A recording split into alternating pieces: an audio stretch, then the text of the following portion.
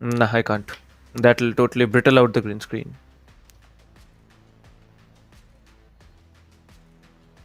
I have two lights here at two sides. That's it. There are no external lights. Like, I have two more lights. One is over here. That will totally, fuck up the green screen totally. And that light is not working at the corner. Wait, I'll change the light position. It's good, right? Okay, let me decrease a little bit more. Wait. 1, 2. This is the normal one. Yeah, this is good, right? Is this good? Yeah, okay. I'll be like this. Alright. And that I can adjust on stream as well.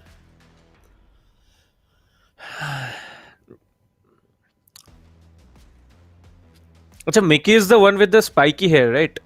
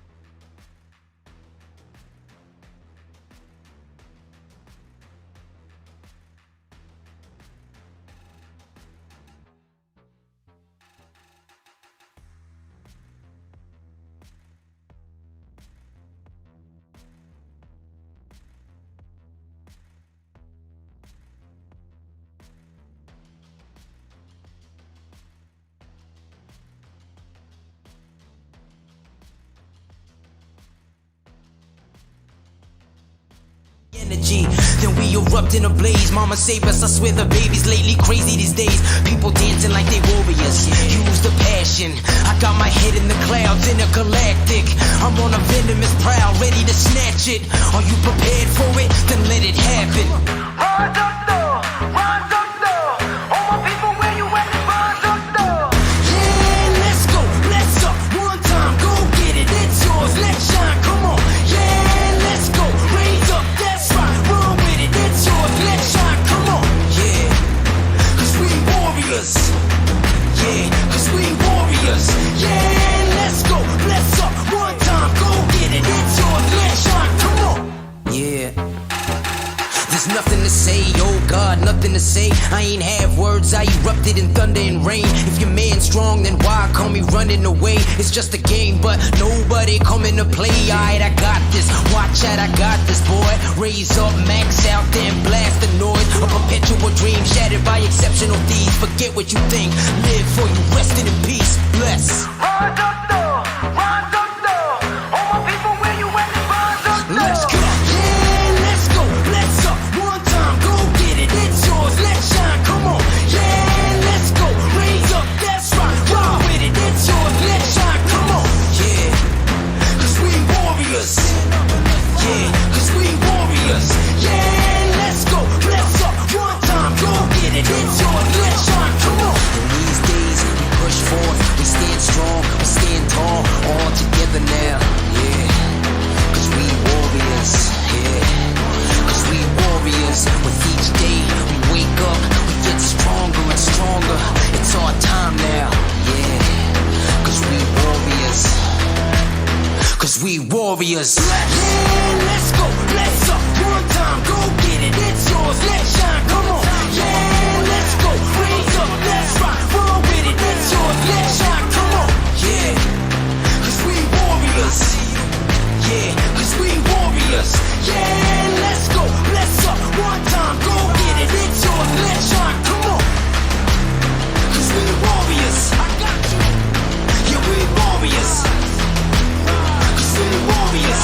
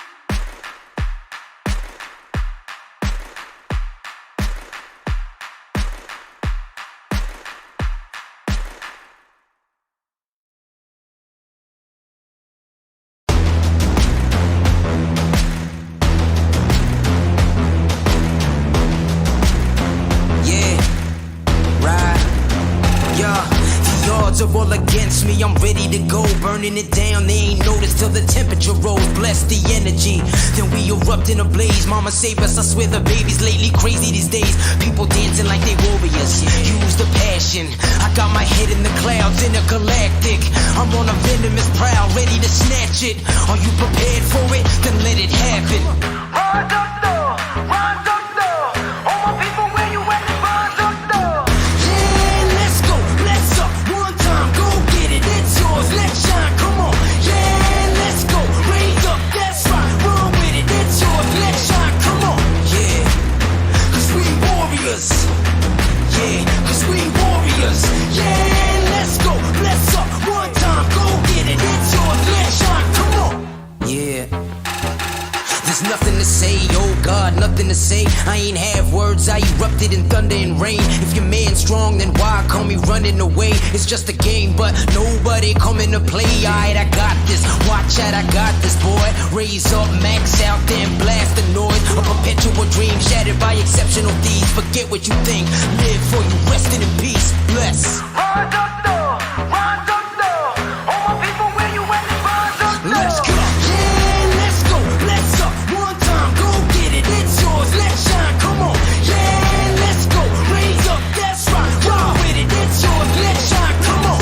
Yeah, cause we warriors. Yeah, cause we warriors. Yeah, let's go. Let's up. One time, go get it. It's yours. Let's shine. Come on. In these days, we push forth. We stand strong. We stand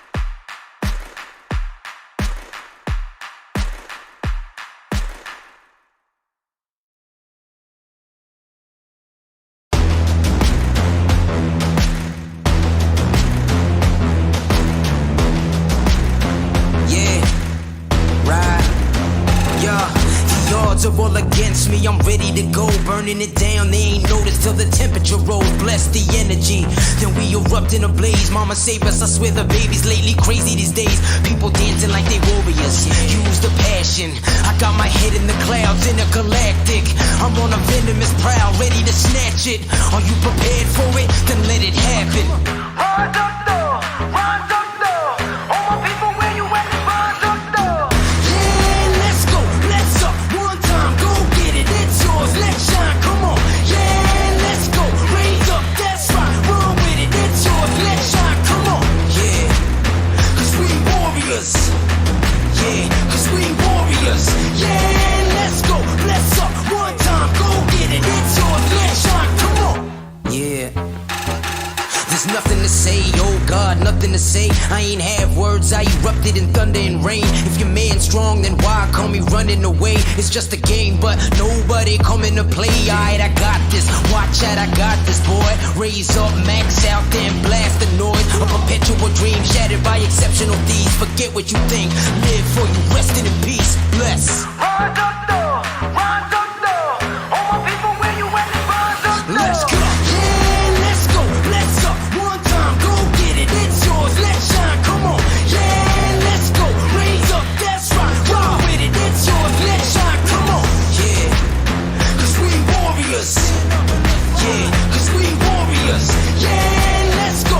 Let's up. One time, go get it. It's yours. Let's shine. Come on. In these days, we push forth. We stand strong. We stand tall. All together now. Yeah. Cause we warriors, yeah. Cause we warriors. With each day we wake up, we get stronger and stronger. It's our time now, yeah. Cause we warriors. Cause we warriors. Yeah, let's go, let's up. One time, go get it. It's yours, let's shine, come on. Yeah, let's go, raise up, let's rock. Roll with it, it's yours, let's shine, come on. Yeah, cause we warriors. Yeah, cause we warriors. Yeah, let's go, let's up. One time, go get it. It's yours, let's shine, come on. Cause we warriors. I got you. Yeah, we warriors. Cause we warriors.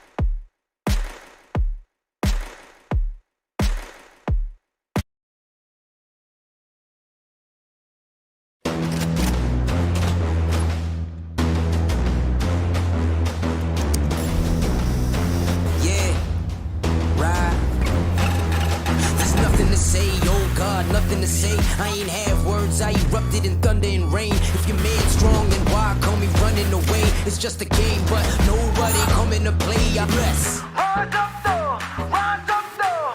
All my people, where you at? Rise up though. Let's go, yeah, let's go. Let's up one time, go get it. It's yours, let's shot, come on. Yeah, let's go. Raise up, that's right. Ride with it, it's yours, let's shot, come on. With each day we wake up, we get stronger and stronger. It's our time now, yeah. Cause we warriors.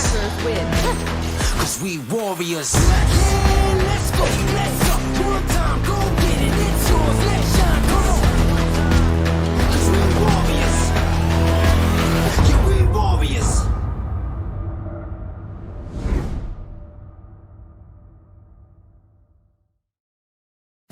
Valorant Agents of India.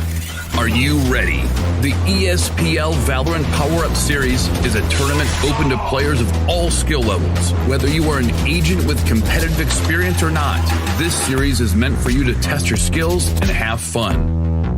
Agents will battle for a total prize pool of 7.5 lakhs and the title of Series 1 champions. It's time to power up. Let's break down the tournament format. At the beginning of the tournament, there will be 4 open qualifiers. In the qualifying rounds, players will go through a best-of-1 single elimination, battling their way up the ranks. Those ranked top 16 onwards of the qualifiers will face single elimination in a best-of-3 match. The top 4 teams from each qualifier will earn a spot in the group stage, resulting in a total of 16 teams. These teams will then be split into 4 groups, with 4 teams per group. Teams will then compete in a GSL format, where 2 opening matches are played. The winners will then battle in the winner's match, which will determine who tops the group. The losers will battle for survival. The victor of this match will then battle the loser from the winner's match to determine who progresses further in the tournament. The 2 teams from each group move on to the playoffs, where 8 teams will compete via sudden death, single elimination, in a best-of-3. The quarterfinals and semifinals will be an exhilarating battle of skills, wits, and strategy to win through a best-of-3 elimination process.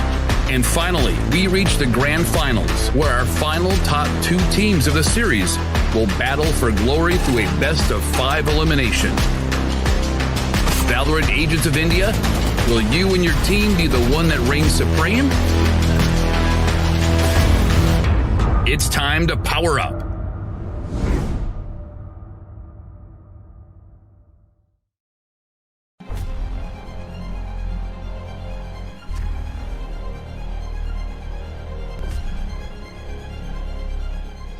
Every young gamer wants to become an esports professional. We make it happen. You just keep on winning.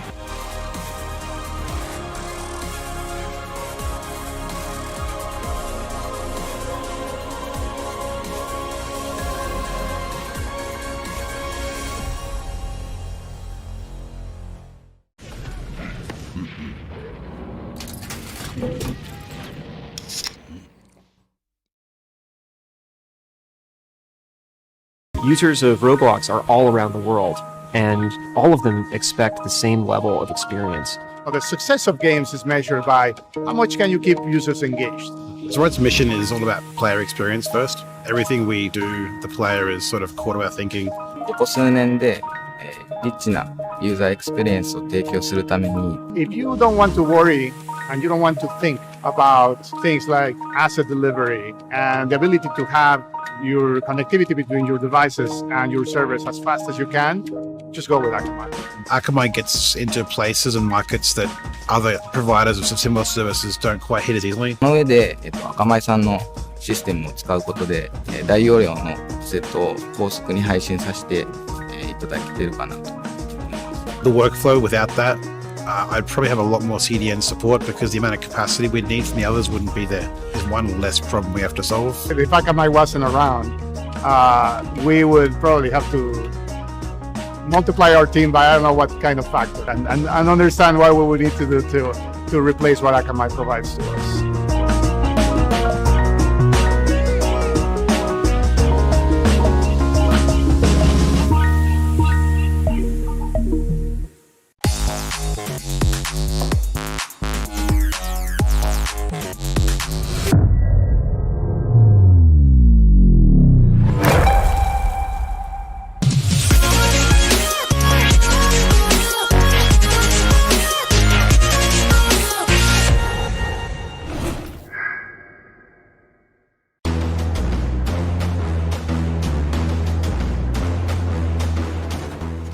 बिल्कुल अभी के लिए अगर देखा जाए तो hold करते हुए येलो कंडर्स के पीछे और उनके लिए बैक टू बैक यार ये काफी शानदार आई गेस क्या बहुत चीज है तो ये थोड़ा सोच समझ के आपको ऑपॉर्चुनिटीज का इस्तेमाल करना पड़ेगा अगर आप कॉन्फिडेंट हो तभी आप कीजिए लेकिन यहाँ पर जो लोग निकल पाएंगे with that 700 HP और मुझे लग रहा है सिर्फ ये चीज होना ही था get this spike or get the spike diffused and get those kills. He is being pushed from two sides. He will spot the Omen, get that kill. The recon dart is going to get taken out. 3 bullets goes in for that reload. 25 in the mag. He'll connect that headshot.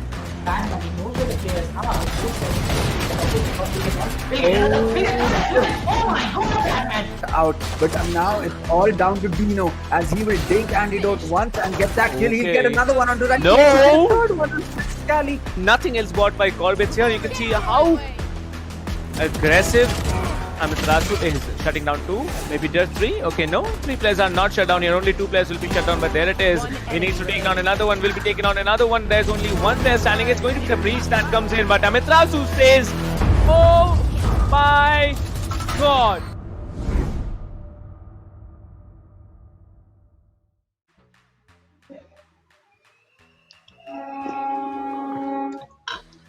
Well, hello, ladies and gentlemen. Welcome back to the ESPL Valorant PowerUp India. My name is Captain Price, as you all know, and with me this afternoon is Akash Kole. So, how are you doing, my friend? I'm really doing good. I've heard a lot about you, Captain Price, and I'm really eager to cast alongside you.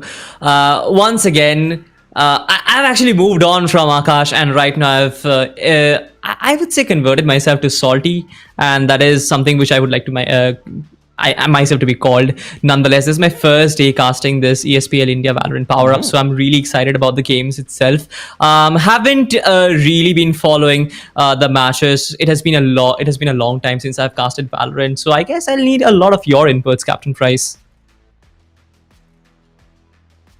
Well, indeed, I'll be helping you out as much as possible. But yeah, sorry for my end, especially because, you know, there has been multiple mishaps happening to me today. So yeah, very, very sorry if you're not liking my background, if you're not liking my looks, guys.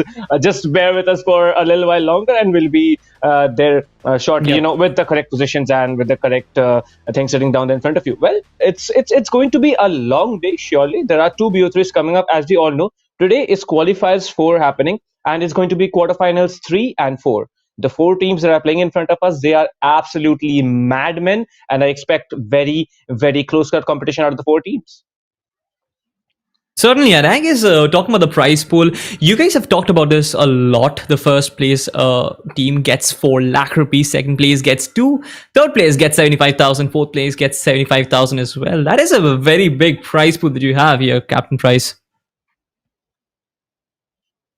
Indeed. And, you know, talking about the prize pool, you can see that the first place carrying over 4 lakh rupees. That's like, you know, more than half the share of the entire prize pool. Yep. That's a massive amount. Whoever wins it, they just don't get it. They have to also move along with the title of the champions of the ESPL Valorant PowerUp. Imagine the bragging rights that they're going to have. It's massive. It's not just the prize pool. It's also the bragging rights that is going to be there along with that huge amount that they're going to, you know, conquer in the end. Certainly, I guess the Valorant scene is evolving. I have been following the community though. And to be honest, with new organizations, pretty big organizations are rumored to come in. Tournaments like these are important to actually understand which team has the potential moving forward, which team doesn't. It's not always about the prize pool. It is not always about the bragging rights as well, but the fact that you are skilled at a level higher than your opposition, that is what mostly matters. And I'm excited to find out what's going to happen today as well. A lot of matches have probably been over, Captain Price. I guess you have been casting all of these alongside one of my good friends, Kanav. But it'll be exciting to watch out what happens today with 2 BO3s. It is a pretty long day for me. Well, indeed, you know, it's actually much longer. It's not just 2 BO3s. We have a third BO3 on every third day of the qualifiers. So yeah, it's going to be indeed a long day, but not as long as, you know, once I have witnessed over the entire course of the tournament. Talking about the teams here, well, you know, we are gonna see Purpose Esports. All right. And Purpose Esports, trust me, the junior lineup, they really tried yesterday to come up and perform to the best of their abilities, but they were falling a lot of there were multiple faults coming in from there, and lack of coordination coming in. Then there were multiple mishaps happening. For example, aim disappearances happening there. But today we have the primary or the main lineup playing. Purpose Esports Senior will be performing in front of us, and I am really looking forward to that particular match, just because of the fact that we had a junior lineup playing yesterday, and today it's going to be the main lineup. Certainly, I guess when the main lineup comes up, you have that particular confidence. Generally, the junior lineups and all, I guess they're good for the academy, they're good for building up skills, they're good for honing up skills. But when it comes to actual tournament, you want your best side, you want your best players to play the game, and that is what is happening today. Talking about the maps, we have Haven.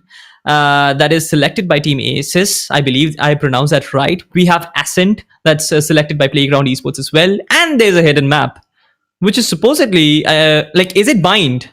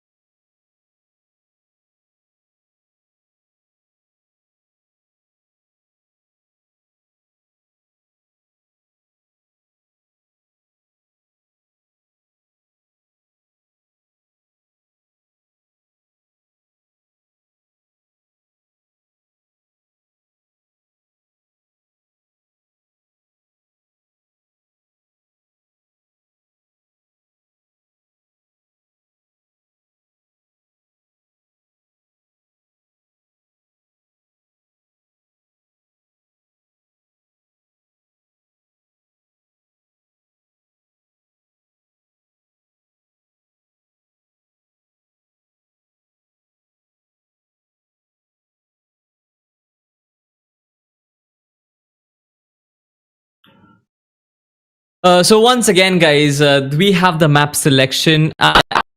Have to go through all across the UI. I'm still not accustomed to it, but nonetheless, I guess we have we have Haven that is being selected by Team ASES. Once again, ASES versus Playground. The ASES will start as the attacker. Playground will start as a defender. The map that is selected by Playground Esports, though, it is Ascent, where Playground start as attacker, ASES start as defender. Once again, if we talk about ASEN, though, I would like to say that it is kind of defender oriented. Even though with the latest meta coming in, a lot of players, especially with the Yoru coming in, a lot of the attackers have had a better opportunity to get inside the site B. I won't really talk about Ascent as of yet. We'll move on to all the maps and the intricate details later on. The map that has been banned by Team ASES, though, it is Icebox.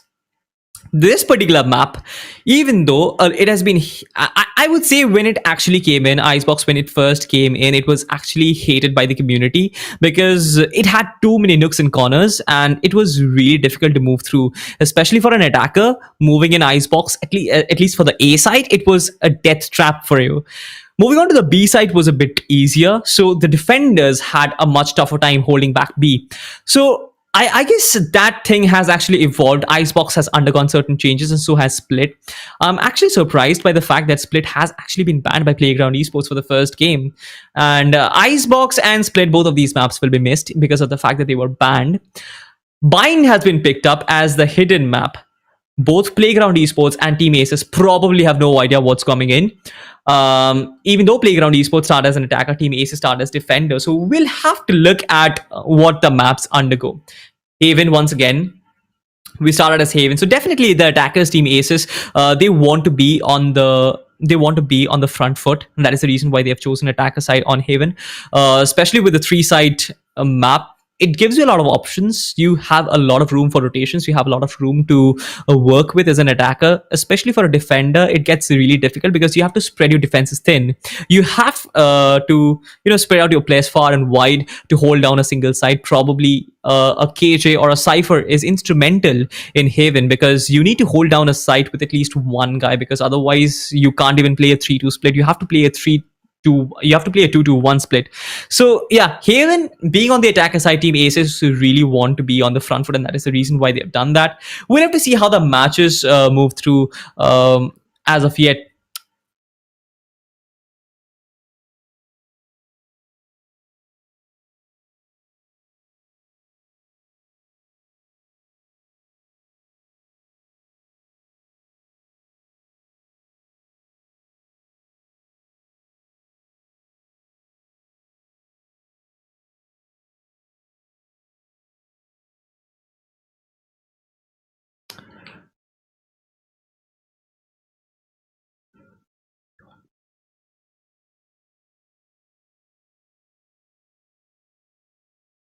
We are still waiting for Captain Price though, but nonetheless, I guess you have Salty. So we'll still discuss about the maps a bit. Let's actually discuss about the intricate details that we were talking about. Haven, Ascent, Bind.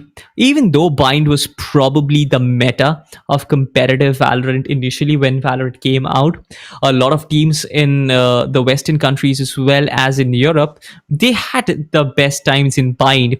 If you talk about teams like G2, if you talk about teams like Cloud9, they were having fun in Bind. Even in the Indian scene, teams like Noble Esports, which is now disbanded and has become XTZ Esports with certain changes, they enjoy playing on this particular map itself. Bind has really evolved as a defensive oriented map. In fact, a lot of maps on Valorant are defensive oriented except Haven and Split after the change, but especially Bind, if you actually start on defense and you get a particular lead up front, it gets really difficult for the team attacking to even make a comeback. I guess we have Captain Price back. So Price, what are your opinions of the map itself? We have talked a lot about the map. Trust me, I'm out of my lungs, to be honest. But talk about the maps itself, I guess it's really, really cool going from Haven to Ascent as well as to Bind finally. I kind of miss Icebox and Split though. Those are kind of I like, at least Split is my favorite map. Trust me. Well, personally speaking, we have seen only 2 times the map Icebox being played, and based on what we have seen yesterday, I think I know the reason why that map isn't playing. It's so very disoriented. Like, there are multiple locations of approach on A side. There is definitely, like, I don't know how to put it through in front of the audience. We can also say it in such a way that if you're willing to go B and if you're willing to commit to that site, trust me, it's not easy to plan that. There might be people waiting up in snowman. There might be people just holding up behind the box on the side there. So it's a very, very difficult map to play. And personally, I'd say that Icebox is one of my favorite maps. So yeah, if you are looking for challenge, a few of the teams who really love Icebox, like we saw yesterday, Team Lag, they were very confident of what they were doing. They knew exactly what they had to do. When the ban, criteria was over, they went forward and picked up Icebox, and that was a very, very smart move that they did. It really played out. 13-3 on Ascent and then 13-3 on Icebox. That was a very, very good job done by Team Lag. But yes, today we are definitely not going to see Icebox in the first VO3 at least, because the Icebox map has been banned. I'm disappointed, but let's see what the teams have to offer. Well, there it is. The agent selection screen is up on our screens as well. Well, I'm not, familiar with the team of ASES, but still, I can see Playground Esports. They are going with that same lineup on Haven yet again. Jet, Cypher, Sova, Raze, and the Omen to play through. I'm looking forward for the Guru to really shine, because he was shining in the previous qualifiers. And if he doesn't this time, I bet they are gonna move forward to the semi-finals as well. Certainly, I probably have no idea about the teams that are playing, but I do have some knowledge about the agents that they are playing up. Omen after the nerf, as well as Brimstone after the buff, I would say that it's still kind of a really confusing choice for the teams out there, especially when you're playing competitive. You might have a larger smoke as a Brimstone, you might have a longer duration smoke, but with the kind of things that you can bring onto the table as an Omen, with the kind of the flash is probably the most powerful flash in the game. With the teleports, you can get a lot of intel. It becomes interesting to find out how you can actually use a Brimstone. As a result, I guess most of the teams, they're still opting for an Omen, even though the kit is more expensive, even though the smoke has been made slower. I feel that he's still an influential player in this entire team itself. It's interesting to find out that a triple duelist setup has been taken up by Team ASES, who actually start on, I believe they're starting out on attack. Yeah, they are starting out on attack, so they want to get the first attacking advantage on Haven. They want the triple duelists to do their magic that they generally do. Once again, with the Cypher on Playground Esports, I believe that he is going to be the one who is going to lock down side B or Garage. The Cypher playing C is something which is very surprising to me, though. Well, Cypher. I mean the Sova. I mean Sova. Yeah. Sorry. All right. So yeah, the attacking strategy, I think what they're thinking about, like you said, they are going to vouch for those rounds in the initial stage of the game, like the first half, because you get multiple rounds on the attacking side. You can actually chill out on the defense, and you can see an A execute coming through. All the players are going to stack up A long, but there it is. Angst will be coming in, trying to drink up 3 of the players there. Clay comes in and claims that kill as well. Fuse will be taken down. With that, we have 4 players standing from the attacking side here. The Phoenix needs to heal up, but now the Reyna is ready with the flash here, but the Reyna will not be spotted. Instead, he gets traded down. Clay will be taken down. Sway gets a headshot through that smoke. That's a very, very smart play coming in, and that's a very high elo play, I might also add here. But now it's a 4 versus 4 situation standing in the first round of the game. The pistol round, probably the most important round in the entire game here, just because of the fact that, there's like a simple ideology that stands. You win the pistol round, you go on and win the second one as well, just because of the fact that you can have the force buy round in your hands. You can buy the Spectres, you can buy the shields here, but you can see the Reyna being very smart here, checking that corner where Prophet was holding, takes down 2. That's a very, very smart and a tricky play indeed. 4 attackers still standing, and they are willing to go for the kills. The Killjoy will be there for the post-plant situation. As you can see, the Swarm Grenade will be placed there on this spike, and now it's a 2 versus 4 retake. This is almost impossible for Team Playground Esports. They've been shut down away from sight. What was that, Rude? You can't do that. That is manhunt. This guy is an absolute beast. He takes 4 man down all by himself, completely obliterating Team Playground Esports. I just love the fact that he went onto site and absolutely ditched out everyone. Just have a look. He gets the first kill, and after that, immediately through the smoke, he takes down Cypher. That was a madman's kill. The flash comes in as well. It does blind this particular player, but it does not matter. He still gets the final kill, and this is absolutely amazing how Team ASES, the Reyna, he just stepped out. He had some responsibilities there. He had to hold the side for his team, and he did that so beautifully.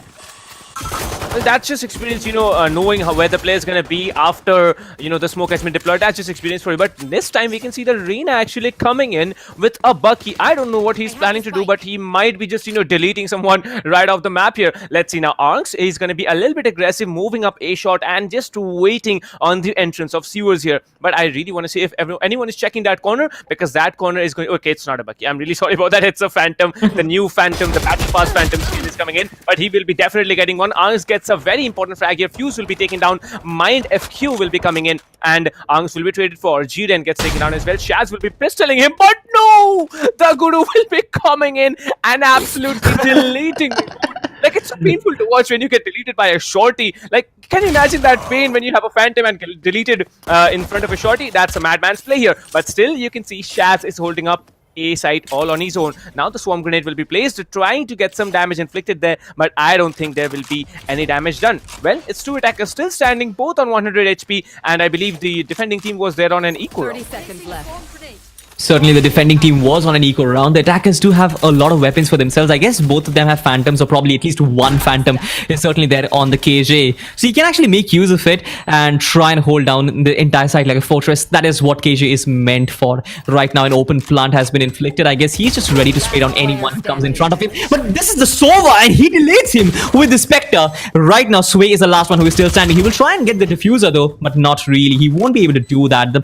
The spike definitely will be diffused. And Price, as you rightfully mentioned, the eco round, a thrifty for Playground Esports. How important is this? Like, we've seen the meta of if you win the pistol round, you get the second round as well, considering the economic advantages you get. But right now, things have changed. Players are pretty much equipped with skill to demolish any particular weapon with pistols as well. They do take these eco rounds seriously, and right now Playground Esports find themselves in a very good position, because any team that wins the eco round, that is a huge mental boost. But still, Team ASES, they are now in big trouble. They have to now inflict on an eco round here. Let's see what they will coming up. They will come up with. But now it's Clay and the Omen definitely playing here on B side. You can see all the 5 players are trying to breach Garage here. All 4 players are actually stacking up. And where's the 5th one? I'm really, interested to watch where the 5th one is. Well, there comes the 5th player as well. Everyone is gonna go up in Garage, but Prophet will be spraying down with the Spectre here. Now, the thing you can do with the Spectre is that you can actually run and gun anyone more than you can do with the Phantom. So I really want to see that, Prophet comes up here. The perfect timed curveball will be coming in, but no one will be flashed. Everyone will be retreating up from that double doors position. Now, they can either choose to go B or they can completely rotate towards A, but you can see how careful the defenders are. They haven't left sight. Cypher playing alone on A. That's a fantastic move there. 2 players holding B, 2 players holding Garage. That's it. But this is an eco round here. You mess up bad, you will be messing it up all for yourselves here. Jiren will be taken down immediately with the head tap on the Vandal. Now, the arena, there's information. You can see how crispy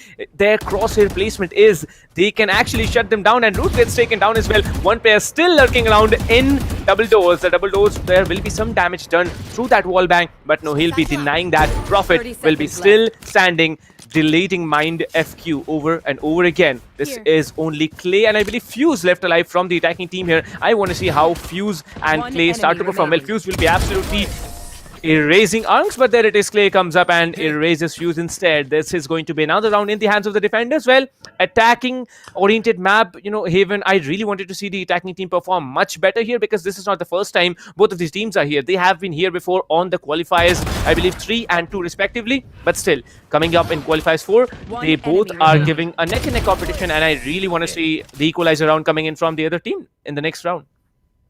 Generally the game of Valorant, we say that in the competitive stage, the Valorant games actually starts after the 3rd round. So I would say that the pistol rounds were certainly even, but the real deal, it starts from this particular round itself. And here you can see, I guess, Team ASES, the fact that they were in an eco round, it really inflicted in their performance. It really reflected in how they approached to the last round. But here you can see how do you pronounce the Jet? I'm not really sure what that particular player was called, but certainly he was caught up in a very precarious position inside Garage, got himself taken down. The op falls as well, and here you can see Fuse getting shut down by Clay itself. The defending team once again really holding their fortress well, but the spike has been planted. It actually gets pretty intense from here on, because Clay, he needs to move up to the spike. He needs to eliminate anyone who is in Garage and then try and move towards the C side as well. Jiren, he takes 1 player down beautifully, and right now things are pretty tricky.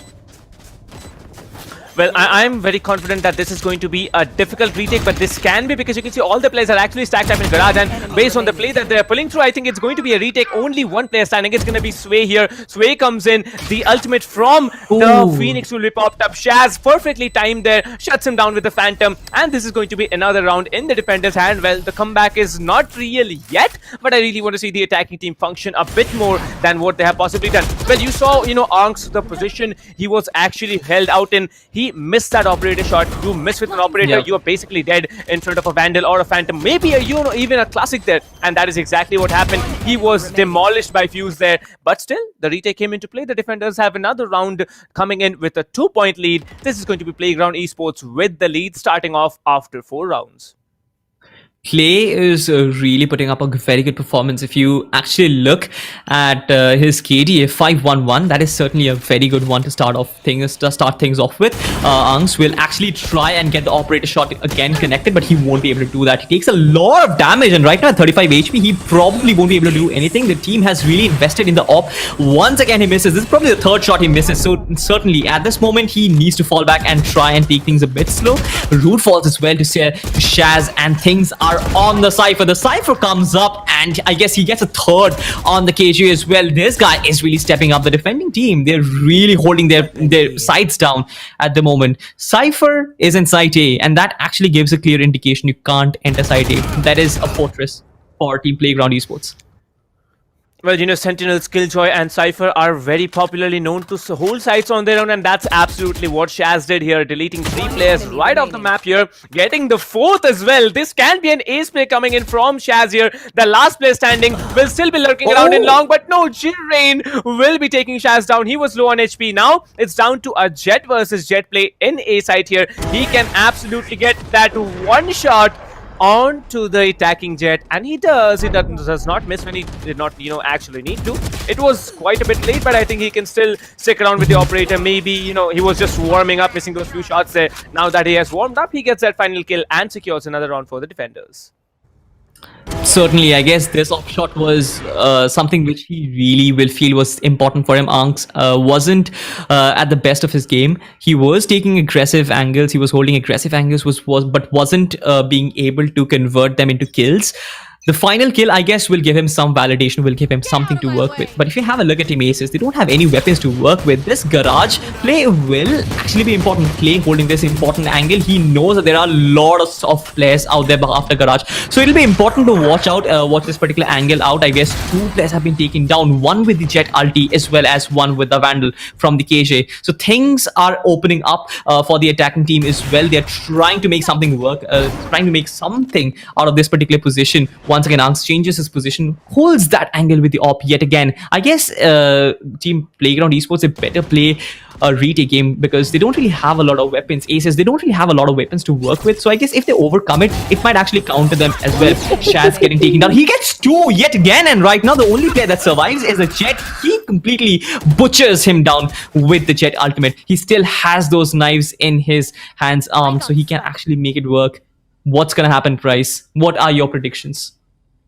Well, I think he's going to get taken down, but still it's a hard play here because the defending Jet has already rotated from B side here. He's right down behind him, and he will be tapping once with those Blade Storm, with that Blade Storm there, and he will be absolutely taking him down. That's a good round yet again for the defenders here. Well, I think we might need to change the perspective of viewing how Haven is oriented, because these players, they are not making it look like an attacking map here. They are definitely working on a very, very hard defense coming in. That's going to be 5-1, 4 points lead coming in from Playground Esports. Well, Playground Esports, they definitely have improved over the course of, one entire qualifier. But ASES, they are still struggling. I want to see them function because you can see, there's nothing wrong with that team. They picked up 3 duelists. They need to get those frags here.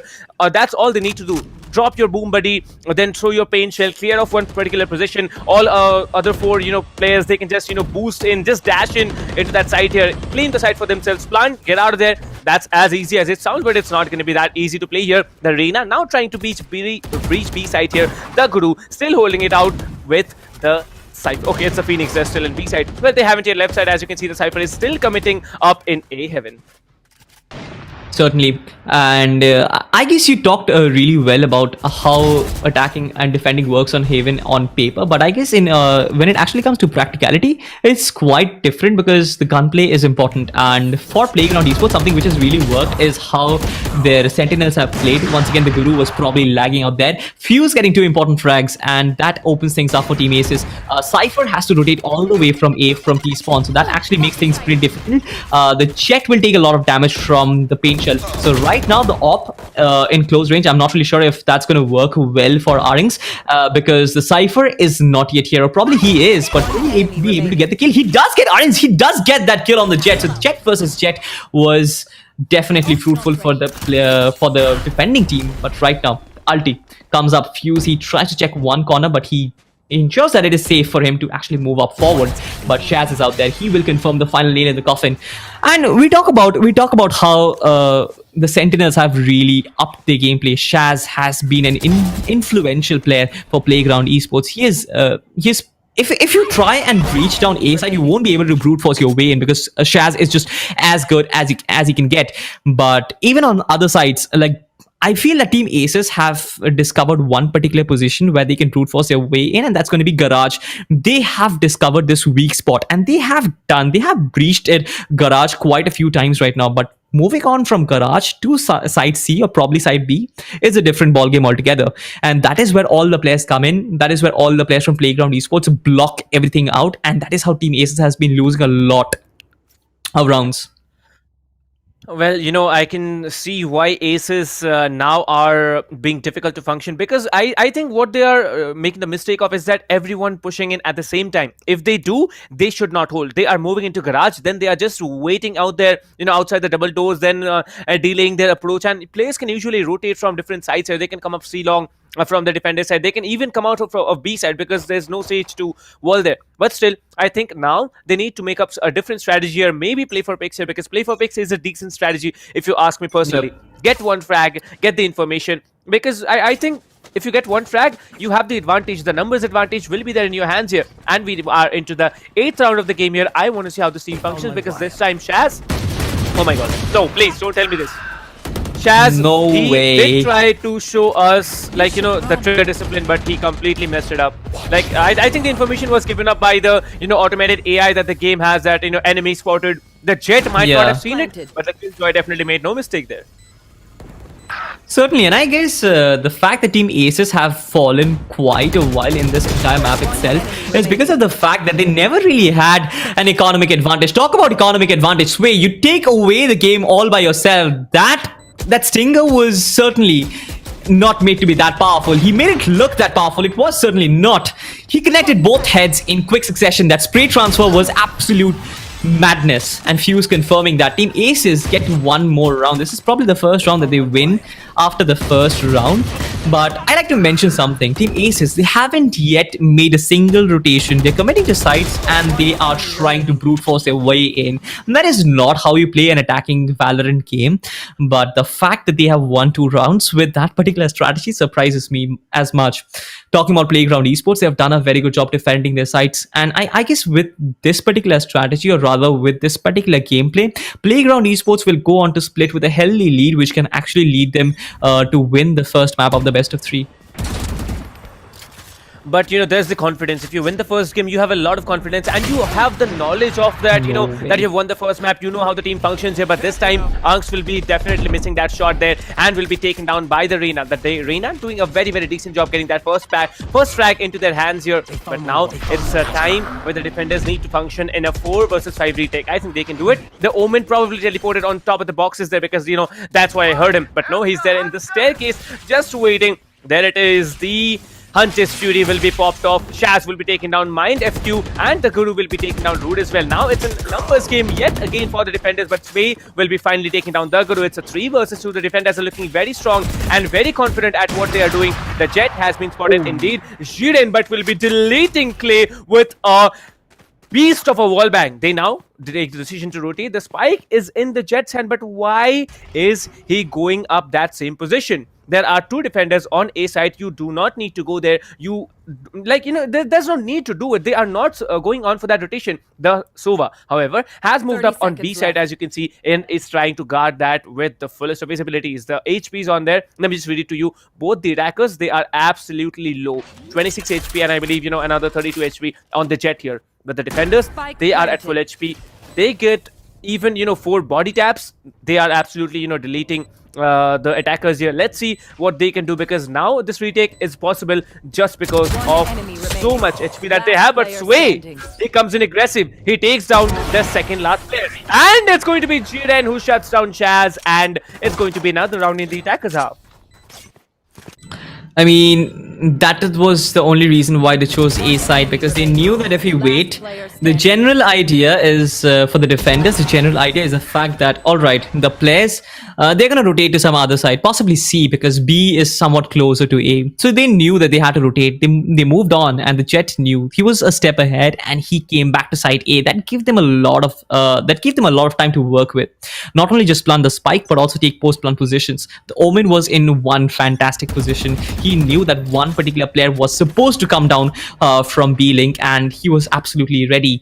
In spite of the fact that he was very low on HP, he knew that if he connected that head with the Phantom, it is more than enough.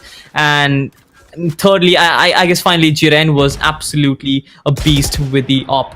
Once again, Arns, I guess ditching the op was a good decision for this particular player because he hasn't really been taking all those shots, wasn't really connecting those shots. Moving on to the Phantom or a Vandal will give him a lot more room to work with, will give him a lot more freedom because the op, you can't really hold all the angles with the op. You can't really hold all the ditches and the corners with the operator. You have to move on. You have to find those long distance spaces. But with the Phantom, with something like a Phantom or a Vandal, you can hold almost anything. Close quarter combats, long range combats, you can do anything. So that gives him a little bit of room to work with because he hasn't really been clicking the heads since the match started. Talking about Team ASES, I guess, the fact that they are in a 2v4, I don't really think that they are going for the kills, but the fact that the Jet went through, it's just insane. I guess Team ASES would have really profited from a save out there because they have really worked their way through a lot of ecos to get their weapons on board. The fact that they lost it once again, I don't know, it's probably going to hurt them a lot. But I think the defending Jet definitely functioned a lot more with the Phantom there. Well, yeah. I had seen, I believe, Team Tamilas.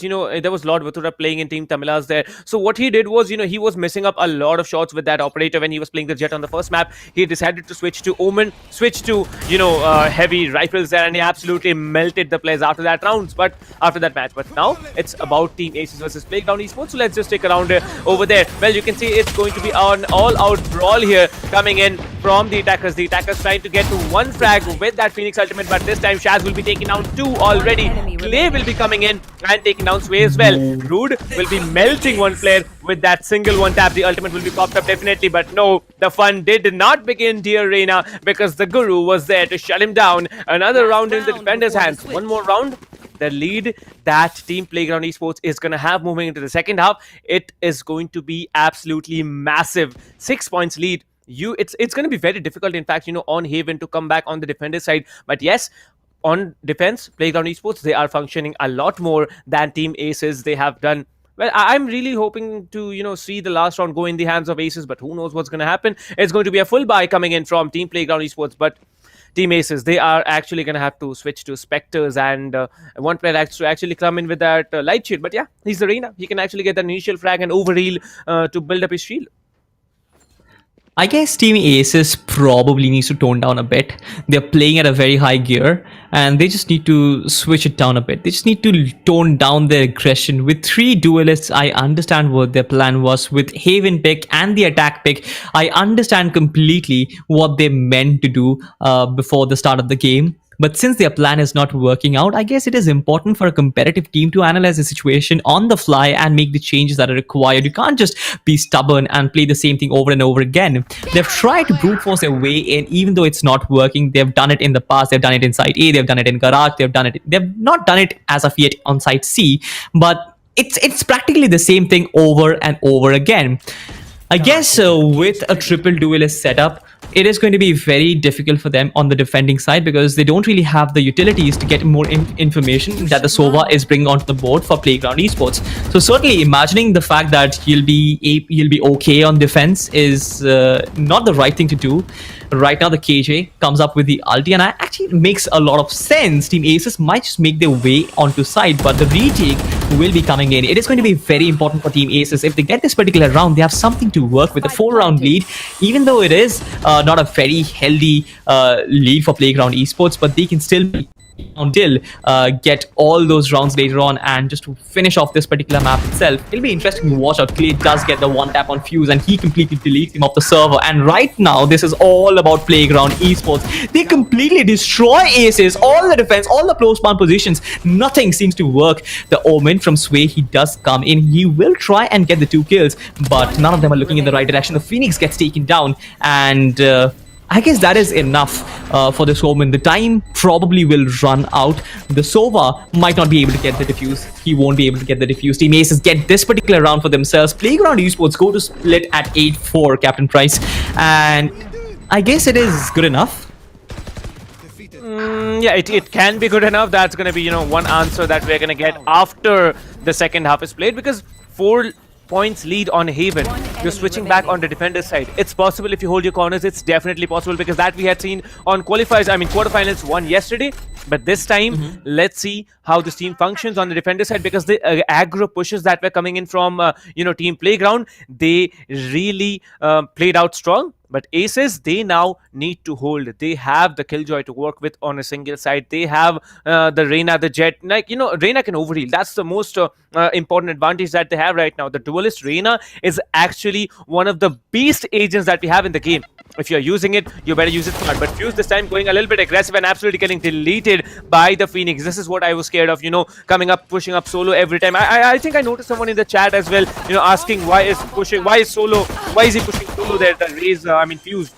But still, you can see this round is now going in the attackers' half. All the 5 attackers are still standing and are left alive. But this time, it is going to be an all-out brawl. I don't know if this is going to be a flawless round, because by the looks of it, all the 5 players, they are very, very coordinated. One player standing on the garage and the other will be just on C-Long. Well, the Jet is trying to breach side, maybe trying to take down one or not. Jiren actually gets the defending Jet. That's a very, very, important kill there. Well, he has the HP to work with, but does he have the skills and the information that he needs to come and get the retake? Let's see if he can. But, well, I'm a bit confused, because a 4 versus 1, it's really, really impossible when you have pistols. Certainly, I guess he doesn't even have the time to work with as well. Clay goes all the way around through garage and finishes him off from behind. And I guess something like that wasn't even important. Team Playground Esports, they had all the bases covered. They knew that their rushes are going to be perfect, because they have the intel from the Sova, they have the smoke and the flash that actually blinds players from garage. They're perfect in terms of 1v1s. They're taking the better duels. In terms of strategy, I feel that Playground Esports are a step ahead than Team ASES. Imagine the fact that when you're a defending team on Haven, when you're on side C and you get completely obliterated, all your defenses are shut off, your Killjoy is taken down, your Omen is taken down, and all you're left with is 2 duelists. You won't be able to get the retake connected. That is not happening, especially in a map like Haven.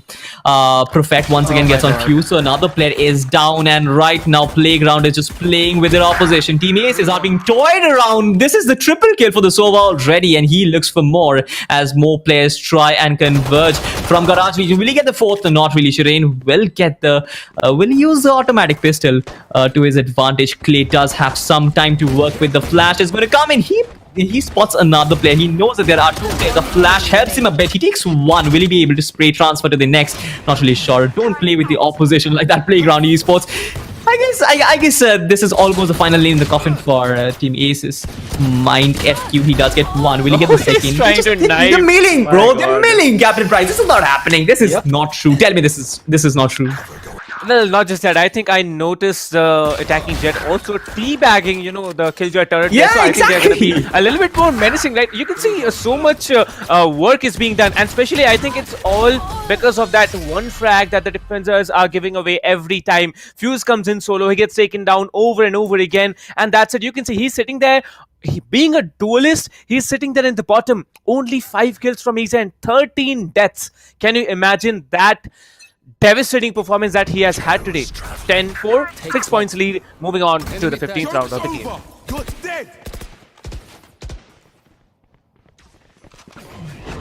Certainly, and here you can see, I guess, Clay does come back. I guess they have breached their way onto side. The ulti doing a lot of favor to Playground Esports. Sway gets probably the 2nd kill of this particular... Okay, so that was the 1st kill, certainly. That was the ulti which he got initially. But talking about Jiren, he is overextending himself. I feel that he is definitely trying to go forward, trying to get a lot of the kills. But something which Team Playground Esports is doing that I haven't seen from Team ASES, the fact that they're rotating back. This is something which is really important when you're an attacking team. Just have a look how wide open side A is. They'll have a walk in the park trying to plant the spike as well as get to their post-plant positions. The arena will be completely blocked off-side. He won't be able to do much if he has to jump behind. And as you can see, the Phoenix as well as the Cypher, all of them will take good positions. Rude will try and connect some blind shots through the smoke, but it's not going to be possible. It is too much to ask. Sway has to move all the way from spawn, but Clay is out there. I guess a lot of teleports can actually help him, but nonetheless, Clay is definitely in a very good position. He might actually get this particular kill, but right now it is just overwhelming. Too many players on him, right up. He couldn't do anything, and I guess Team ASES will get 1 round in their bag at least. 5-10. Certainly a very big lead for Team Playground Esports. Team ASES have to gear up if they want to get this particular map in their bag. Well, they definitely have evolved for one round, after so many losses here. Now you can see both the teams, their economy, it's at stake here, because I can see Fuse. If he goes for a Phantom buy, which he does not buy it himself. He gets it from another player here. You can see two players are absolutely destroyed based on their economy. Sway and Rude, if they are not able to pull off this round, they actually have to push into an eco one. But if you talk about the attacking team, they decide to actually move in with the force buy round. The force buy round, you can actually play it out really, really smartly here. Wow. But Fuse will be absolutely spraying through the double doors and taking one down. There comes the Paint Shell, will be trying to dent some more people of their HP. Jiren will be shutting down one. Root will be taking down Shaz. And you can see Clay coming in with the Stinger. So painful to watch. But yes, the rate of fire on that gun is absolutely massive. You can actually outplay any other gun. And there it is. Root comes in, shuts down Prophet. That's another round in favor of Team ASES. Team ASES, now they have the eco to work with. Now they have the coordination built up after so many rounds that they have lost. But yes, this time it's going to be a full buy coming in from Playground. I want to see how Playground functions after, or maybe not. Okay, yeah, there's going to be a full buy coming in. Playground, they're going to definitely try and get this round. Let's see how ASES will be defending, because based on the number of frags, I think it's more evenly distributed in the hands of Playground Esports than Team ASES. Certainly, but for Playground though, the eco is definitely not on their favor.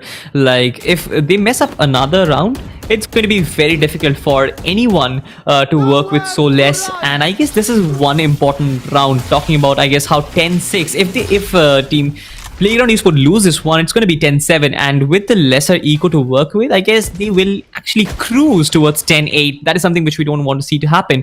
Playground Esports once again will try and take all the time in the world, the one-sided smoke, not doing a lot of damage to any of the opposition, I would say, as of yet. Playground is still taking things slow and steady. They want to break and decide, but don't really want to brute force their way in. They spot one. Jiren does get one on Clay, and right now the reinforcements come in. He repositions himself and try and get some other frag, but he gets taken down. 16 HP to work with. Fuse gets taken down as well. Today he definitely isn't in the best of form, but look at how Playground Esports are conquering over Side C.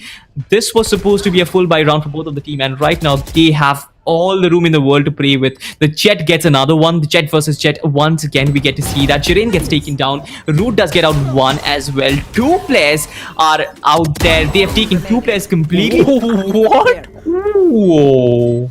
That was really good. Root has... Okay, so right now I guess the spike might just be diffused. Root is out there. He has done a lot of heavy lifting for his team, and Sway with the final nail in the coffin. I believe we're having some network issues here, but certainly these players they are definitely in good. They're definitely in good mood, especially Rude, how he completely overturned the game out there. He gets this particular kill out here. He tries and checks this particular corner, knows that there are players out there, dismisses it, and then gets Omen as well. That was, I don't really know what the Omen was doing out there, but there was certainly something.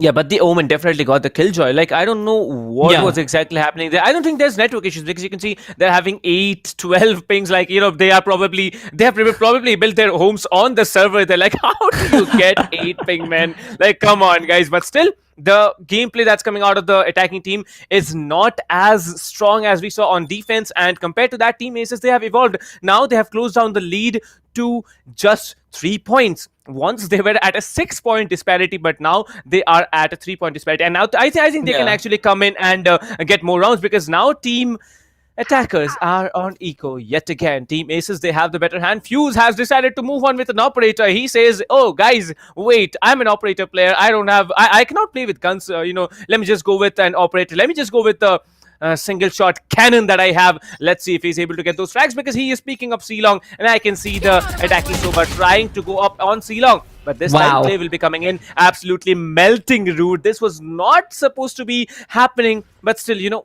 Rude will be getting taken down. The Reina goes down. The entire team has potential to come in, but the Killjoy, the Phoenix will be coming in. That's so much information. The cover coming in from the Jet, that's absolutely madman's work here. 3 defenders remaining. 5-3. Let's see how they function. But this time Jiren will be taking down the spike carrier. Now it's a very, very tricky play that needs to be played by the team. And Shaz will be absolutely melting Jiren with a perfect backstab. It's a 4 versus 2. the defenders are not having the numbers, but can they pull it off yet again in spite of having a numbers disadvantage? I guess Playground Esports, they're having a walk in the park at the moment. A site is completely under control, completely shutting down the defending team from entering onto site. The ultimate pops up as well, and right now I guess Mind FQ, he does not have any intel to work with. He might get taken down. Yes, he will get taken down. Fuse does add 1 to his arsenal. He will get a single kill, but with the ulti, I guess he might get another one. Doesn't really matter, because defusing the spike, it is going to take a lot of heavy lifting. Yes, he will get taken down. That was something which was expected. Playground Esports, this was thrifty. It was something which was not supposed to happen. Players deleting each other with hand cannons, Jet playing on his ultimate. I really love the fact how Playground Esports converted this particular round on their behalf. I predicted how if this thing goes on to 10-7, it might be 10-8 because of the fact that they have an economic disparity.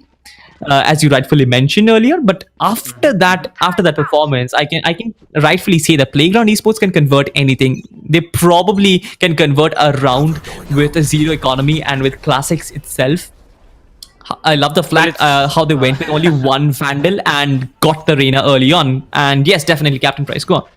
That's an information, right? That's exactly what I wanted to say. That getting the Reyna down with just one Vandal in your entire team, that's a smart play. And they got the second weapon as well when they took down the Omen up on the garage there. But now it's going to be a play for picks game coming in from the attackers, because they know that they get one frag, they can actually breach that position. You can see the Sova and Jip dead peeking up C-Long. The Omen is gonna lurk around with the spike here. The Phoenix, although Clay is gonna go up with the Cypher, trying to get any information on A side, but there it is. The Killjoy is still there. He has those nano swarm grenades placed. He has that turret to get all the information and that alarm bot to, get someone tagged up there, get the information of that position, get the intel, because that is very, very handy to come when you're playing a 5 versus 5 first-person perspective. It's basically like, a magical game. But now, as you can see, Mind FQ will be there, but he's gonna get taken down. Args, this Jet is absolutely a madman when he has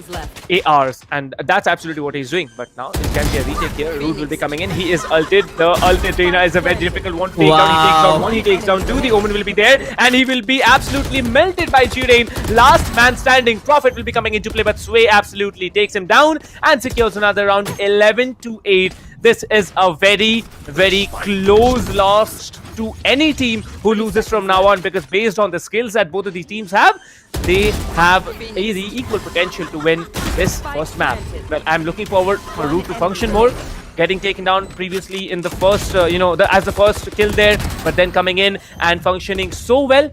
Okay, you made your point here. You can also perform, but 11-8, 3 points still to work with. Will Team ASES be able to carry on in the next 3 rounds, or is it going to be a match point after this round for Team Playground Esports? I love the fact how Rude, after he goes on to the Empress mode, he is just on a bloodbath. That guy, he's just flaming everyone that comes right in front of him. And once again, Playground Esports will have to try and do something different. The grenade pops up as well, trying to hold down the aggression. They still try and not give away any sort of territory right up front. I guess Haven is a lot about real estate. How many territories that you can capture all by yourself, how many territory that your team can actually capture. The defending team, they're trying to boil it down to the final few seconds of the game. As you can see, beautifully is smoking down the entry points, the choke points that we call them, and try and block out the aggression. That is something which is really important. If you boil down, if you guard down the choke points, it gets really difficult for the attackers to even get to site, and that is where rotation comes into play. And once the attackers rotate, you probably have some intel. All right, there is no one coming in. You immediately rotate back and capture the choke points of the other side. So that is how this game is designed to function.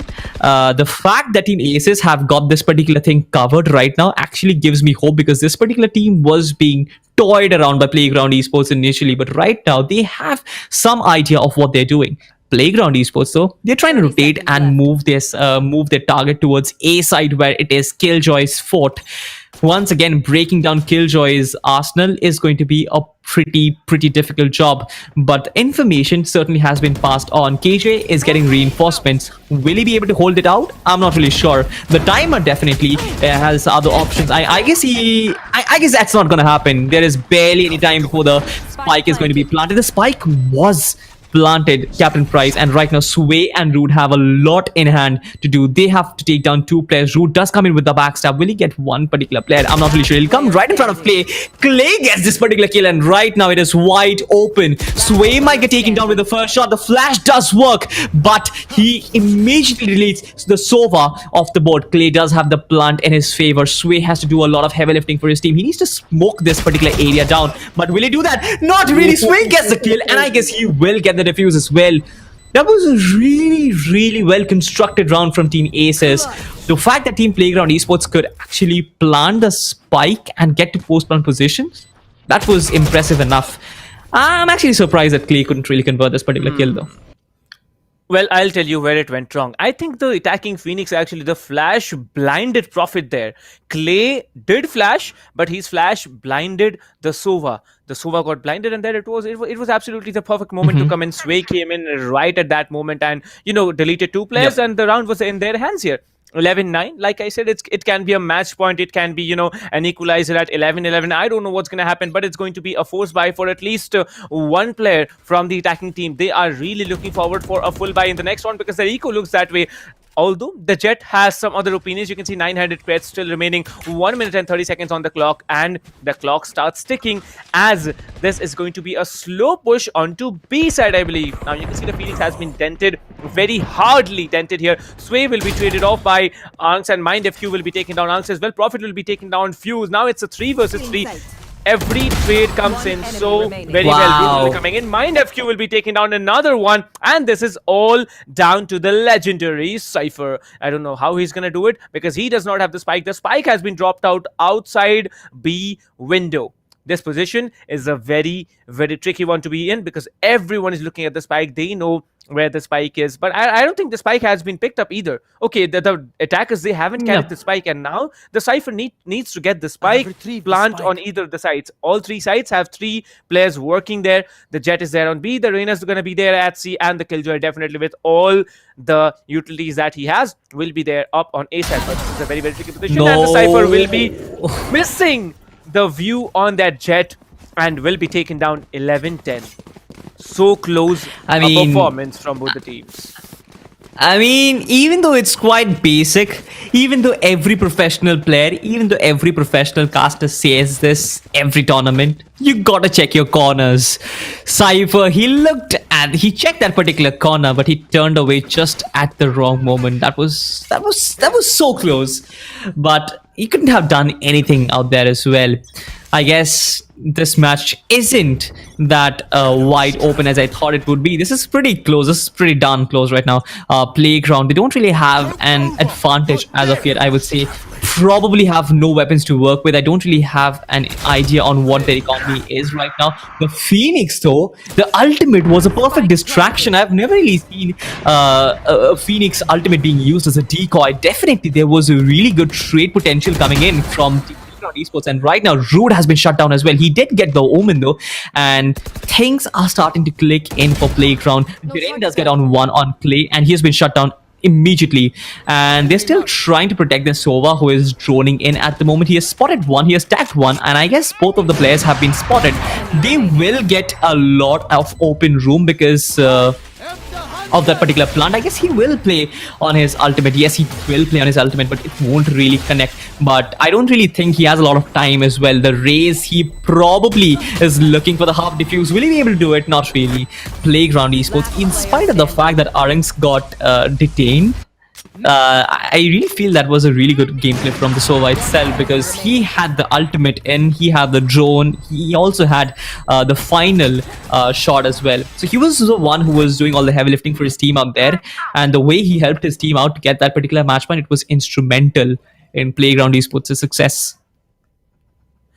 Well, let me just write it down for you. I'll write down what happened in the last few phases as well. The Sova recon drone, the owl drone was definitely there to get all the information. Well, let's just do it after this round, because I think it's going to be a match point round for Playground Esports, and it might be a game over. But now you can see it's going to be a very slow walk onto A side. MindFQ will be inflicting a little bit damage, but will be taking 80 damage in return.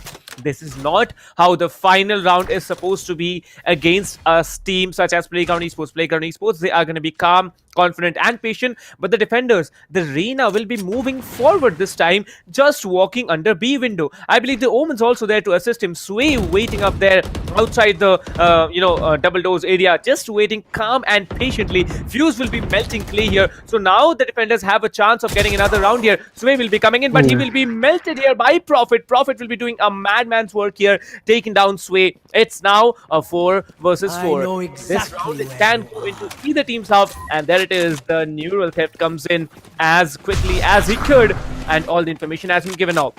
All the players are now moving into C side here. The Omen will be cancelling the teleport as he is left with only 6 HP.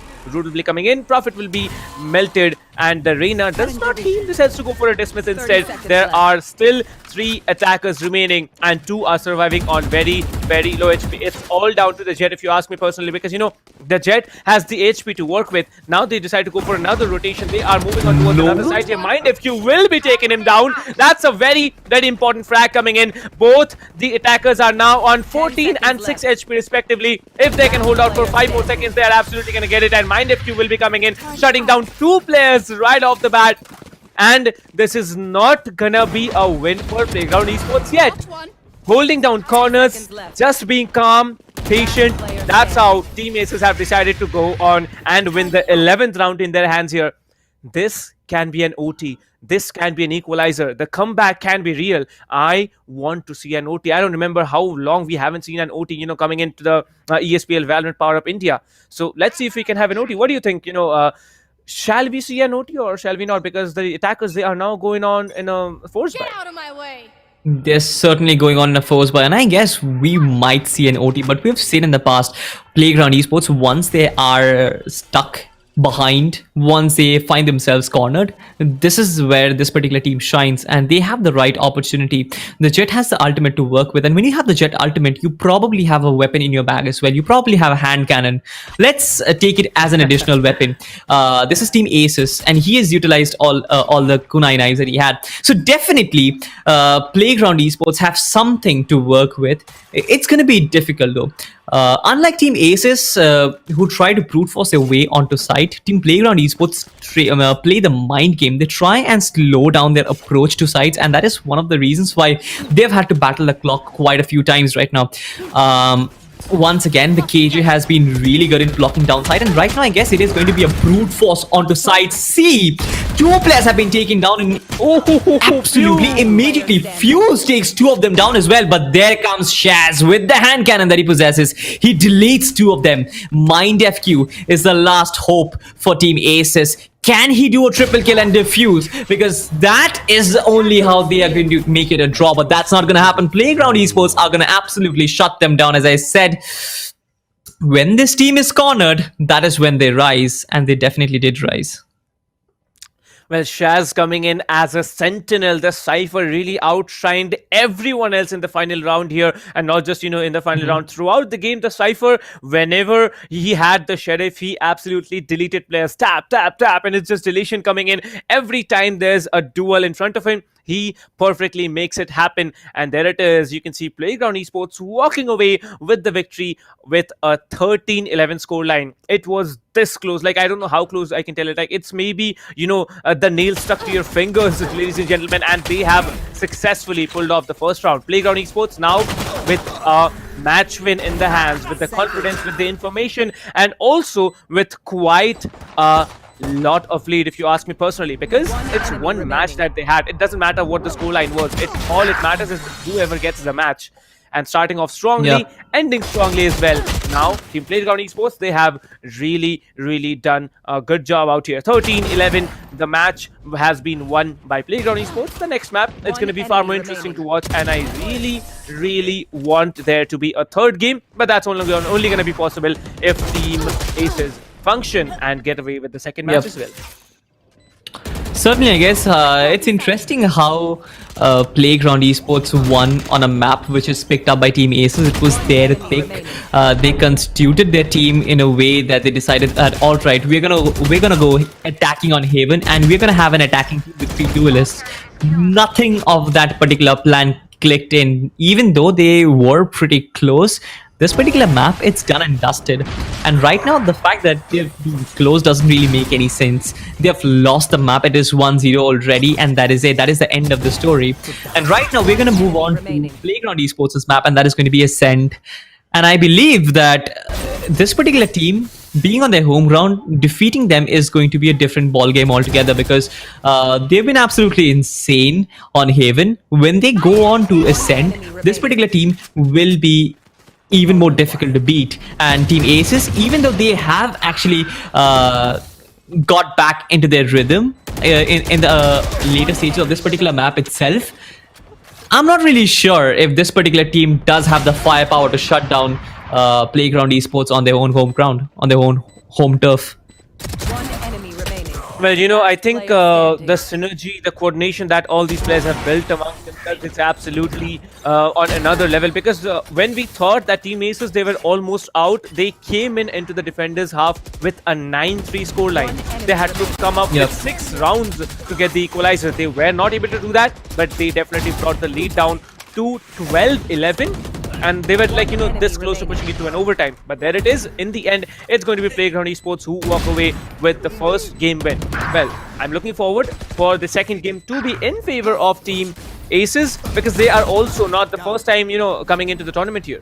They need to win the second game if they want a fighting chance. It's now a walk in the park for Playground Esports, because they have just one more match to win. But if Aces, they are looking forward to move into the semi-finals of Qualifiers 4 and also the group stages of the main event, they need to win 2 matches. Like, if I could talk to the team personally, Team Aces, I think I would say, use cool down, man. You need to take a gear down. You need to be playing a little bit slower than what you have, and maybe your team can function much better. Captain Maheshwari Prize. That is probably the name that you should go for. But nonetheless, I guess, moving on to Ascent. Ascent is a pretty neutral map, mind you, my friend. And I guess the fact that none of the sites will actually benefit is going to be pretty interesting. Even though moving on to site is pretty difficult in that particular map, retaking on the sites are pretty difficult as well. So if the players manage to breach onto site, by breach, I did mention the fact that a breach pick is essential when you come to Ascent, because especially with the Omen, you want to smoke away those choke points, but if you want to enter onto site, you have to have a flasher as capable as breach, and I don't really feel that there has been a flasher who is as capable as breach in the game as of yet. Even though Omen's flash is the best, you need the numbers advantage. You need those 3 flashes in your kit if you want to absolutely destroy your defensive opposition. It'll be interesting to find out if a KG or a Cypher is going to be holding down the B side, but with the smoke, with the flash, I believe it is pretty much possible for any particular team to play in a way that and make Ascent look like an attacking map. We have seen that in the past. We have seen that in international competitions. It'll be interesting to find out what's going to happen. Also, Rude will get a platform to really outshine his competition, because with Reyna, if you play on Ascent, you can essentially get the entire team. With so many generators, with so many boxes in and around, you have the room to play with. You have the room to play across with your Dismiss as well as with your Empress. So if you have that in your arsenal, if you are a really good player with the Reyna, you can absolutely shine when Ascent comes into play. Well, I think, personally speaking, I'd say that on Ascent, the best setup probably is going to be the Jet, Raze or Reyna. There's going to be an or in between these two duelists there. And there can be definitely an Omen or a Brimstone. Well, I really want to see a Brimstone. There have been multiple players actually coming in, picking up Brimstone in the qualifiers 2 and 3, because that was the time Omen was nerfed, right? Right before qualifiers 2 here. But yes, before we move on to the details of Ascent, let's just, talk about the scores here. 13-11, first map secured by Playground Esports on Haven, one of the most difficult maps to play on the defender side, but yes, they did really shine on the defenders as well as on the attacker side here. Shaz, the MVP of the game, 24 kills by a Sentinel. Okay, he does not have any offensive abilities. Like, let me just tell you, all right, like Cypher's abilities, you have the neutral theft to get all the positions there. You have your tripwire to trap your players. You have the cage there to get information of anyone walking in. You have definitely the cam to, get a look on anyone who tries to even come near to you. But still, setting those up and using it and becoming the match MVP when Arena is there, All right, you have made your point. You are probably the best man that have played in the previous match here. So yes, Shaz is gonna sit down there with 24 frags and just 15 deaths. That's a very good score line that he has between the KD ratio here. Jiren will be sitting there with 21, Rude with 18. But then it's like basic kill distribution: 18, 17, 15, 17, and 11. I'm really disappointing in Fuse here. Fuse needs to perform much more. 21 deaths coming in, the highest deaths anyone has seen in a 24 round game. He needs to function. If he functions stronger, maybe ASES can walk off with the second match. Definitely, I guess when a duelist is underperforming, that is kind of heartbreaking because you want these guys to be upfront. You want them to utilize their abilities. Like you talked about how Cypher doesn't really have any particular ability that kills your opposition. Fuse has, I would say, 3 direct abilities that help him damage his oppositions: the Boombot, the Grenade, as well as the Ultimate, which can potentially kill a player at one single go. So definitely, I guess 11 kills is not up to the mark for this particular player. But nonetheless, I guess I wouldn't really bank on a single player. I believe that when a team functions together, it's not it doesn't really come down to the individual frags. It comes down to how a particular player is traded, how he is being provided cover fire, and how he actually relays the reconnaissance or the intel to his team. And I guess that is where Fuse actually comes into play. With the raise, he probably played a sacrificial role. Yes, he did miss those 1v1 duels, and that is something which he can come out on. But it's not always your mechanical skills that actually matter in the competitive stage. Moving on, I guess, let's Haven. Let something that has happened in the past remain in the past. We are up next with Ascent, and Ascent once again is one of my favorite maps alongside Split. Playground Esports start as attackers and Team ASES start as defenders. There is a general trend, though, Captain Price, that teams on Ascent, they love to start on defense. There's something different. I've seen Playground Esports, they're trying to play as an attacker on Ascent. I'm not really sure what their plan is, but definitely they want to brute force their way onto site, or probably take the time, because we have seen a single pattern in Haven. They try to delay their attack as late as possible, try and plant it right at the end second. That is something which can work on Ascent.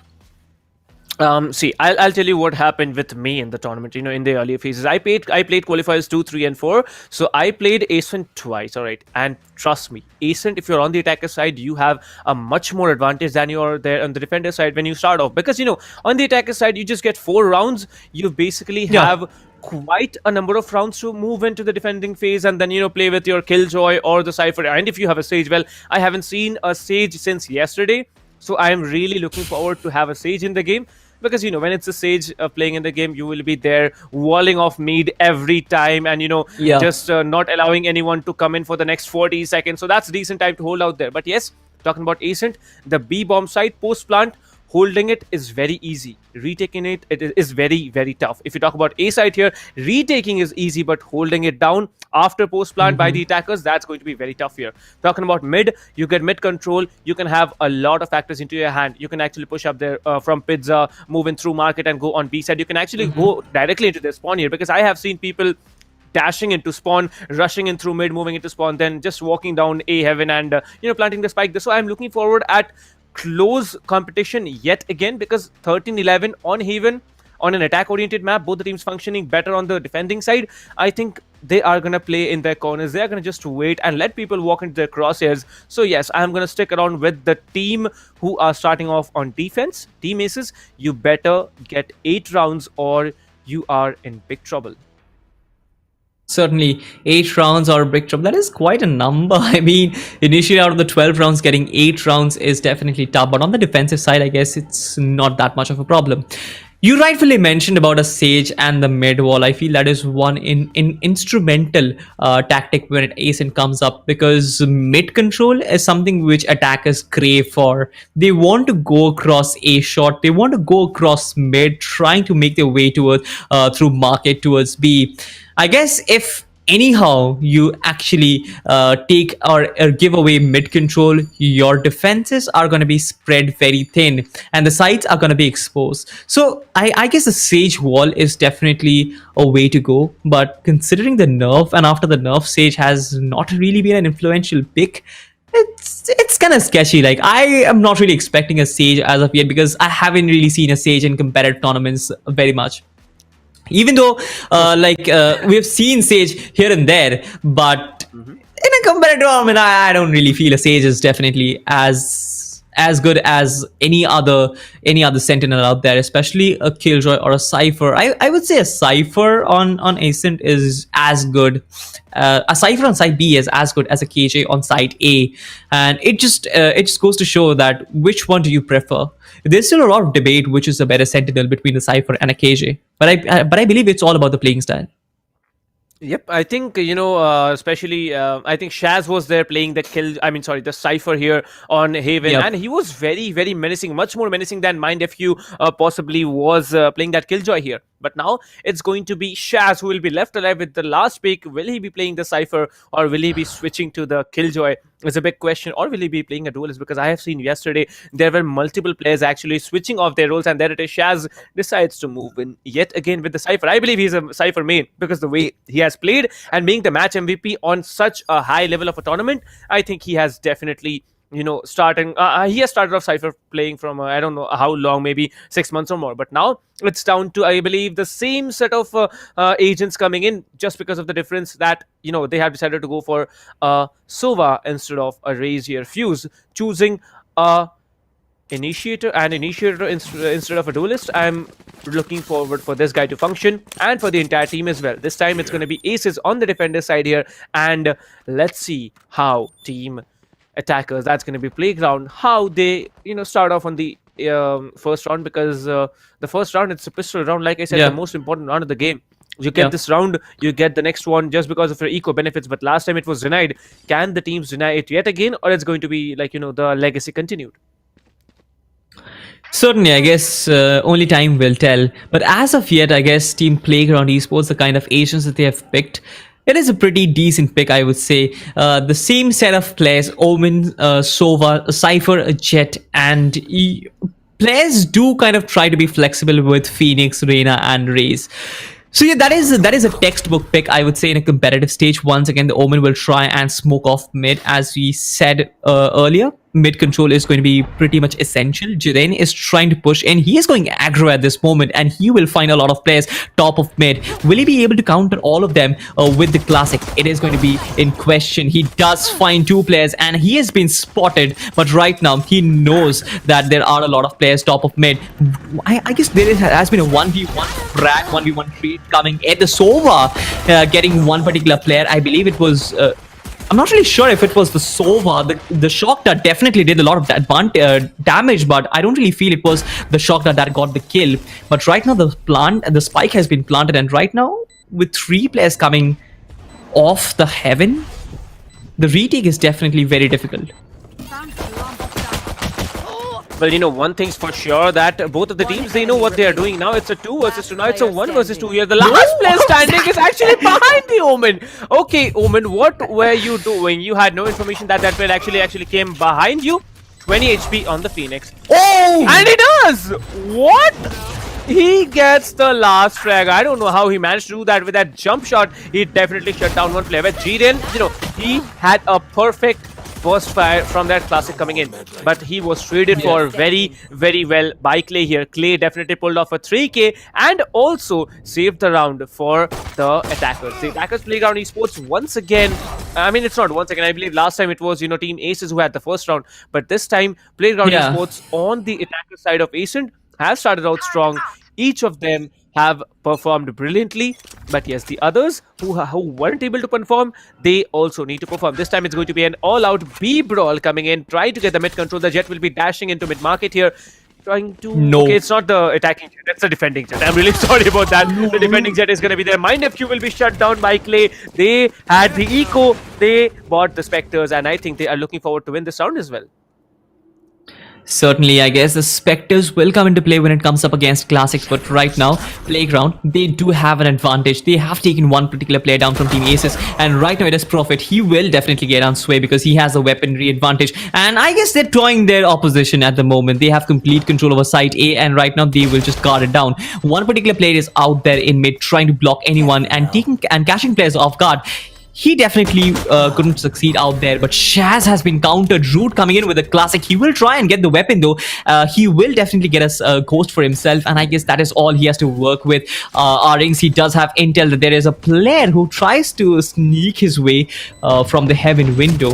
Things are going to be pretty difficult. The Guru, he does tag a lot against, I believe it was the Jet. I'm not really sure. Jet does get the Guru, and right now things are lighting up. This is going to be Rings, and he has a lot of heavy lifting to do. He does do it and takes both of them down. Jirain was out there. He got the triple kill for his team, but that is all that he could do. He couldn't really convert that particular round for his team out there because it was all about Rings. Just have a look at the spray transfer. He gets one, he gets two, and he moves away from side. That was really fantastic from Rings. Once again, he wasn't able to perform that well in the last match. We saw he was missing a lot of the operator shots, but this particular match, he is starting out strong, and those 2 kills early on in this particular round, it goes to show that he is back with good confidence. Well, one more thing, I have seen that whoever wins the second round, especially after a force buy, they usually drop their weapons here. But I think this time, the entire attackers team, they are actually willing to go in on forward here. The Phoenix ultimate will be sent back to the spawn. Like, wherever he's initiated that ultimate, he's back there. The run it back will be not able to do much of a work here, but definitely the Sova has been inflicted a little bit of damage on. There has been a little bit damage inflicted on defending Sova here. The Killjoy and the Sova both sticking together along with the Jet to hold out B all on their own. They can either choose to rotate, because now I think one of the players is actually sneaking on towards A side. Yes, the Omen and the Sova from the attacker side are coming in. Clay will be absolutely deleting Root here. One more player is going to be there up in that position. Mind FQ will be coming in, shutting down one, but will he be able to take down Shaz? I think Shaz is a very, very important frag, but Shaz will not be taken down, losing no HP. He definitely shuts down Mind FQ. The attackers are looking strong. If this goes on, I think another round is going to come in, and it's going to be Sway left alone in a 1 versus 3 situation. The Guru is very, very low here. So is the Omen. I believe he's just left with 40 HP. Yeah, he's there with 43 HP. This is a very difficult retake to come by. Let's see if he can pull through. He just has to take down 2 players, and the third one will, just fall by the flick of a bullet. I mean, that's too much to ask for a single player, especially with 43 HP. He does not have any utility to work with as well. The smoke, but no flashes, and he was shut down. He was absolutely shut down, and that was the way to go. The thing that is working for Playground Esports is the fact that they always rotate before they commit to a particular site. They try and make a lot of noise outside B, and then they immediately move on. They move on from A shot. They move on from this. They almost always keep a player at A lobby as well, who is trying to shut down any particular aggro push coming towards mid top as well. So a lot of different things are clicking together, and Playground Esports is reaping all the benefits. Even in the attacking side, I guess, even as the attacking team on ASEN, they have been doing a fantastic job. Once again, the staple Jet ultimate play that we get to see, the Omen flash as well as the Jet ultimate. Will it work? As of yet, it probably didn't, because he could get only 1 kill, that too with the frenzy. He did try and come back, but that was not what he expected. He was shut down immediately, and right now, Playground Esports, they have kind of a good position outside. They're hurdling up outside A though. Rings will still hold down any sort of aggression that comes in. He will know that there are a lot of trade potential. Team ASES, they are on the eco. They have frenzies as well as classics to work with, and immediately they will fall back. Sway, he gets the Guru, and right now Shaz will come back once again. He does have a Phantom to work with. Omen is out there. I hope that he doesn't give away his kill against a Ghost, but here we can see Rings, he has made his way onto site, and he does have the ulti to play with as well. Prophet going through mid, and I guess he will eliminate anyone who tries to backstab. This is important. Prophet gets 1, Rings gets 2 as well, and right now it is only 1 player who still stands. It is going to be Fuse, the player who couldn't really come up, who couldn't really shine in the last game. He has an opportunity in hand. He will try and get that 1 tap with the hand cannon, but he'll fail because Rings does have the Vandal on his head that is scoped in. He will not be able to do anything out there. Like I was saying that you walk away with 4 rounds and maybe on the defender's half you can actually demolish all the opponents. Just waiting out there, let people walk into your crosshairs. But this time, I think they have already secured the 4 rounds. Playground Esports now leading with a 4 points difference. That too, they haven't even allowed Team Aces to open their scores. Last time it was a 1-1 after 2 rounds. After 4 rounds now, it's a 4-0. The information, the coordination that's coming into play, it's absolutely massive here. Jiren, however, decides to go on with an operator by a heavy investment coming in. He does take the shot, but that Suva recon drone will scare him off and he is going to fall back very, very smartly into CT. Now, one player is still holding up here in B main. The Suva decides to come back here, but he will be demolished by Clay. One player picking up, and will he be able to take him down? I really want to see at least one frag coming in from Jiren, but Jiren will be flashing off the jet and the operator will not come handy. The buying of the operator will be absolutely put into it. Taking the operator out of the equation is something which was really important. The Phoenix did that with the flash and the wall. He knew that Jiren will be out there with the operator, and taking it out of the game was really important in this particular team's strategies. Right now, Team Aces, they find themselves cornered, and Team Playground Esports, they have actually treaded quite a lot through mid. I guess it is the rain. Okay, so it is the Jet who has actually made his way towards spawn. He might actually catch the Omen off guard. He will spray him down immediately, and that is how Team Aces will find themselves one-man shot. Things are really not working for this particular team right up here. They've had to go through multiple ecos to get weapons on board, and the way Team Playground Esports is toying around with the opposition, it's absolutely madness. Team Aces, though, retake can actually come in, but the players from Playground Esports, they are more than capable. One player has been taken down. Aring shuts down Rude, and that is how he'll fall. The KJ is probably very low out there. He probably was at 18 HP. I'm not really sure if that was it, but here you can see Clay. I mean, bro, you can't do that. You can't take both of them down in one spray. Like, what was that? Well, they made the mistake of walking into the crosshair, and at the same time too, I believe the Jet was trying to bait out for the Killjoy, but the Killjoy was busy deploying the turret. So yeah, he was taken down without and caught him off guard too. So yeah, now it's a 5-0 coming in from Playground. They are having a walk in the park here. Well, just for information, let me tell you, Salty, we haven't seen a 30-0 in a single match, out of all of the matches that were streamed. I believe we have done total around 30 matches of stream here, and we haven't seen a single 13-0 coming in from any of the tournaments, any of the matches here. And this time, if Playground does it, I think it's going to be a very, very smart play. I'm not really sure if that's going to be smart, but you're pretty sadistic to even ask for a 30-0. That's humiliating for any team out there to lose 30-0 in a tournament out there. So certainly, I would say this match has had a very aggressive start with 5-0 being the scoreline, but I'm still not expecting a 13-0. That's like too outrageous to ask for. But nonetheless, I guess. Well, I'll tell you, whenever I've just predicted 13-0, there has been the other team coming in, getting 3-4 rounds, and it hasn't been a 13-0. That's the thing. The teams they have never allowed a 13-0 yet, but will they be allowing it now? Will Team Aces be so very, I don't know, off the charts that they actually allow a 13-0? It's going to be impressive. Profit will be coming in with a double shock guard, taking down Fuse and also shutting down Mind FQ. Not a flawless round, but definitely 4 people surviving, 4 agents surviving there. 6-0 coming in from Team Playground. Each player is stepping up from Playground Esports, and that is the beauty of this particular team. They're not relying on a single player. Just have a look at their spread. The highest fragger has 9 kills, the lowest fragger has 3 kills, and the lowest fragger is Shaz, the guy who actually had 24 kills in the last game. So, this particular team is so well constituted. It's almost impossible if you aren't really up there in terms of the strategy. You probably won't win the match in terms of the duels itself.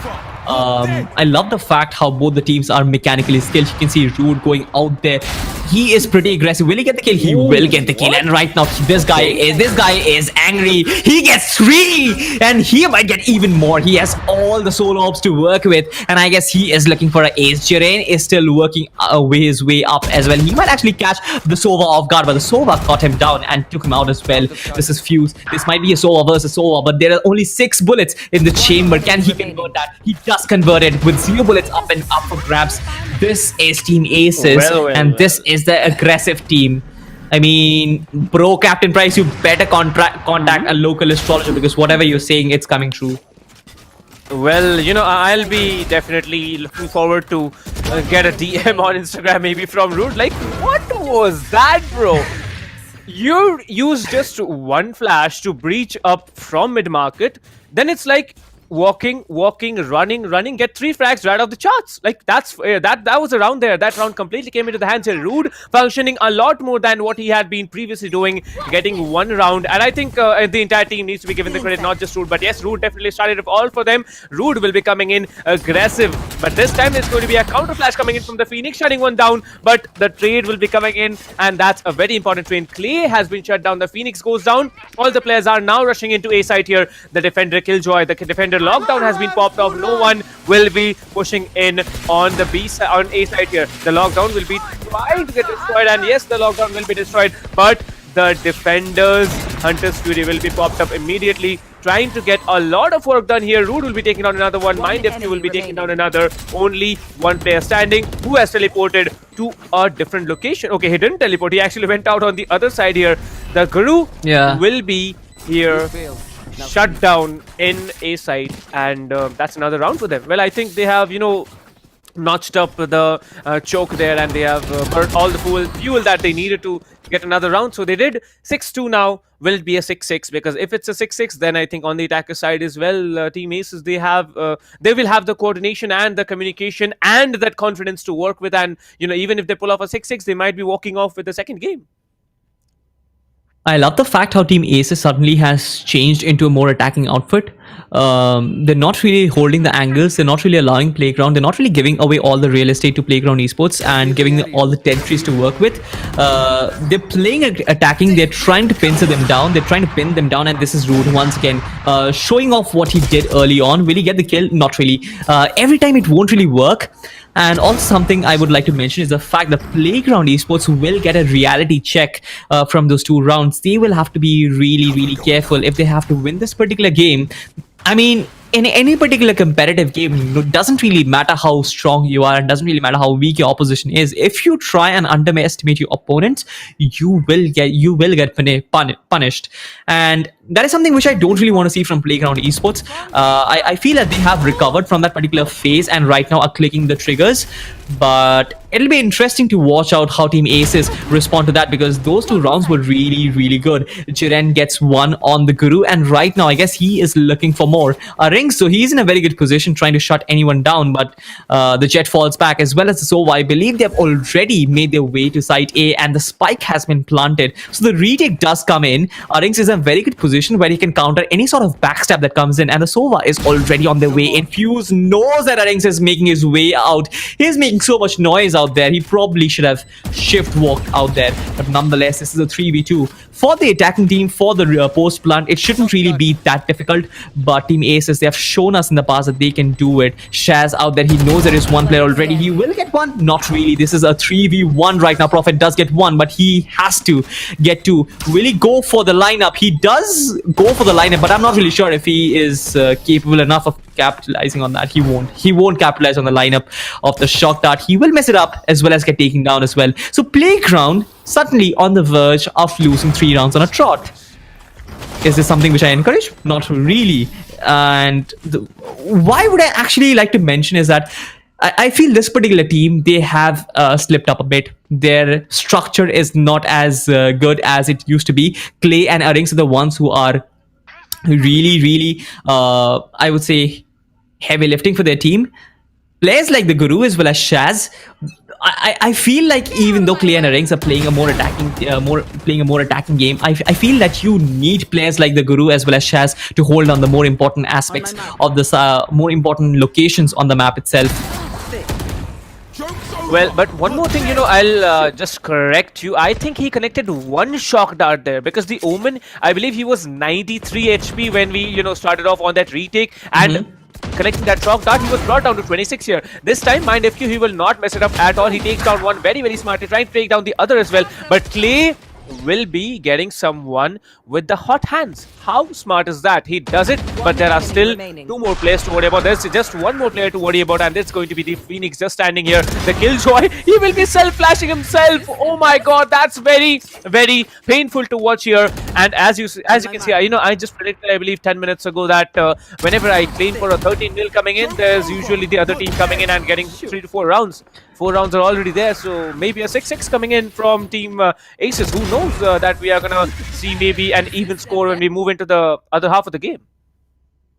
That is why I'm asking you to contact a local astrologer, brother. There's something definitely going on in what you speak. And with this particular scoreline from 6-0 to 6-4, this certainly is pretty profitable from Team ASES because they have something to work with, especially when they go on attacking. It'll be interesting to watch out how Playground Esports play, but certainly Team ASES is doing their job. Initially, they were not, but right now they're doing what is important. I would still say that Clay is doing all the heavy lifting for his team out there, fragging it out.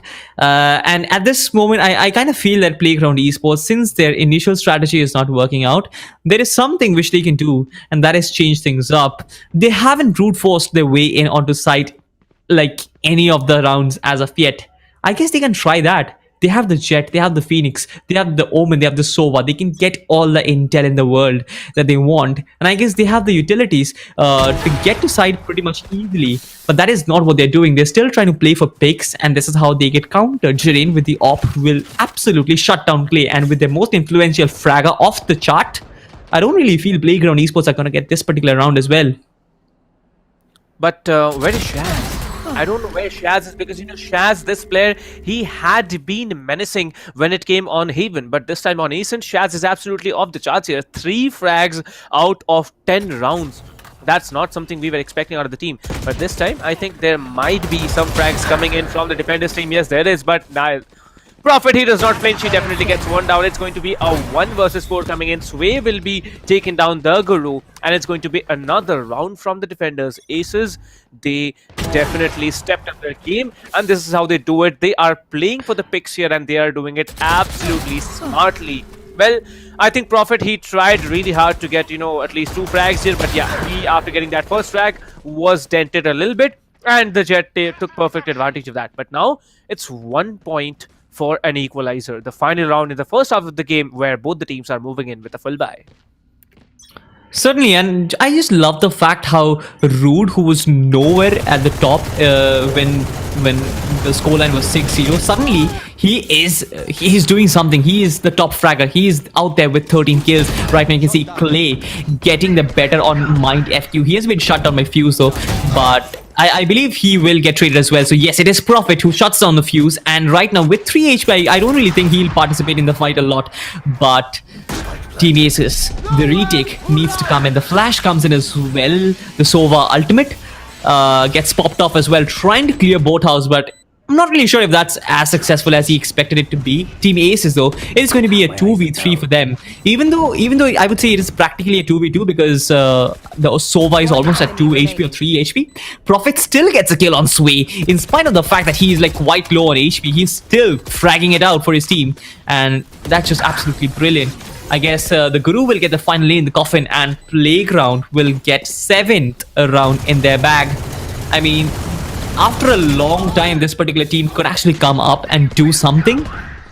I would say they have been through a reality check. They can't just walk in the park on a scent. They can't underestimate their opponents, and that is what they've been doing. And with the 7th round on board, I don't really think this is a bad start for Team ASES as well. They can actually come back with a 2-round deficit, but we'll have to see how Playground play on defense, because they do have the utilities to work with. They do have the Cypher, they do have a Sova as well as an Omen. It'll be interesting to watch out how the Cypher actually guards down a particular site, or probably he might play mid as well.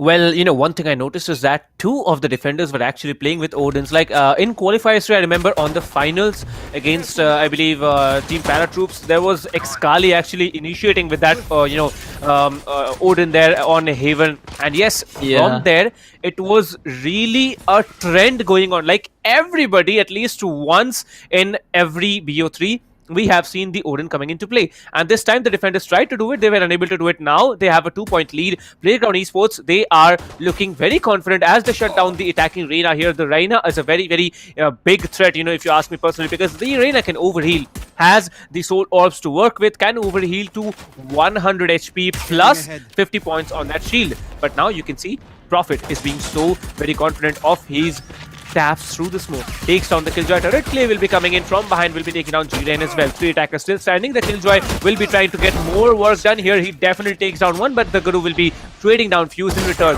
2 versus 4. The Killjoy is still dancing and taking down one more. Shaz will be finally showing up in the kill feed, and he will be getting down the Killjoy. Last player standing, it is going to be the Omen, who still stands. Where is the Omen? Omen is on site. No information given off, but I really thought he's gonna get the kill, but there was the jet coming in from A main and just shutting him down. Like quick rotations and extreme good outplays. That's it. Another round in the hands of Team Playground Esports. 3 points lead built up again. I want to see ASES function. I want to see an equalizer come in from them at least once, because from the start of, the BO3, the qualifier is 3, I don't think there has been 1 point that we have seen an equalizer, after the first 2 rounds that were played on Haven. There hasn't been any equalizer coming in. I want to see an equalizer from Team ASES. They have what it takes. Can they actually do it is a big question right now. Certainly, that is a very big question. Team Playground Esports, they're really functioning as a unit right now. The way Omen is guarding down mid is something which I really encourage. The flashes will come off. Team ASES, they want to try different options, and that is the reason why they try and make their way up towards aggressive mid, but they immediately fall back because they know that there are a lot of players guarding it down. Immediately that translates to how thin the defenses will be spread when they actually move on to site, and that is the reason why I feel that Team ASES will actually find few of the players on site, but yet Rings is more than enough because he takes on both. It was a 1v2. As I said, the defenses were thin, but a 1v2 is enough. This guy might just take a third. He will get a third, and he demolishes everybody. Third round after the split is going to be interesting because that is only when both these teams will have a full buy. But will Team ASES be able to work with that? I'm not really sure. With the Spectre though, Rings just went off the charts. He was like an iceberg, and Team ASES was just like Titanic. They were a sinking ship, and they were supposed to sink. I mean, it was their fate out there.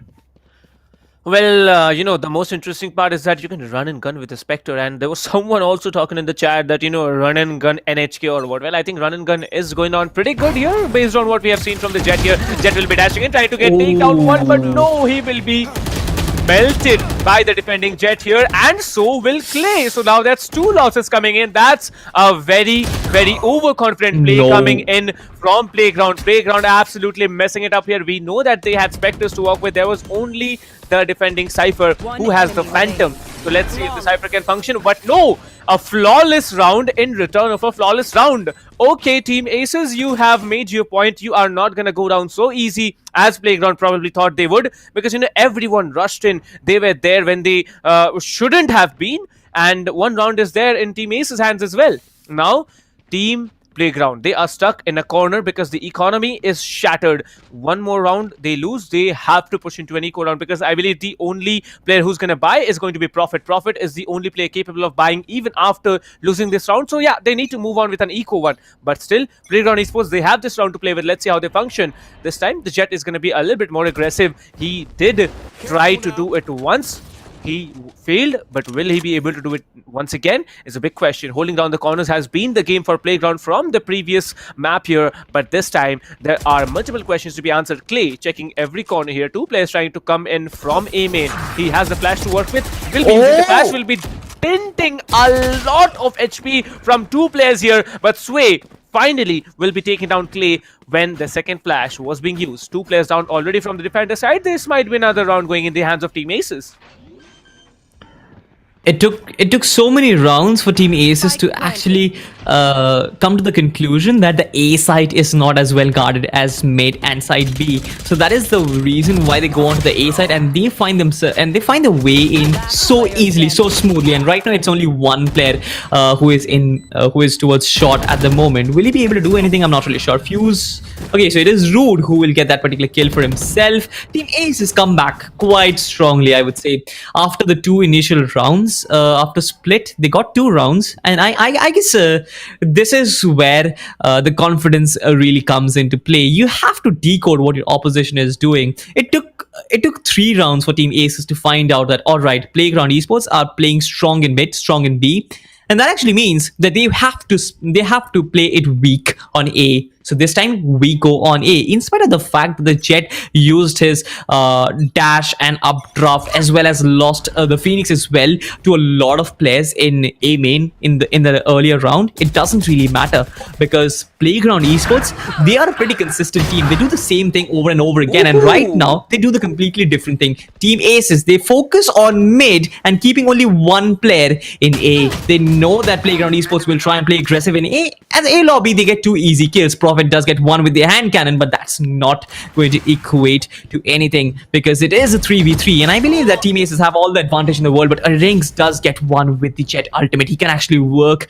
with this kunai blades, because these are really powerful. I would say this is an extra weapon, and if you actually use it correctly, you can get a lot of kills with it. Team Aces, though, they are a 2-man side right now. The Spike is way behind in spawn. Playground Esports, they've completely given away side B. I guess the strategy is to play on the retake, but it's going to be very difficult, because especially when you have a player like Omen, he can actually smoke off all your choke points, and after smoking off the choke points, a player like Reyna with the flash as well as the dismiss can counteract any particular rush that comes in as well. So Playground Esports have to be really careful. I don't really know why they're not rotating as of yet. They are pretty much determined on the fact that they want to focus all the defenses onto one side. I guess they know as of yet that, all right, it is going to be a retake that we have to play. So this is where the entire game begins right now. This is the finale. I mean, the finale, at least for this particular round itself. Well, I believe the words would be, this is where the round begins. And indeed, this round is going to be an absolutely mad walk coming in from both of the teams. At the retake coming into play, checking out B main is the first priority of the Sova. He does that very smartly. There's no one in B main yet. Both of the players are standing out there in boat house. 17 HP on the Jet to work with. He can instantly right click on any player he wants to. Absolutely melt them. He does that very smartly, getting the 4th kill. And the last frag from Playground Esports, I mean Team Aces, Playground Esports, they work out strongly and they get another round into their hands. An eco round is always the one where they outshine their opponents, and they have done it yet again. Playground Esports getting another round into the hand and getting that 3-point lead. 3 more rounds, they are in and away into the semi-finals of Qualifiers 4, as well as the group stages of the main event. But yes, Team Aces, they are not downed and they are not at all out, because this team, they have full buys to work with, not this round, but the other one as well, the next round as well. Even if they lose this one, I don't think they're going to lose this one,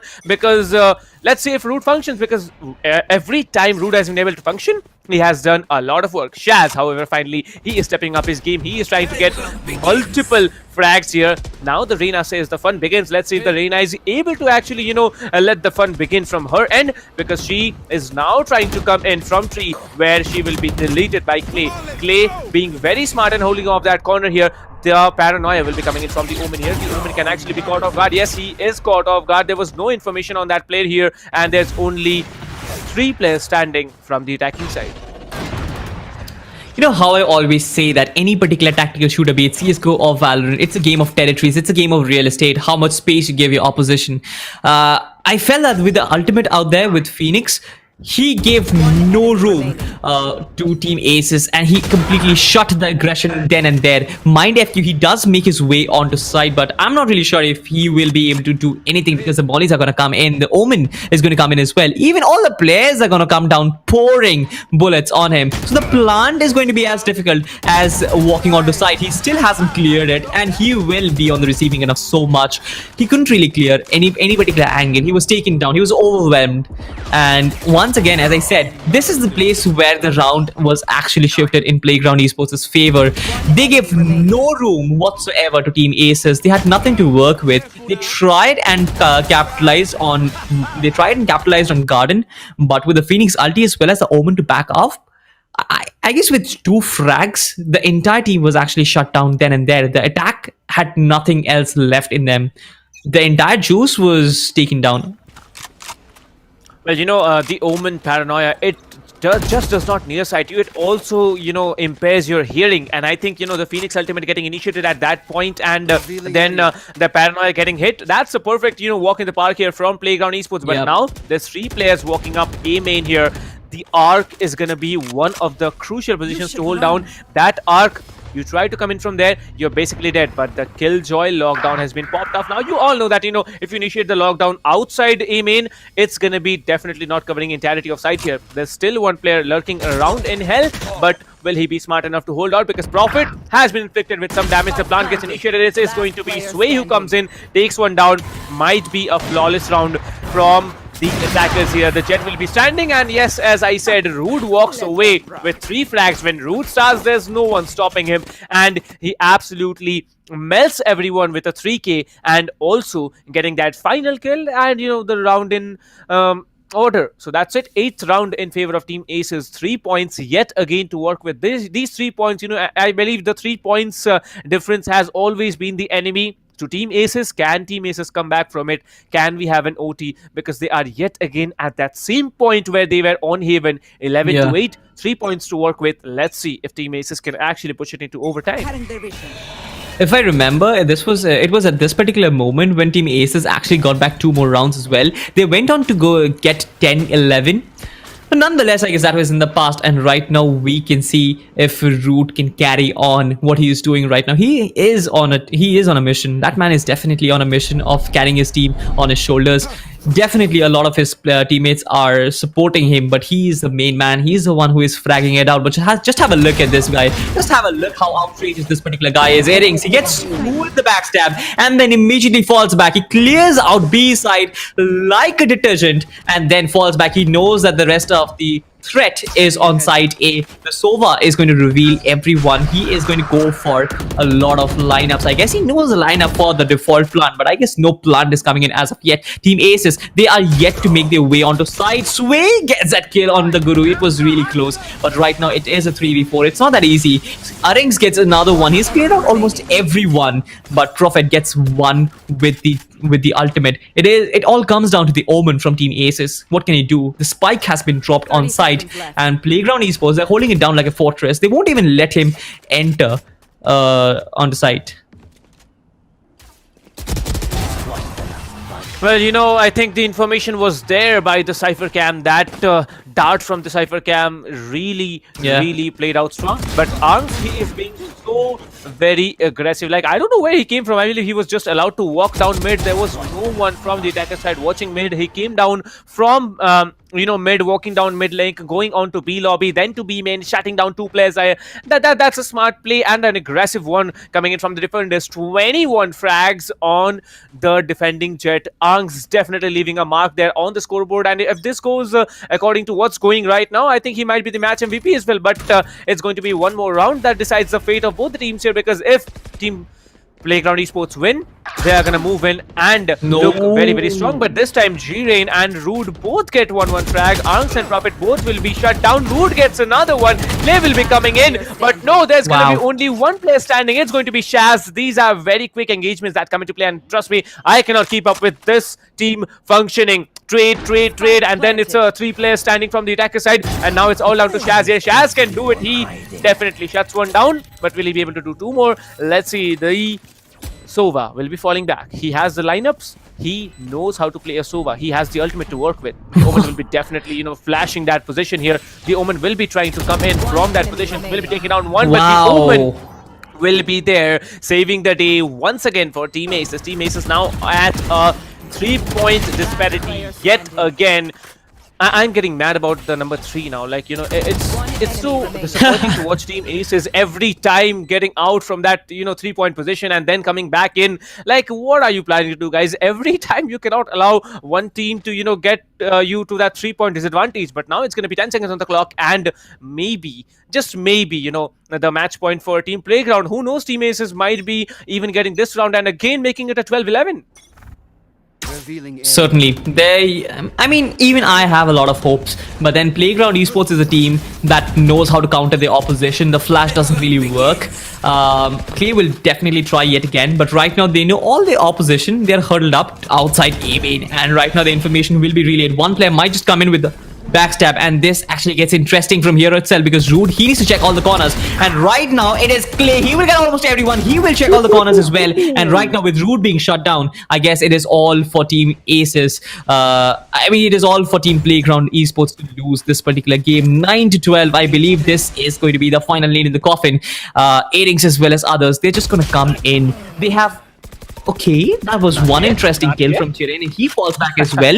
And right now it is a 2v2, Captain Price. It can actually get interesting. Airings might spot him. The spike isn't planted, and that was it, I guess. That is the game. That is the match for you. Well, you can see the Firebolt will be giving away all the position that was needed to be given away, giving a ton of damage by that wallbang coming in from the Phantom and the wallbang. And you can see Kasova is actually saying yes, he knows that they have already won the round here. The Jet will be standing with 10 HP, still trying to function, and there it is. The defending Jet will be coming in, dashing forward. Enjoy getting their second match at a 39-point difference. Playground Esports, they really choked on certain occasions, but in the end it was them winning the second match as well. Well, it's been quite some interesting plays, right? But still, Playground Esports, they have shined and they have shown brightly. I agree with that particular line that you just said. They choked on certain moments, and that is the reason why Team Aces actually got pretty close. But Team Playground Esports, they were convincingly better than Team Aces in all the fronts. If you talk about the strategies on their attacks, they were better on the defenses. I would say that this particular team is an overall better outfit. Once again, we have the highlights right in front of you guys. Well, indeed. And talking about the highlights, well, highlights will be definitely there. The audience can enjoy it. The next match, I'm really looking forward to it. We are going to have Purpose Esports, the main lineup performing, and I really expect that they don't choke out like, their junior team did choke out yesterday against Team Lag here. Well, it's not just that. Purpose Esports, I haven't played against them. I have seen their junior lineup play. I want to see how they function on such a great level, and they are the primary lineup, so it's going to be exciting. But there's the team that's facing them I'm worried about. Team RADSyndicate. I have played against this team in qualifiers too. They will not give you any chance. There were multiple occasions where Rad even choked out against a noob like me. Like, they were maybe just having fun trying to, troll me. I don't know what they were planning to, but yes, RADSyndicate, they have definitely made themselves capable of coming into the quarterfinals of qualifiers 4, and now they get a chance to beat Purpose Esports main lineup and walk into the group stages as well as the semi-finals of qualifiers 4. Well, it's gonna be hard to watch how these teams function because like what we saw in this game, I'm really looking forward to another close cut competition because Team Aces, they were definitely not the better team out of the two, but still, Playground Esports, if they had not made the mistakes that they did, I don't think Team Aces would have even such a close scoreline there. Yeah, certainly. And I guess with the new teams coming in, but even then I have heard a lot about Purpose Esports. I've seen them play quite often, and with the kind of outfit, I believe that this is a team that doesn't really choke. This is a team that probably won't have a lot of flashy play, something like I don't know, something like Team Heat and something like Team Global Esports. That is something which we can't really expect at this point. But Purpose Esports is a team which is really good in terms of their basics, and they know how to play the game. RADSyndicate, I haven't really seen them play. I haven't really seen them go. So it'll be interesting to watch out to new teams go at each other. And I would expect Purpose Esports to win this particular one just because of the fact that I've seen them play. But it'll be interesting to see this particular BO3 come up. Okay, so I'll ask you, how does Purpose function? Like, are they dominant, or are they, informative, or are they just, just walking down there, taking down whoever they want to? If anyone just, comes up in front of them, they win the duels. Like, how is Purpose Esports all about? I would say that Purpose Esports, both their CSGO lineup as well as their Valorant lineup, both of them are pretty calm and collected. I guess that is the general, I would say the aura around Purpose Esports. They're more about calm, collected motions. They're more about taking the intel and then functioning rather than playing on instinct. Something like, they're more of like, I would say, the intelligence rather than, I would say, pure skill. They do have the skill, they do have the mechanical skill, but their strategies are something which are on a different level altogether. Well, I was, asking Nomadic Loner yesterday about the same team like Purpose Esports. Like, he said that they definitely brawled out on a different event that they were playing. That was Valorant 2. But still, I really want to see how they perform, because the junior lineup, they really struggled to even get, 4 rounds, because they were down and out at 13-3 every time on Ascent, on Icebox. Both of the times, Team Lag absolutely demolished them. And it'll be really fun to watch if we have the finals tomorrow between Purpose Esports Senior and Lag, because Lag, they are chilling. They are already there in the semi-finals, and they are just waiting there to fight it out against the winning team. That's Team Banks there. Team Banks, they also, performed really well yesterday in quarterfinals, but today it's all about Purpose Esports Senior versus Team RADSyndicate. RADSyndicate, it's one name I have seen in Valorant for quite a long time, but is it that same team with that same potential? That's going to be one thing to definitely look out for.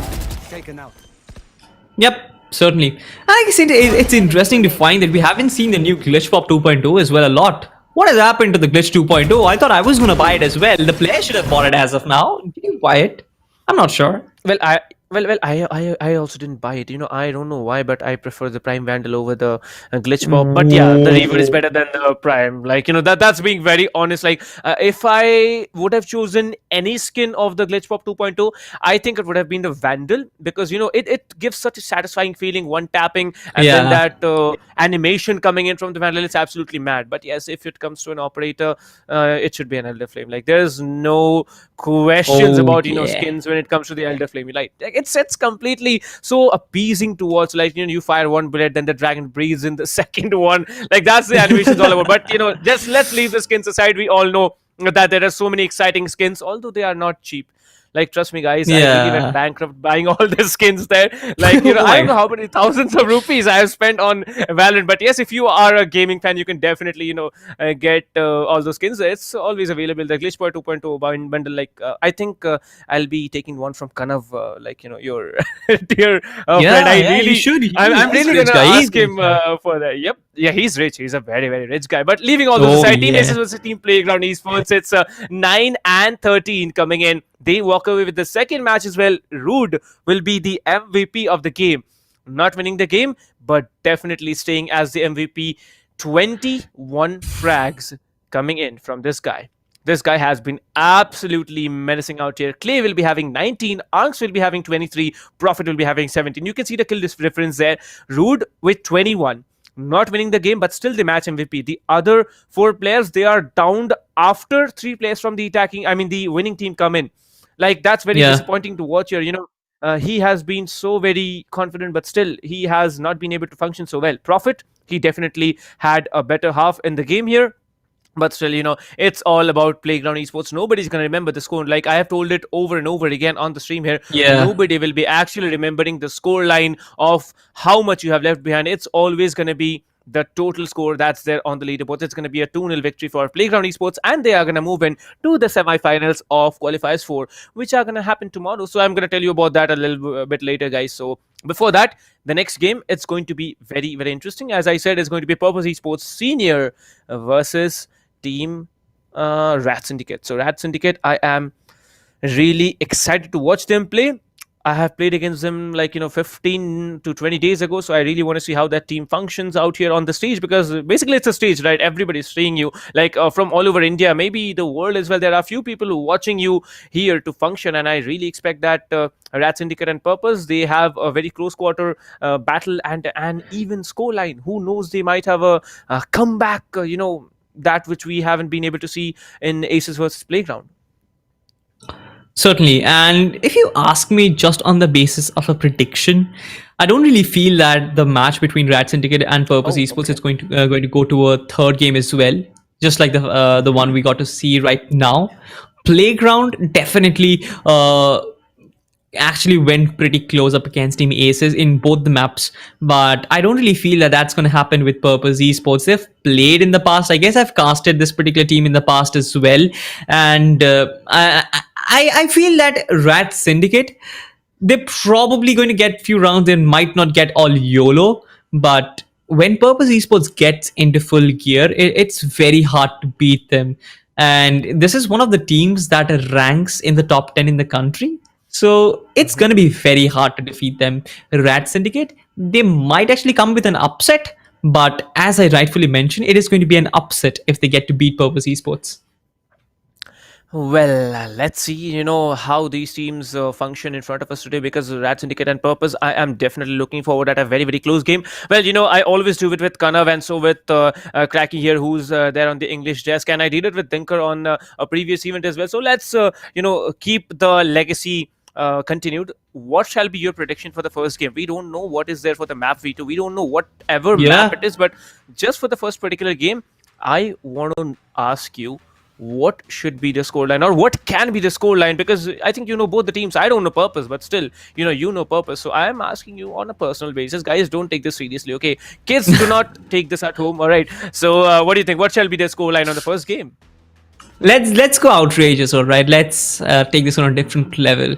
I'll go Purpose Esports 13-4. I'd say RADSyndicate 13-10. Because Purpose, the way they played yesterday, I'm really not looking forward. Well, the guys, the audience who's sitting here, you might criticize me for that, but it's just on the basis of yesterday's game. Today, I'm looking forward at a much stronger Purpose, but will they have the Purpose that is there in their name and actually claim the first game? Because yesterday it was 13-4. Like the scoreline you're predicting today, it was against Team Purpose yesterday. I want to see Purpose Esports senior, the main lineup function far better than them, but it's going to be RADSyndicate that I'm going to go with, just vouching for them.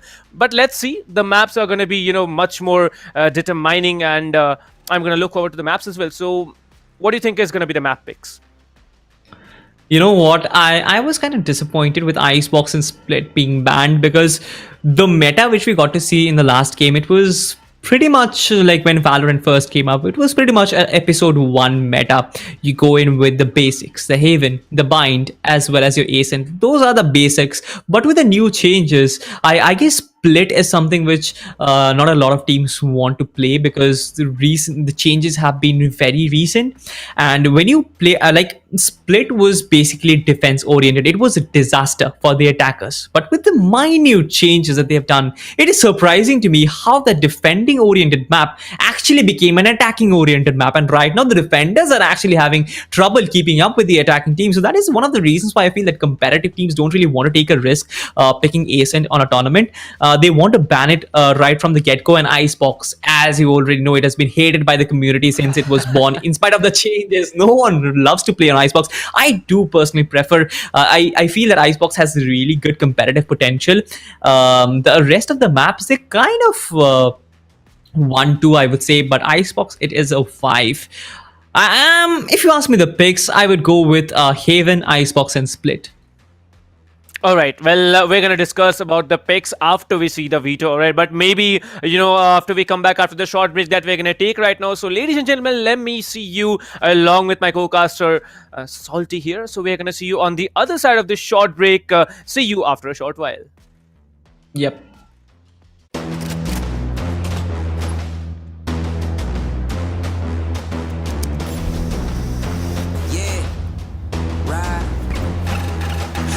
To say, oh God, nothing to say. I ain't have words, I erupted in thunder and rain. If your man's strong, then why call me running away? It's just a game, but nobody coming to play. I'm less. Rise up though, rise up though. All my people, where you at? Rise up though. Let's go, yeah, let's go. Let's up, one time, go get it. It's yours, let's shine, come on. Yeah, let's go, raise up, that's right. Run with it, it's yours, let's shine, come on. With each day we wake up, we get stronger and stronger.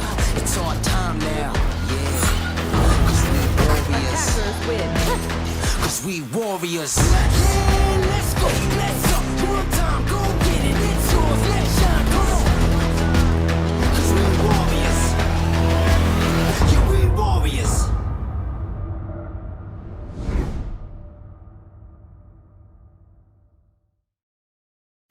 Valorant Agents of India.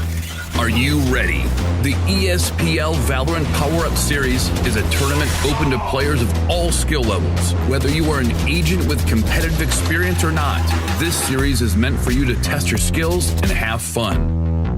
Agents will battle for a total prize pool of 7.5 lakhs and the title of Series 1 champions.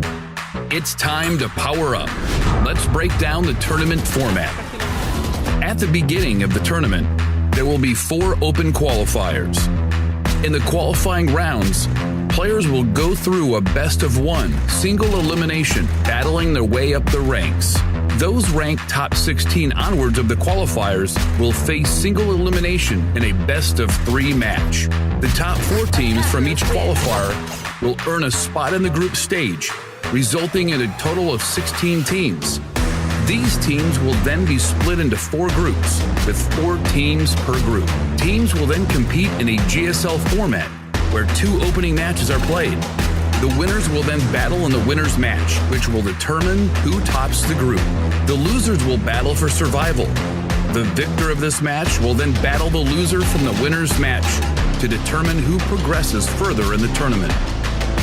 The 2 teams from each group move on to the playoffs, where 8 teams will compete via sudden death, single elimination, in a best-of-3. The quarterfinals and semifinals will be an exhilarating battle of skills, wits, and strategy to win through a best-of-3 elimination process. And finally, we reach the grand finals, where our final top 2 teams of the series will battle for glory through a best-of-5 elimination. Valorant Agents of India, will you and your team be the one that reigns supreme? It's time to power up.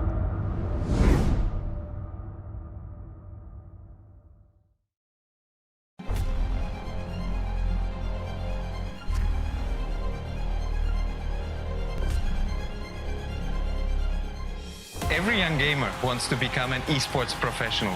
We make it happen. You just keep on winning.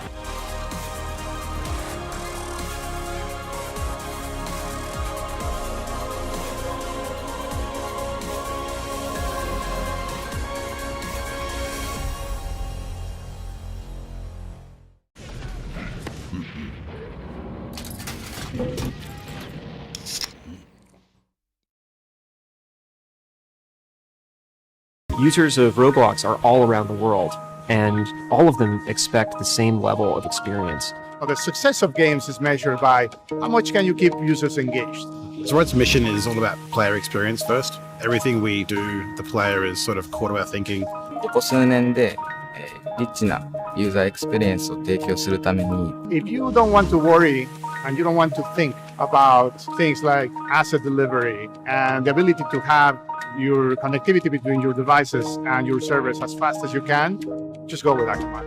Akamai gets into places and markets that other providers of similar services don't quite hit as easily. その上で、アカマイさんのシステムを使うことで、大容量のセットを高速に配信させて、いただけているかなと思います。The workflow without that, I'd probably have a lot more CDN support because the amount of capacity we'd need from the others wouldn't be there. There's one less problem we have to solve. If Akamai wasn't around, we would probably have to multiply our team by I don't know what kind of factor and understand what we would need to do to replace what Akamai provides to us.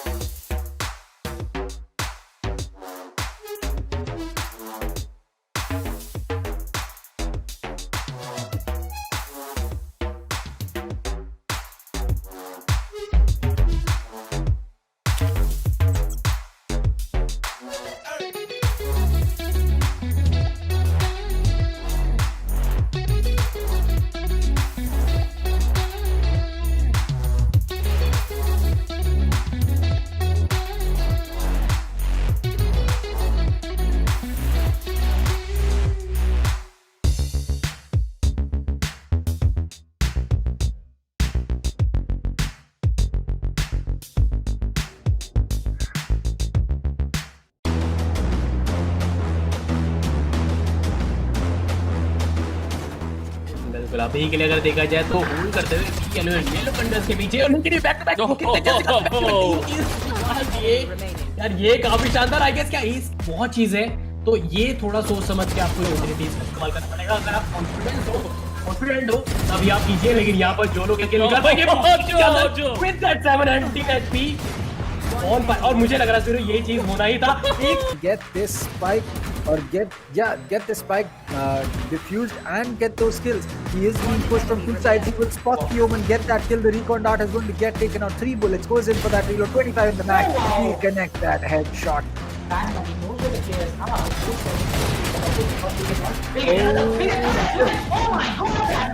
Out, but now it's all down to Dino as he will take antidote once and get that kill. He'll get another one onto that. No, third one on Scally. Nothing else bought by Corbett here. You can see how aggressive Amiterasu is shutting down 2, maybe just 3. Okay, no, 3 players are not shut down here. Only 2 players will be shut down, but there it is. He needs to take down another one. Will be taking on another one. There's only one player standing. It's going to be the breach that comes in, but Amiterasu says, "Oh my God!"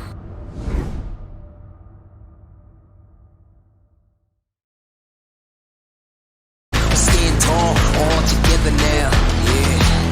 'Cause we warriors, yeah. 'Cause we warriors. With each day we wake up, we get stronger and stronger. It's our time now, yeah. 'Cause we warriors. 'Cause we warriors. Yeah, let's go, let's up. One time, go get it. It's yours. Let's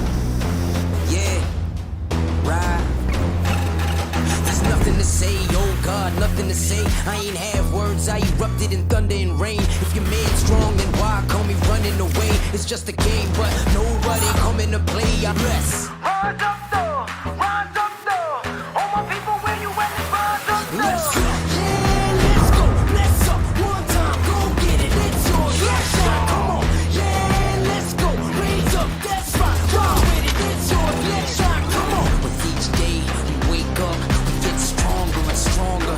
It's our time now, yeah. Cause we warriors. Cause we warriors. Yeah, let's go, let's up one time, go get it. It's yours, let's shine, come on. Cause we warriors. Yeah, we warriors.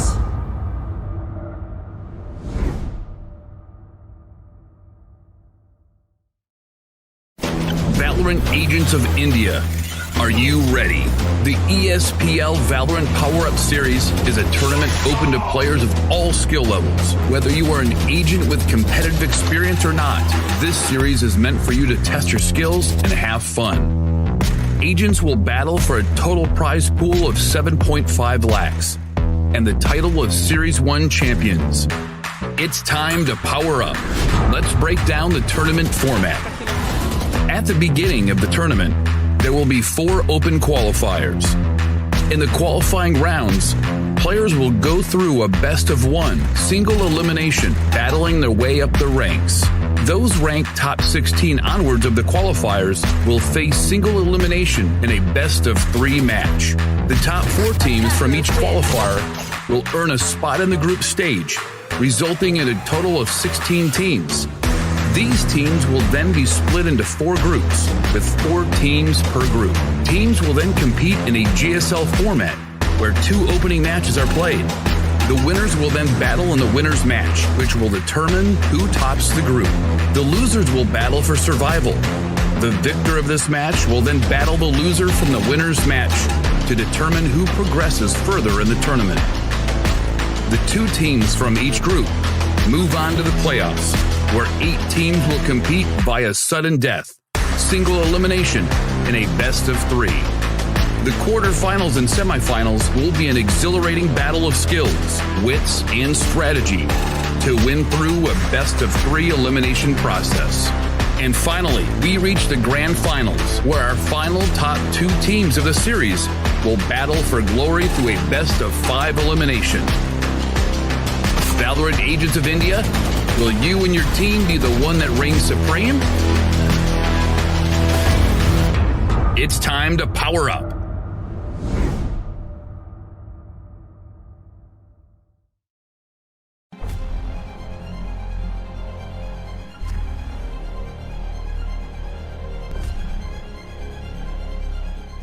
Every young gamer wants to become an esports professional. We make it happen. You just keep on winning.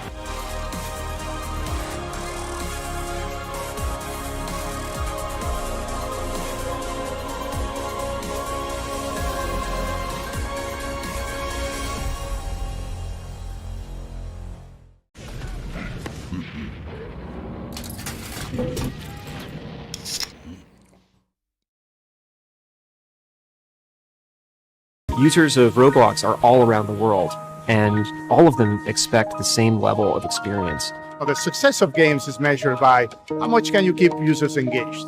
So Red's mission is all about player experience first. Everything we do, the player is sort of core to our thinking. ここ数年で、リッチなユーザーエクスペリエンスを提供するために If you don't want to worry and you don't want to think about things like asset delivery and the ability to have your connectivity between your devices and your servers as fast as you can, just go with Akamai. Akamai gets into places and markets that other providers of similar services don't quite hit as easily. その上で、アカマイさんのシステムを使うことで、大容量のセットを高速に配信させて、いただけているかなと思います。The workflow without that, I'd probably have a lot more CDN support because the amount of capacity we'd need from the others wouldn't be there. There's one less problem we have to solve. If Akamai wasn't around, we would probably have to multiply our team by I don't know what kind of factor and understand what we would need to do to replace what Akamai provides to us.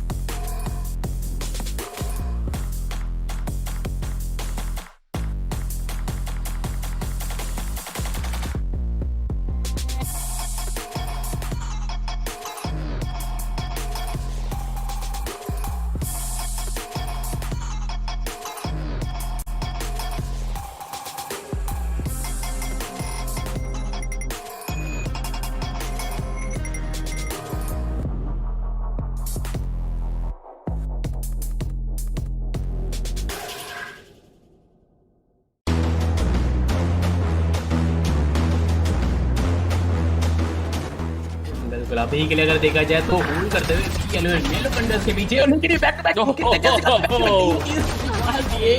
यार ये काफी शानदार I guess क्या बहुत चीज है तो ये थोड़ा सोच समझ के आपको ऑपॉर्चुनिटीज का इस्तेमाल करना पड़ेगा अगर आप कॉन्फिडेंट हो तभी आप कीजिए लेकिन यहाँ पर जो लोग किल कर पाएंगे with that 700 HP ऑन और मुझे लग रहा है सिर्फ ये चीज होना ही था get this spike or get the spike diffused and get those kills. He is being pushed from two sides. He will spot the omen, get that kill. The recon dart is going to get taken out. 3 bullets goes in for that reload. 25 in the mag. He'll connect that headshot.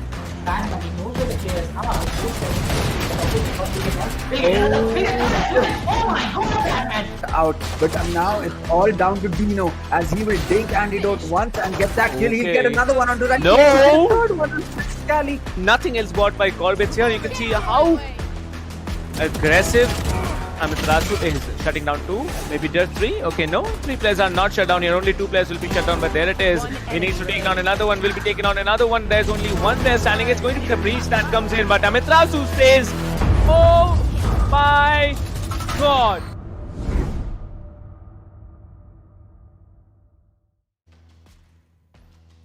Hey, what's up guys? Welcome to the ESPL Valorant PowerUp India. My name is Captain Price and with me today is once again Salty. Well, just for curiosity, why did you intend to go for a name like Salty?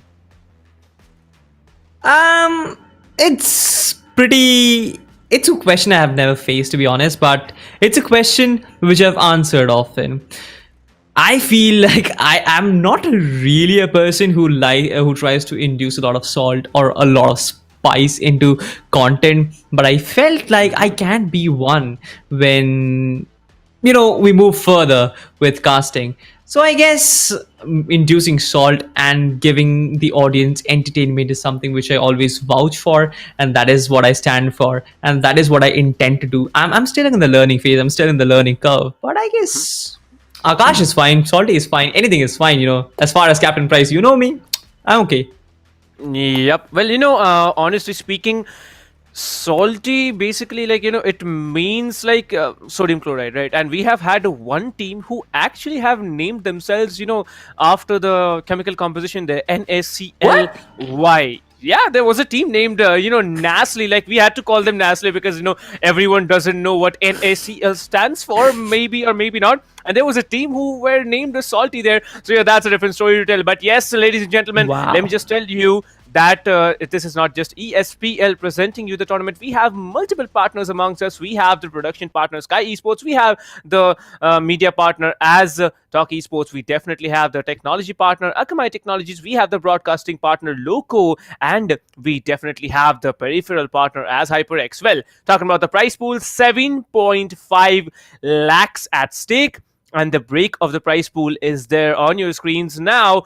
First place gets 4 lakh rupees. That's an entire sum of more than half the share of the entire prize pool here. Second place will be getting 2 lakhs. Third and fourth place will be getting an equal share of 75,000 each. Well, it's not just about the prize pool. You also need to have the title in your hands. Well, I believe for the previous few or maybe more tournaments, there has been one team that has definitely outshined everyone else and have claimed themselves champion of every event that they have played, every tournament that they have played. That's Team Mahi. They are chilling now in the group stages, but today we are gonna get the final team who is gonna actually move in for those group stages. Now, let me remind you, we had 4 qualifiers and now we are having the quarterfinals of qualifiers 4. So it's all down to this moment. The second game of today is going to be between RADSyndicate and Purpose Esports. Well, we were speculating a lot, me and Assault here. We did guess opposite teams winning the first map, but still, let's see what the map veto is going to be. We'll be seeing that in a short while. But still, both these teams, RADSyndicate and Purpose, like we said, RADSyndicate, I personally said that RADSyndicate, they are something you should not definitely mess with. But Purpose Esports, they can be on a different level. Well, I'll get to see them for the first time, in fact, and based on what my co-caster just said, guys, I think Purpose might be looking forward to win this one in one full spree. What do you think? 13-0? Like, I really want to see 13-0. As I said, you're pretty sadistic, Captain Price, but Purpose Esports, they're the favorites in this one. But RADSyndicate, I guess they're going to be the dark horses. Something, a team or the certain gameplays which you wouldn't really expect, but RADSyndicate might actually bring that on the table. So yeah, definitely the dark horse tag suits them very much. I wouldn't really say that the underdogs, because we have seen them play, at least you have seen them play, and there comes the map selection. Not again. What do you think of it? What do you think of it? Like, my first reaction was, like, why has Icebox? I mean, why always Icebox is to be banned? That is one of my questions. But nonetheless, Purpose Esports banning Icebox definitely means that they don't really want to play it. Ascent, Haven, and Split. Split is being played. It is a hidden map pick. Purpose Esports are the ones who start at attacking. So definitely Split is going to be their map, because I wouldn't really want to say that just because of the fact that Purpose Esports want starting on attack, that they'll get an inherent advantage. But Split does give you a lot of support when you're on attack, especially entering onto B side, entering onto A heaven. Things have become so much more easier, and things have become so much more tougher for the teams who are starting at defense. Nonetheless, if we move at Ascent, once again, RADSyndicate start on the attacking side, Purpose Esports start on the defending side. So yeah, like we said, you can't really predict what's going to happen on Ascent, but definitely Haven is a different ball game. Purpose Esports start on attack.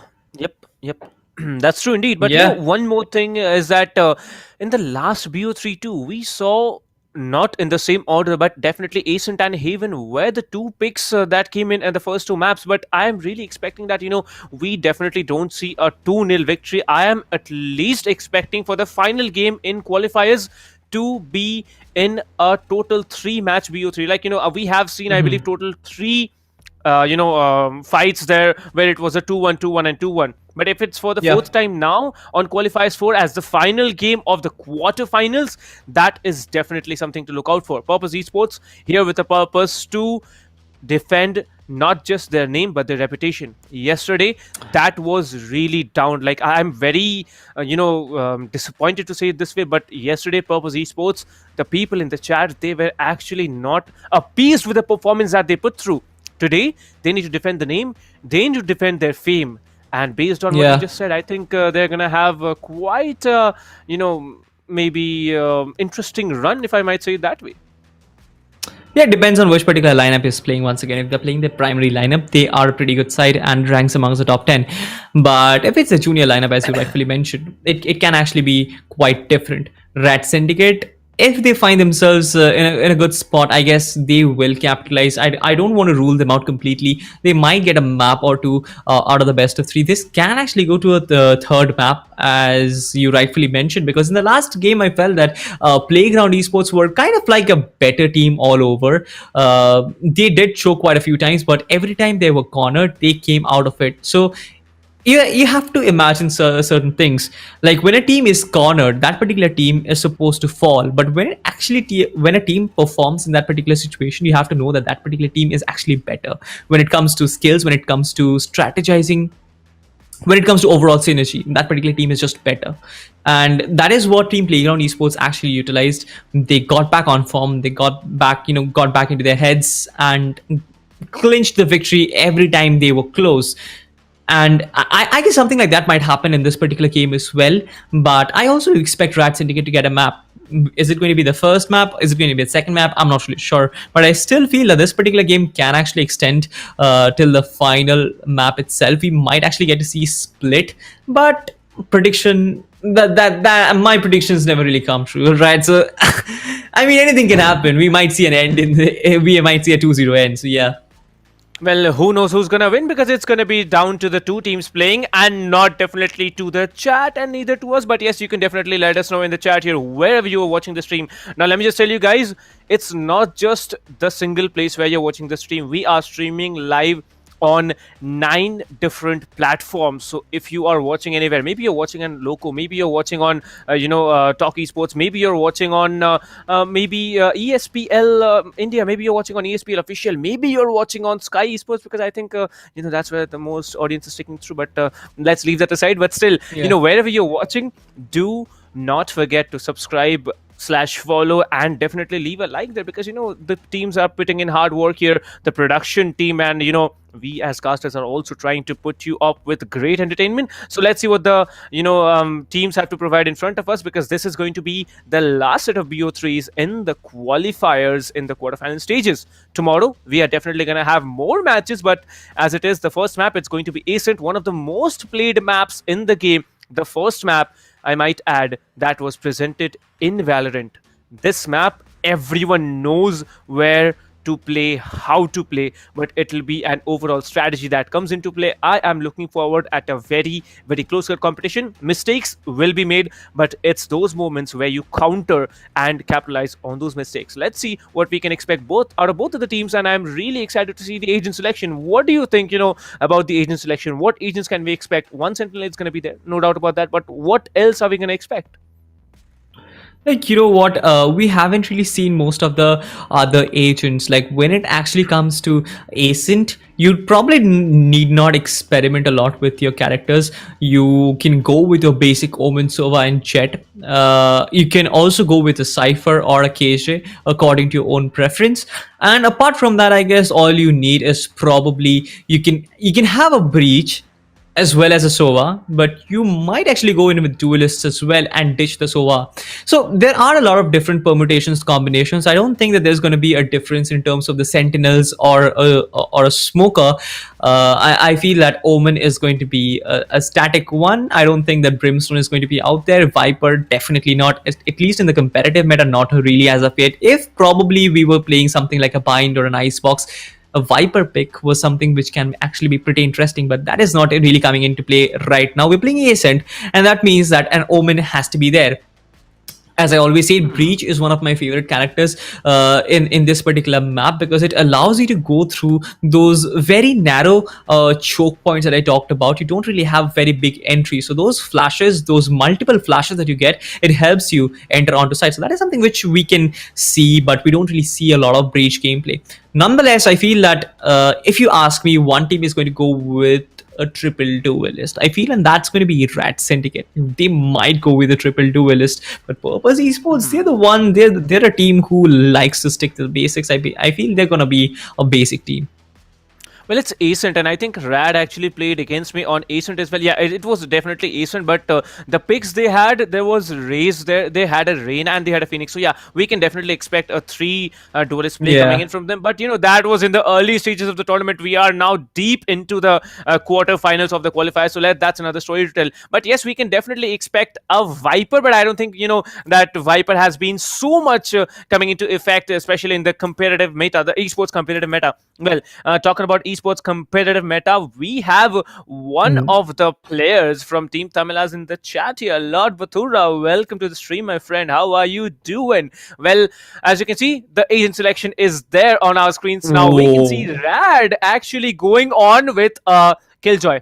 I think Trollele is okay. This guy's name is Trollele. Oh my god, how am I gonna just tell such a difficult name? I'm just gonna stick around with whatever agent he goes on with. He's just trolling. You can see they're going with Yoru's, and not locking on yet. They're going with the Viper. They recently went in with a Killjoy as well. But yes, let's see what they lock on. Hyper is gonna stick in and lock on with that Cypher. Well, I think a Killjoy can be expected from Deoxy, because he is the one usually playing the Sentinel, and if he's sticking on that Killjoy, I believe he's going to lock in as well. Well, it's going to be ZBDF as well, who's going to decide on to lock that Killjoy, and Deoxy will be moving in with the Sova, and Ice will be coming in with the Jet. Paradox is going to move on with the Omen. Well, I am shocked here. I thought Paradox was going to go on with the Raze, but he definitely does not go into the Raze pick here. Well, Emo is going to have a Raze on the other team here. Purpose is going to walk off with a Raze, Reyna, Sova, Omen, and Cypher, whereas RADSyndicate is going to come in with Omen,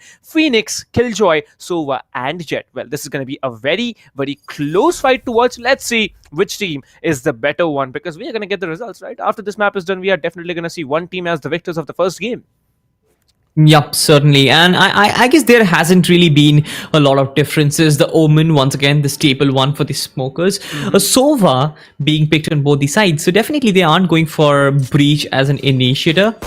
Cypher and a KJ on either teams. I guess this is this really boils down to personal preference to an extent, because some players do want a turret in their arsenal. Some players do want to kind of hold any particular aggression back with those tripwires.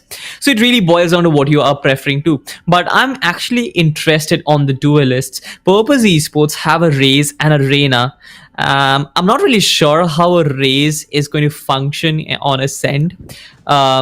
The only real use that I can see is probably going to be aggressive on A side, or probably going to be aggressive on B side.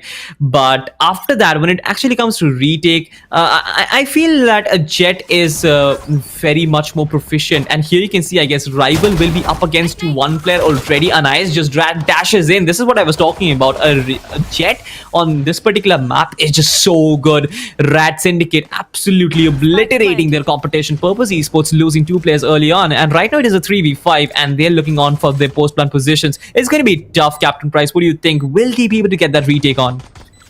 Well, retake is possible, but now, it's the first round of the game. The homework needs to be done, and you can see the Omen flash will be coming in, actually hitting 3 players here. The right click getting dent onto that Omen as well. The defending Omen against the attacking one will be inflicting in a 1 versus 1, but you can see so much information has been given off here. Only one defender standing. It's going to be the Cypher who has to take down 2 more players if he really wants to make it happen. It's going to be a 1 versus 2. The Cypher will be coming in, but the Oxys will be shutting him down once and for all, getting the first round in the hand. Well, I have seen, in the previous tournaments that it has been usually 4 to 5 rounds before you can actually function, because you need to know how the other team is actually, playing out here. Especially because you need to know who's coming forward, whether it's the initiator who gives off the information and immediately comes in with the duelist, or it's like, the duelist pushing. The Sova will be giving away the recon bolt, getting all the information he can on site, or maybe just on the entry of there. But now, as of the first round, it has already moved into RADSyndicate. RADSyndicate, they knew that the first round is going to be an important one, and you can see a very, very hefty buy coming in from them. They have moved on and spent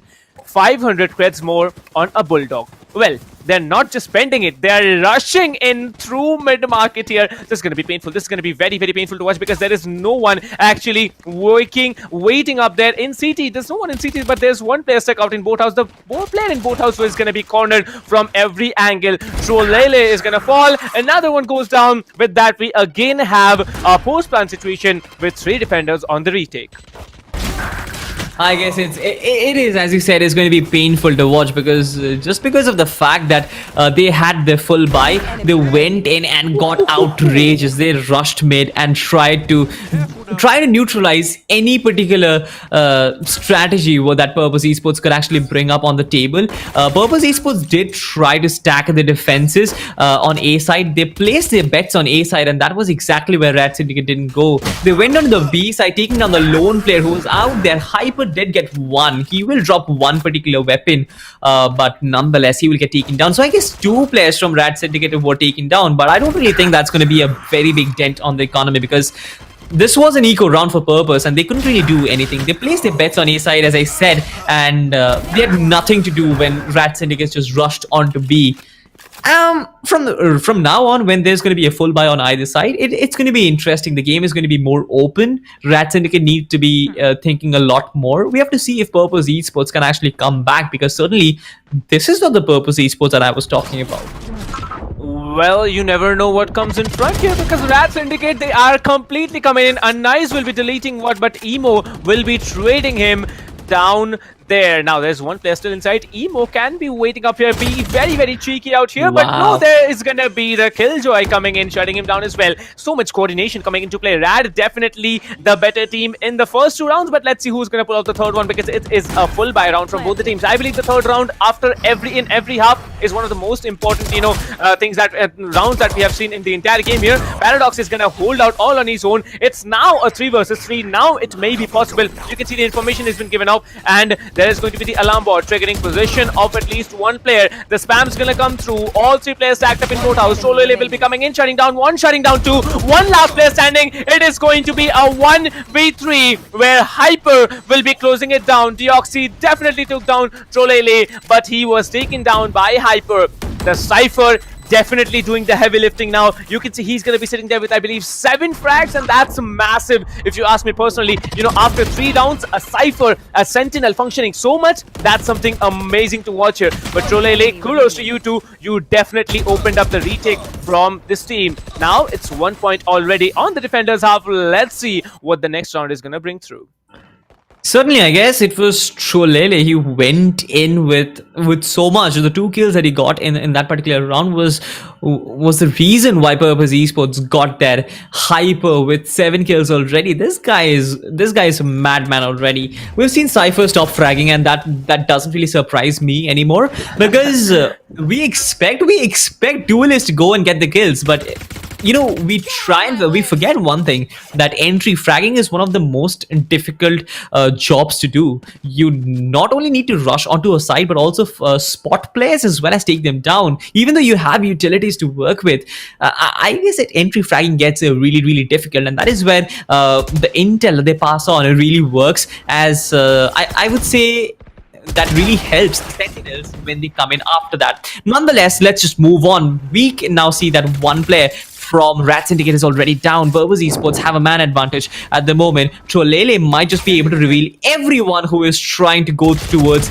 mid, and he spots the Omen. He takes him down immediately, and right now there's going to be players who will follow. The flash does come in, but he does connect some of the shots against the Phoenix. He will get revealed though, but it is going to be important. The way he has been holding down Spawn, it's so good, and right now he comes in with the trade, gets the jet, and right now it is going to be rival up against Sova. He's a sole survivor in this particular lineup from RADSyndicate, and he probably might just get taken down. He will get taken down. Like, that was painful to watch. Well, you know, if not for you, I would have already started the Reina Peripheral. I don't know why I forgot that there is a pre-name tag as well. That's Purpose Esports rival actually. Yeah. But you know, and it reminds me of the movie. There was a movie called Ready Player One, I believe, released in 2019. There was a particular character there known as Parzival, and he was the hero of the show. I'm really looking forward for a rival to be the hero of the show here, because we remember Reina's. They are expected to function. They are expected to frag. They are expected to frag hard because of those overheals, because of those invincibilities that you have, and also the invisibility if you can actually work it out. But now it's going to be an eco round for the attackers. The attackers definitely looking forward to get this round whatsoever, because after this round, the defenders are going to move in a leading position. Whoever wins, it's not just the defenders, the attackers, they also have a better half, you know, a better chance to win. Now 2 players playing deep side. You can see everywhere it's going to be a stack up here. One of the players have been tagged up with the Sova recon ball. You can see that rifle is waiting and trying to corner any player walking in on him. But there it is. Oh my god. Omen is a madhouse here, right? Like, you know, Paradox is definitely a very, very strong player, but there comes the reload here. The Omen was coming in. The reload gave away his position. The reload of the Sheriff is so very loud. It gives away a lot of your position. But now there comes the push. All 4 players, all 3 attackers are now trying to come in here. Hyper still waiting in generators. Will be deleted by Anais. The Jet not missing the shot and absolutely melting that Cypher on site here. Now there it is. The Hunter Speed ability will be popped up here. No player tagged yet, and he will be reducing at least 80 HP on one of the attackers. But the numbers advantage, it's still with the attackers here. They have the guns now. They have the guns to play with. The Stinger will be in the hands of the Sova here. The Sova will be coming in. The Stinger having a much higher rate of fire than anyone else. And as you can see, you know, bhai, please, like, you know, somebody's trying to be a little bit of cheeky there in the chat. As you can see, you know, there's all chat getting popped up there, but slowly this round will be given away. Deoxy will be spotting that player with that recon bolt and will be taking him down. That's Rad already with another point. The attackers on an eco round getting the round, like, you know, it's good, it's interesting to watch. And I believe Team Rad, they definitely made the point that when it comes to an eco round, like, are they trying to do what what was the other team that was playing? I just forgot the name. Okay, it was something esports, I remember. Playground Esports. But they also, Playground Esports. Yeah, they even, you know, shown when they were into the eco round. Are they trying to do the same? I don't know, but the fact that a Cypher has taken up an operator right now, I like things are happening in this match itself, and let's see how that Cypher can actually pull off an outrageous move by picking up the op. But nonetheless, I feel that the fact that Hyper couldn't really hold down A side like a fortress, he had his utility setup, he had his tripwire setup. I don't know how on earth did RADSyndicate manage to get onto the side, but here comes the ultimate. Emo will be angry on his friend rival. He couldn't really let him. He didn't let him to get the kill with the ultimate, and that was something which was really sad. Right now, the Owl drone definitely spotting out few of the players from RADSyndicate. The ulti actually prevents Purpose Esports to actually move in. A lot of territory has been given out, and that actually makes sense. Purpose Esports, the retake is going to be very difficult for them because they'll find one player in main and two players in boat house. Will they be able to counter that? Do they have the utilities? They definitely have something to work with. They can expect the Omen to smoke a few of the lanes from the boat house. He doesn't do that, and the Phoenix does get one on rival. Trio Leg kind of reduces one guy. This is Hyper. He will get the Omen as well, and the final player, the Phoenix, is inside boat house. He takes the Sova, and I guess that is it. That was the final nail in the coffin. Even if this player is killed, it's going to be very tough because he doesn't have any more time. He doesn't have time. Hyper, even with the triple kill, he couldn't do anything because the Phoenix out there, he did more than enough by stopping Purpose Esports and stopping the retake. Well, one more thing that was really interesting to watch is that he really played out with the op, right? He got 2 frags with the op, and now he stopped fragging. Yeah. Like, Cyphers are really coming into the play. I might, start playing Cypher because I don't know what I'm talking about, but still, Cypher's doing so much of the heavy work here. It's so amazing to watch that in spite of having duelists like the Raze, they are actually playing out strong. The Raze has not 3. Okay, I'm just gonna counter it yet again. They have 4 offensive abilities. They definitely have the showstopper when the ultimate is initiated. But Hyper will be absolutely deleting an eyes off the board, trying to get another frag. But he needs to get back to cover. He is frustrated, waving that knife in despair, trying to get one more player with the operator, but will not be getting him. There it is. Paradox will be coming in, shutting down one with a very, very smart play. Now, there has been an aggressive play coming in from the defenders here. Hyper will be using that operator to get that Owl drone away. Oh my god, Hyper, what are you doing? Cyphers are not allowed to do that. I mean, not expected to do that, at least. Like, I think he's a professional opper. Because the way he's playing, the flicks he's pulling off, it's completely mad here. But again, 1 versus 2. He needs to make it happen. Will it be able to do it? Nope. Oh, like that flick on KJ that is illegal. I thought those flicks are illegal. I never knew that someone could actually pull off that one. Just have a look. He sweeps left and deletes him. Like, what on earth was that? Even though getting this kill on Paradox was something which I expected him to do, but nonetheless, I feel that Purpose Esports, even if the scoreline is 2-5, they're doing a decent job. I feel that if the rest of the players start kicking in, if the Omen actually opens his account in terms of the kills, I guess Purpose Esports can actually make a comeback. But Purpose have the rounds, right? They have 5 rounds already. If they pull off one more, they are actually on a much better position than, the defending team here. Well, the defending team, as you can see, they are taking up positions here. The Cypher Cam will be... the Cypher Tripwire will be triggering out one player, and you can see the Cypher Cage may be or may not be triggered here because they know that they are having a slow approach in this round. They are not going to completely dash in and rush in on any side here. Paradox has made up his way to mid pizza, and he is trying to come in. The Phoenix, how many ultimates can he get triggered, man? Like, Rad Master, hello, sir, please understand your opponents are really scared of that Phoenix ultimate. Well, definitely that's going to be one trade coming in, and a nice will be getting one player. A rival will be coming in from behind getting Paradox. It's going to be a 3 versus 2. The 2 defenders standing for a retake. Well, no ultimates come into play. A nice will be shutting down rival as well, and only one player stands. There's going to be the Raze. Has the boombot to work with, definitely has 2 satchels. Let's see how he functions. But yes, Anais, I think he's trying to prove us that Hyper is definitely not the better operator. When you have a jet and the operator is given to it. he's demolishing them like anything. Yep, certainly. He is doing what a Jet would do. Definitely is supposed to do. And once again, I feel that RADSyndicate have been the better team as of yet. They've been on the right positions at the right time. Purpose Esports, they have won rounds, especially when Hyper as well as Trolele have been the ones who have been heavy lifting for their team. But I kind of feel for the Omen out there. He's still at 0 frags with 6 deaths. So he definitely needs to do something out there. He definitely is coming up with the smokes, but I feel that he can do much more. He has a lot of potential. The Phoenix coming in, he will definitely flash. This is one bad position that he's holding, but there you go. He opens his account and so does Hyper as well as Rival. And right now, Purpose Esports have an inherent man advantage. Omen found himself in a terrible position. KJ got inside, and right now the site is blown open. RADSyndicate might just so they've not picked up the spike as of yet. That is a comedy of errors. Well, like I said, there will be mistakes made, but it's all about, capitalizing on those mistakes. You can see that Purpose, they are actually on maybe an eco round here. Well, I'm confused. Is that the defending Jet or no, it's the attacking Jet here, and also the Killjoy walking into the crosshairs of Emo.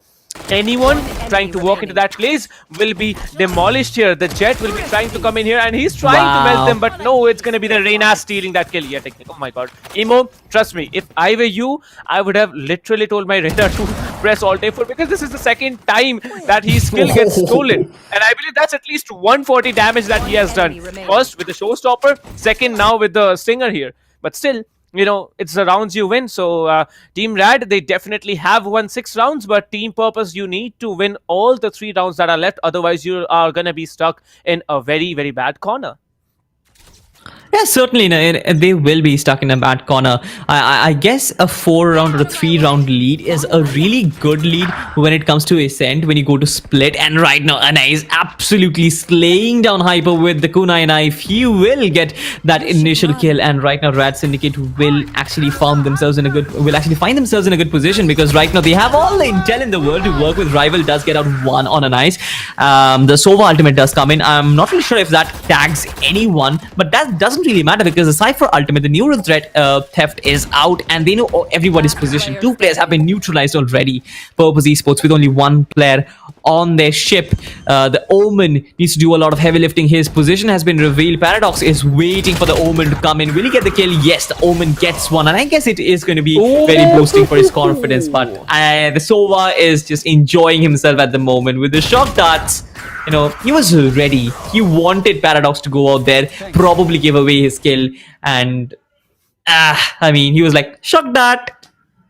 And the most interesting thing to watch that I had to watch in this round was that when you have a Killjoy lockdown setup from your opponent team, what you need to have is a Sova. The Sova will be there to just shut down that lockdown whatsoever be the case. Because, I think the recent meta says that, when you have a Killjoy lockdown, it has to be the Sova who shuts it down. There's not going to be anyone else walking up there, but the Omen will not be shut down. I really thought that Hyper was going to pull off that shot, but still, this time the Cypher disappoints me. He is not able to get the first frag here. He has been functioning with whatever guns he has been playing with, but Hyper is now in a very, very tricky position. Anyone walking up tree can take him down, but no, he's going to just fall back a little bit more, trying to get anyone who gets, stuck here. The Cypher cam will be taken out, but let's see if there's anyone walking into his crosshairs. Hyper still waiting here. There are 2 players on site, 1 Heaven, 1 on site here. Let's see what Trolele can do, but Trolele will be shutting down 1, but trading off the Oxy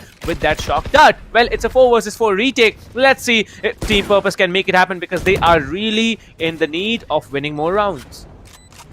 They certainly need to win more rounds. It is a 4v4, as you rightfully mentioned. I guess this is when the real game comes in. Will they be able to take the retake? That is the question. Because 2 of the players, they're playing in wine.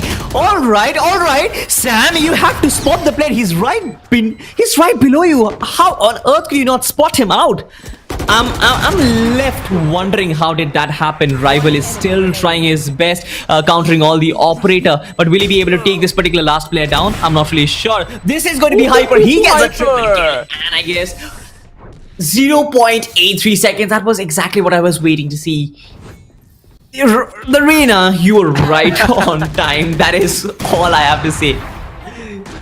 Well, not just the Reyna. Like, Reyna did shut down the Killjoy from Rad here, but then it was Hyper who came in smartly, peeked off that simple location. That's a very predictable position, I'll tell you that. And, if the Omen were on the other side, I think he might be able to have, he may have, pulled off another round. But it's now that matters. All that matters now is the last round, because now this round, if it goes into the hands of Rad, they definitely are going to have the upper hand coming into defense. But if Purpose get it, they are gonna have still a chance of coming back, because 7-5, you win the pistol round, you're gonna win the next one, just because of the eco that you're gonna have in the beneficiary. But now, as you can see, the players are trying to walk off mid. Mid is a very, very crucial position to breach, and if you have mid control, you can do a lot of stuff here. But I am very confused. Is this team actually pushing into an eco? Well, I don't think it's a full eco round here. A Judge and a Sheriff into play by Emo. Are you wrong or are you right? The answers by the Rays will be given after this round, because they really need this round if they are trying to, actually pull this off. The Sova has the shock darts to work with, and also the recon bolt. The Killjoy is trying to clear off corners with her swarm grenades. The Omen has come up somewhere, I don't know where, but I believe the Omen is now walking straight on site here. He'll be shutting down Trolele right off the bat. That's so predictive position. Trolele was holding in such a predictive position, but Rival will be coming in and taking down Anais. Hyper will be shutting down one, trying to no-scope Paradox, but Paradox, he's not going to miss shots here. But there it is. Rival comes in. ZBDF, ZBDF, if you call it like that. He's going to still survive. And it's going to be one player standing who is going to shut down by Sam. And they get the round.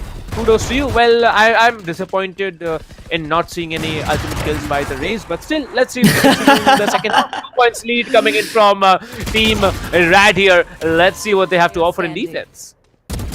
Yeah, certainly. And I guess Purpose Esports can actually excel on the attacking rounds, because when you consider a Raze and the Reyna, one flash and a grenade, they will probably be able to allow their teammates to get onto site, especially when you have a Sova and an Omen to help you out. It is for us to find out what's going to happen, because teams RADSyndicate, looking at their formation, they're spreading their defenses thin. They're placing their bets on A as of yet. 3 players on A, that is all I can see. 2 players in short. One in mid, that is Jet playing mid, and the KJ is holding down B side. Also, if you look at Purpose Esports' lineup, 3 players lining up at top mid, 1 player trying to get towards mid through the B-link, but it's going to be difficult for him to breach that particular position out. 2 players, I guess the Jet from the defending team is holding down the market. That is a good thing as well. Purpose Esports will have to be very thoughtful about how they proceed. Right now from mid-top, they are rotating themselves towards B, where the Cypher has actually set himself up. Where the Cypher has actually set himself up really well. I believe it is a KJ. I'm sorry, that is a KJ. And Iso gets a second on Hyper as well. This is Emo and Hyper out of the game, and right now Anais will once again push. He knows exactly where the Reyna is. He will connect one tap on the Rival. And right now, Purpose Esports absolutely demolished already. What do they do? They do go for a rotate. But it's going to be tough, because Master is just waiting for them to pop on this crosshead. And right now, oh my god! Hello? Okay. that was sad. That was sad. But Anais does get his 4th. Master needs to heal himself up, but I guess the Jet has been taken down. Master wants to get this kill, because he does not want to get away with that embarrassment. He definitely couldn't come up with the kill. That was sad. That was sad. Well, 2 mishaps happening. Firstly, the Phoenix definitely messing up all the shots there, and then there was the Sova in return. I think Team Rad and Team Purpose, they are having some sort of mental telepathic communication here. You're gonna miss the shots, I'm gonna miss the shots, and that's exactly what happened here. And it's not just once that Master did it, he missed it yet again when he flashed the Omen. Still, it's a point for Team Rad here. They are on the lead and doing pretty well. They have again gone on with a Bulldog buy. Okay, what are we trying to see here? A Glitch Pop Bulldog coming in. As you can see, well, Glitch Pop 1.2 has been showcased here by Team Rad, and they are doing it smartly. Now, the Omen and Omen are really outshining. I believe the days of the duelists are gone, because the ciphers and controllers are far better agents now, as we can see. But it's always the players who are playing agents here. Well, Emo will be coming in, rushing in onto market here, trying to get a player from this position. Now, the position has been given. The Killjoy will be coming in. A right click heading will be coming in. That's a very, very strong attack here coming in from Emo. Emo will be trying to do a lot more, but his HP is also one tap to the head. Let's see a 4v4 game now coming in. Emo will be actually shutting down ZBDF. Now is the time where you can have the, potential of breaching side. The Jet also very low. Let's see how they perform. Yeah. Purpose Esports once again, they did get the spike planted. This is Deoxys, and how beautifully did he counter the Cypher using the shock dart. He did get that one. Emo trying to use the pain shell, trying to prevent RADSyndicate from getting onto side. That is a very good strategy, I would say. Purpose Esports, they're trying to prevent the retake from happening. Emo is out here. I guess he will get onto side pretty quickly. Sam, the guy who has really been underperforming as of yet, he's really holding down the side like a fortress, and right now only one player survives from Team RADSyndicate, and I guess he's already moved onto side. Emo is out there to put a bullet in the back of his brain.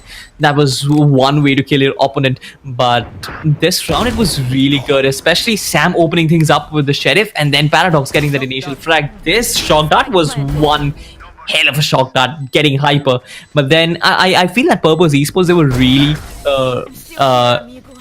well, how do they put it? Like, they were really calm and collected about the procedure. They went on to B, then they rotated towards a different side, got to A when they found an opening, planted the spike, and they just held their positions. That was really good from Purpose Esports. Well, it's a 2-point difference, and it all comes down to an eco round. Let's see how Team Rad functions on a destroyed economy now. They need to work out this round as well as the next one, because the next round, even if they cannot pull this one, it's going to be a full buy round here. Team Purpose now trying to get to one pick at least before they are trying to even breach onto one side here. The Phoenix being very, very aggressive. We are sitting down there with the Sova, being very calm, consistent. Well, Trollele will be coming in. The flash comes in as well, trying to get all the information getting done here. 2 players have been marked here, but the Omen Paranoia will be timed perfectly along with the shock dart here. Will be shutting down. 1 will be shutting down. 2 will be taking down. The third one, Anais gets taken down. It might be a flawless round, but let's see. The Killjoy have the Omen up to offer. Well, the Omen definitely has to offer a lot here.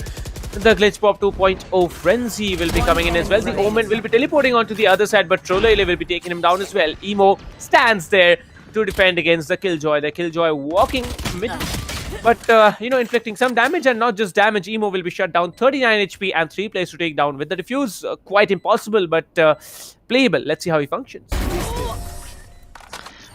You know what, Captain Price? Like, I've been seeing something. I've been noticing something.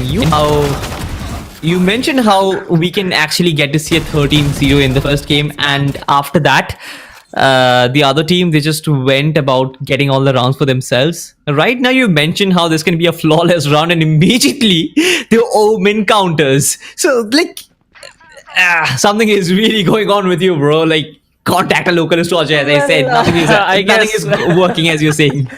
Well, it's predictive, and I think it's how do you say it? Like, years of game knowledge, not just Valorant, but all of the games. But my still, God. we're not how to say that, yeah. But still, coming in now, Rival is gonna come in. Anais is gonna shut down Emo right off the bat here. Hyper is gonna get taken down as well. Anais being very, very aggressive and annoying as well. The Omen Paranoia comes in, but the Omen will not be rushing, and that's a smart move here. All 3 players left standing are on mid top, trying to go towards A side. Anais is coming in from behind. He can have another 4K coming in. Well, he does take down 3. 2 more players to go down, and Elias is already down to 11 HP. Trollele will be coming back up. He needs to be very calm here because the spike has been dropped in a very, very tricky position. Well, the information has been given up. Recon Bolt has been destroyed here. Trollele will be one-tapping an eyes right off this round. Now, spike has been given to Omen. The Omen has the ultimate ready here. Now, the Omen tries to run. He does run. And as it is, you can see Paradox has been shut down as well. Well, the Glitch point of Phantom coming into play, but not being able to play it out. That's just so painful to watch. I'm literally tithering on my teeth here. Like, you can see the Killjoy really struggling to connect the shots here. Slowly and slowly. This is going to be, oh my God, ZBTF. So much calmness from him. And he gets the spike downed as well. Well, Trollele, now he has to do a man's work here. That Oh my god, the alarm bots are so annoying, right? Like your position gets Yeah. triggered, you deal double. You can inflict double damage here, but now it can be a plant. Let's see how smart he is. The shock that will be put in here. The spike has been initiated, and there he comes. GBTF will be there to save the day yet again from RADSyndicate. 7-9. What a round this has been. Well, and talking about predictions, let's do some kind of a predicting outplay. What do you think? Can we do like predicting how the players are going to play before they even actually outplay them?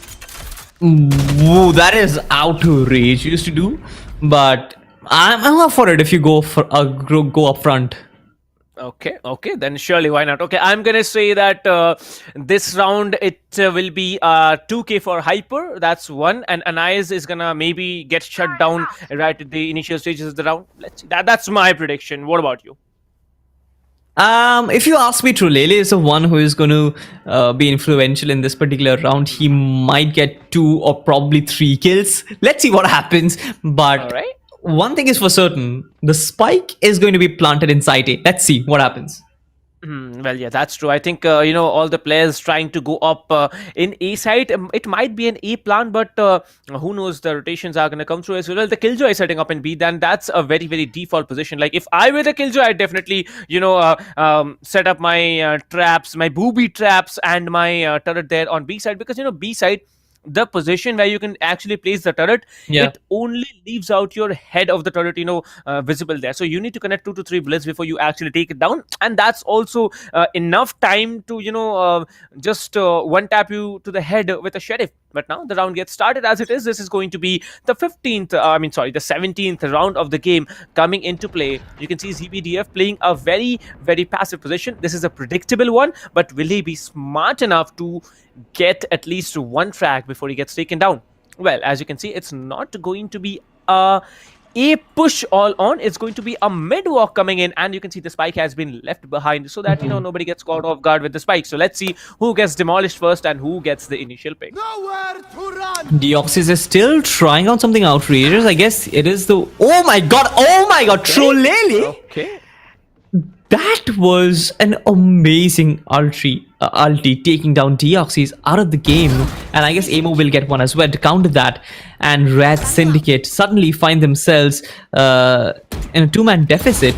They have to take down the turret as well as the KJ though, and Amo does that beautifully. He's gonna take everyone down all by himself, I guess. 2 players still. I guess they're trying to make their way through spawn. Entering onto side is going to be a very big deal because Emo does have his ulti as well. So using the showstopper, he might be able to inflict some damage for the Phoenix as well as the Omen. Outplaying this particular... The post-plant position is going to be very, very tough. Rival might find Omen. Oh my god, he doesn't spot him. The Omen doesn't spot the arena either. He finally does that, and right now it is a 1v4. Okay, so it is 2v4. Omen gets 2 right now, and it is suddenly a 3v2 at the moment. Paradox, he does not have a lot of time to work with. He will try and get some kills though, and at the moment the Phoenix has actually gone for the save. Will the Omen do it as well? He is trying to go for the exit frags. He might actually do. Not really. Emo will counter him, and right now Phoenix is the only one who survives. I guess all of these players will survive the bomb blast. Yes, they will. They will carry their weapons forward. But what a guy, Emo. I love the way how he countered mid, all the resistance that came from mid, and just cruised his way onto side, giving all the space in the world for his team to walk in and plant the spike. Well, one thing's for sure, that Anais got taken down in the initial stages, so I had to give myself 50% marks of that. But still, Hyper, you really disappointed me, man. No frags from him. The round was, although in the hands of Purpose Esports, well, it comes down to the 18th round of the game to be an equalizer or not. I think it might be an equalizer, but I'm just going to stick around with the RADSyndicate as of now, because you can see the attackers are going to be a little bit more aggressive this time. Trolele will be coming in, trying to get any information with that Sova Owl Drone. Now, the Owl Drone, in return of the Owl Drone, like, guys, hello, what communications are you having here? Because now it's a 4v4 game. Like, it's so interesting to watch that both the Sovas are doing the absolute same thing at the same moment. Like, brother, rest in peace. There's a voice line, I believe, of the Sova here. Sleep, brother. Yeah, the voice line says sleep, brother, Yeah. and that's exactly what the Sova is doing. Like, they are communicating amongst each other as well. The Cypher will be leaving out the trap wire to prevent any backstab from happening. Now, Deoxys has a gun. He can shut down the Cypher here, but no! He flicks and kills him. Well, the round can be equalized, so let's see. But Paradox, this guy with the Sheriff is a madman here. Last player standing. It is going to be the Sova who can either do the job or not.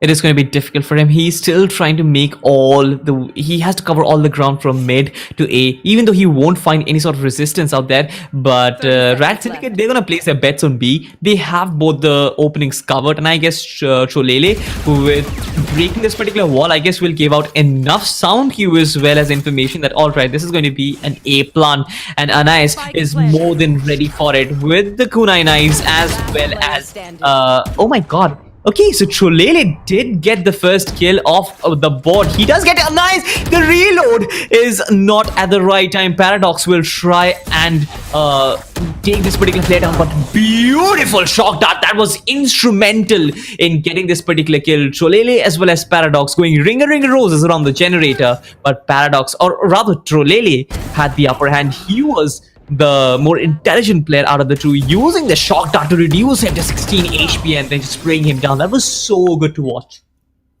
Well, I'll not say intelligent. I'm gonna be saying spontaneous. Like, immediately switching to the shock dart and inflicting that damage. That's spontaneous thinking. You gotta go. Just not intelligent. It has to be like what's it called? Faster processing capability. Like all the the new generation of I don't know what blah blah blah is gonna come out in the next stages. But yes, it's gonna be a 9-9 equalizer coming in. Purpose Esports versus RADSyndicate, definitely not the same Purpose I saw yesterday, because that's a different lineup, so definitely not the same one in terms of a lineup as well. But yes, the performance has definitely evolved on the attacker side. Being able to do a comeback is an absolutely madhouse of a performance. Now, it's a 9-9 and a 5v5 performance still waiting. 1 minute on the clock. It's going to be a slow approach towards A side, as I can see 4 players getting stacked here. Raze, Omen, Sova, and so will be the Cypher. The Cypher is just waiting patiently to not let the spike go off until the site is cleared. Let's see how they plan to clear the site. Yeah, and here comes the Raze ulti. Will he be able to connect anything? As of yet, nothing has happened, but Deoxys did get rivals. So right now, Purpose Esports are 1 man down, and suddenly they are 2 men down with Master coming in to get another 2 kills, and that was a really good boom bot coming in from the Raze. And here you can see Purpose Esports trying to make a comeback. 2v3 is what the doctor ordered, but will they be able to counter that? I'm not really sure. 2 players come down from heaven, Deoxys as well as a KJ, and right now suddenly the Raze does have a very big job to do. He needs to get a 1v3, but he won't really be able to do that. He has been countered, and RADSyndicate, once again, after losing 2 rounds on a trot, I believe they are the ones who are making a comeback right now with this particular round itself. I guess if they win another round, Purpose Esports will be really down in terms of economy, and that might shift the overall dimension of the game. This boom bot as well as the kill, that was really cool, but Purpose Esports couldn't really do anything more than that, actually. Well, still, the boom boss usage was absolutely perfectly timed here. It's disappointing to see that, Master is sitting down there with just 10 frags, but still, you can see every single player has double digits. And look at that, Rival and Sam, both of the players have 10 frags and 14 deaths here. And talking about the Killjoy and the Phoenix from the defending team, they also have 10 frags each. Well, it's going to be the 11th round either for Team Rad, or it's going to be Purpose with another round and putting that equalizer yet again. Talking about rounds here, if this round goes in the hands of Rad, they are going to be very happy as their economy is quite a bit dented. But if it goes towards the other team, then they need to be really worried about. Well, Anais still holding up at market all on his own, just waiting beside that stinky little pizza you can see on this left hand side bottom of the screen. Like I don't know whoever designed the game, why they thought of putting pizzas actually, and people have come up and named this position. So that's a very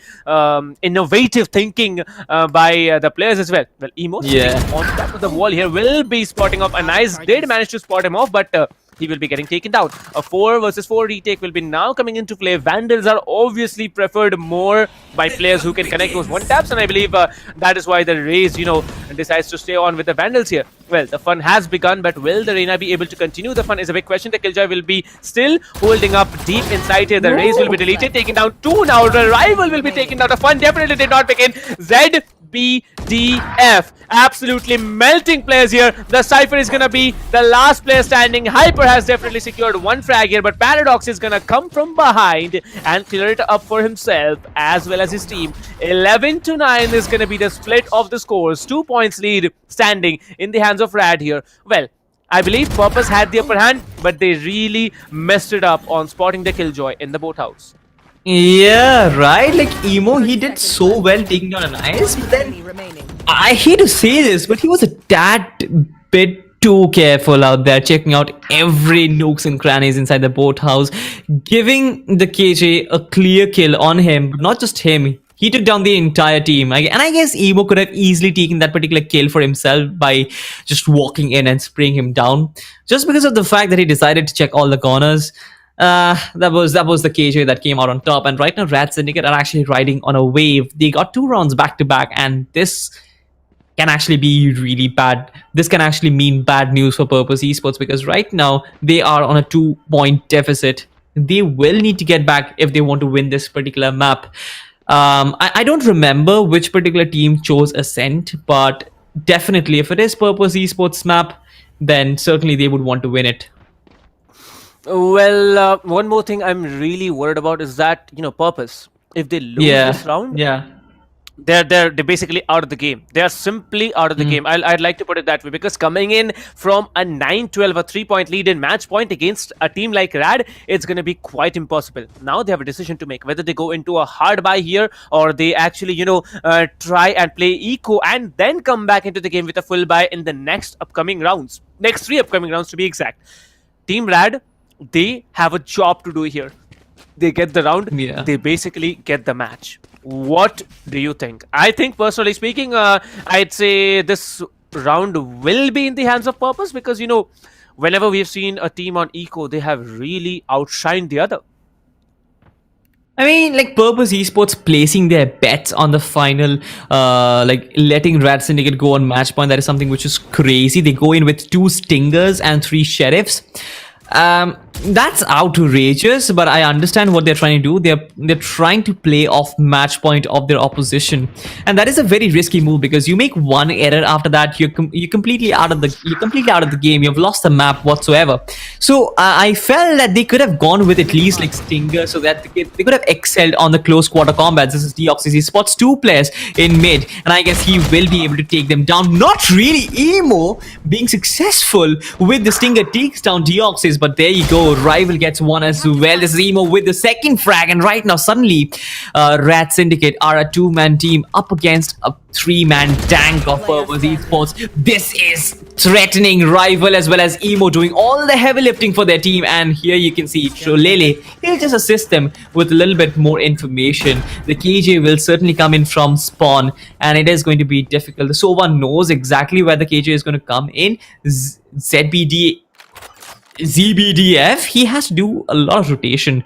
Even getting inside sight will be a very big job for him, but I don't think he's going to do it. He understands the fact that if he gives his opposition a thrifty right now, they get some added eco advantage and also a mental boost. So that is something which he doesn't really want to give. He doesn't really want to lose his weapon as well. So that is the reason why he's saving for himself. Purpose Esports, I don't really think they'll be able to find out where the KJ is and take him down, but nonetheless, I guess the fact that they won this particular round is good enough.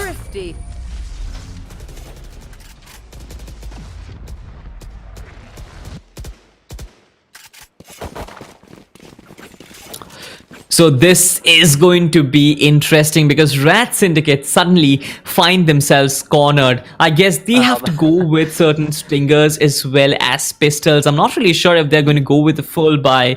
Captain Price, once again, you mentioned how if a team goes down on eco, that is when they suddenly shine, and we did see players shine. I mean, Emo and Rival, they were lifting the entire team on their backs, demolishing everybody with the stinger. I feel that even if you have the credits, you should go in with stingers. Ditch the Vandals and the Phantoms, because the stinger is absolutely broken right now.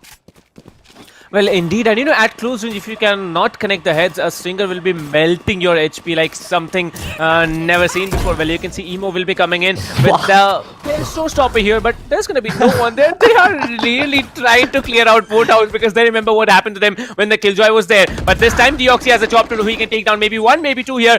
Deoxy will definitely be taking down one here, but he will be trading down. No, he does not get traded down. Then it's going to be Deoxy in a 1 versus... Okay, it's not a 1 versus 2, it's a 3 versus 1 now. The Killjoy yet again left alive. Yeah, this is a very difficult play to come up with a Killjoy left alive as the sole standing player. Well, I believe the information will be given on by Trollele as the Sova recon drone will be spotting everyone in the position. Well, the Killjoy will be shut down. It looked like a non-intentional feedback from the Killjoy's perspective, from the Arena's perspective there, but still, what makes it better is that Rival with absolutely insane level of accuracy, shutting down 2 players and then closing down the Killjoy as well. 11-11, not expected, Rad, but yes, kudos to Team Purpose Esports. They had a purpose of coming in today, preventing their reputation from getting down. Well, I believe they have built the reputation, but not yet.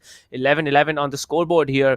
1 round towards Rad. They are not going to let you push it into overtime. Well, now this is a very important round, as I can see the defending Jet has actually gone on with an operator buy.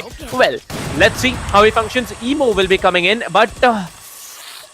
ouch. Anais will be taken down. He had the operator mess up the shot, and he perfectly was 1 tap to the head by the attacking Omen. Yep. Certainly, and right now, I guess things are gonna get pretty tricky because Emo is just rushing in. He will find Trollele up front, and it is his job to clear out mid as well as try and get towards B. Emo will still try to hold this particular position. My bad, it is not Trollele, it is Deoxys on the defending Sova. So Emo will have the job to take him down. At the moment, it will also be important for him to clear out site as well as provide as much space as he can for his team to try and get towards site and plant the spike itself. Emo is trying to clear all the corners. Once again, as I say, he's always a bit too careful. He still misses it once again, but he will immediately fall back. This is still a 5v4, so anything can happen as of yet. Sam does not really check the corners. The KJ gets 2, and here you can see 3 players, all of them entering onto site. The neural theft has been activated, so all the positions has been given out. RADSyndicate, a retake is going to be pretty difficult because they do have the Sova, they have the Cypher as well, so they can set up for it. I'm not really sure how much utility does the Raze have, because if he has the grenade as well, he might be able to inflict a lot of damage even before RADSyndicate gets inside. Scanning ahead. Well, it's an 11-11 and a 3 versus 3 retake. They should make it happen. Trollele and the remaining 2 players from the attacker side will be there. Master will be coming in, the last player standing. It's down to a 1v1 between Emo and the Omen here. The Omen will be coming in, will be shutting down one, but the time is going to be a very crucial factor here, as the spike will be getting that so very noisy on 2 seconds and 40 milliseconds to work with. And Rad pull off the almost impossible round. 10 HP on the Omen. That reload, I don't think Emo really intended to press whatever button he was willing to press there, because if he would have even pulled out the pistol, it would have been 1 tap and he would have absolutely melted the Omen there, surviving on 10 HP, being able to take down a fully, I don't know how to put it, through a full HP Raze. Oh my god, Rad, you have certainly made your point. You are not here, down and out yet. And there comes the buy yet again from Team Rad here. Paradox is gonna stay. He's gonna stay happy with his Singularity Phantom. Let's see how they perform, because it's gonna be another B push coming in. I mean, a mid push coming in. Mid control is a very crucial one. ZBDF now holding up in that tiny little corner on B main. Well, Trollo LA will be checking the corners here. A wines will be cleared off, but there's no information on site. And on site, it's the Phoenix holding out to one particular corner. If he stays there, he can actually outsmart anyone who tries to enter from A main. Yeah, I mean, that Kabi is really, I would say, a normal Kabi, to be honest, because a lot of players have actually utilized it. Even in ranked matches, you find players trying to hide there. So I believe the players will be wise enough to check those corners itself. But right now, it's not going to be either side. They're trying to force their way down. They're trying to brute force their way through mid. And with the smokes coming in, Paradox will be able to hide his identity, hide his positioning. Two players have actually already made their way in. Emo, as usual, he has done it. The KJ is still trying to hold his way in. He has spotted Anais. Anais will absolutely delete Emo, and he does it yet again against the Sova. Right now, Deoxys comes in, takes down Rival, and this is only one man.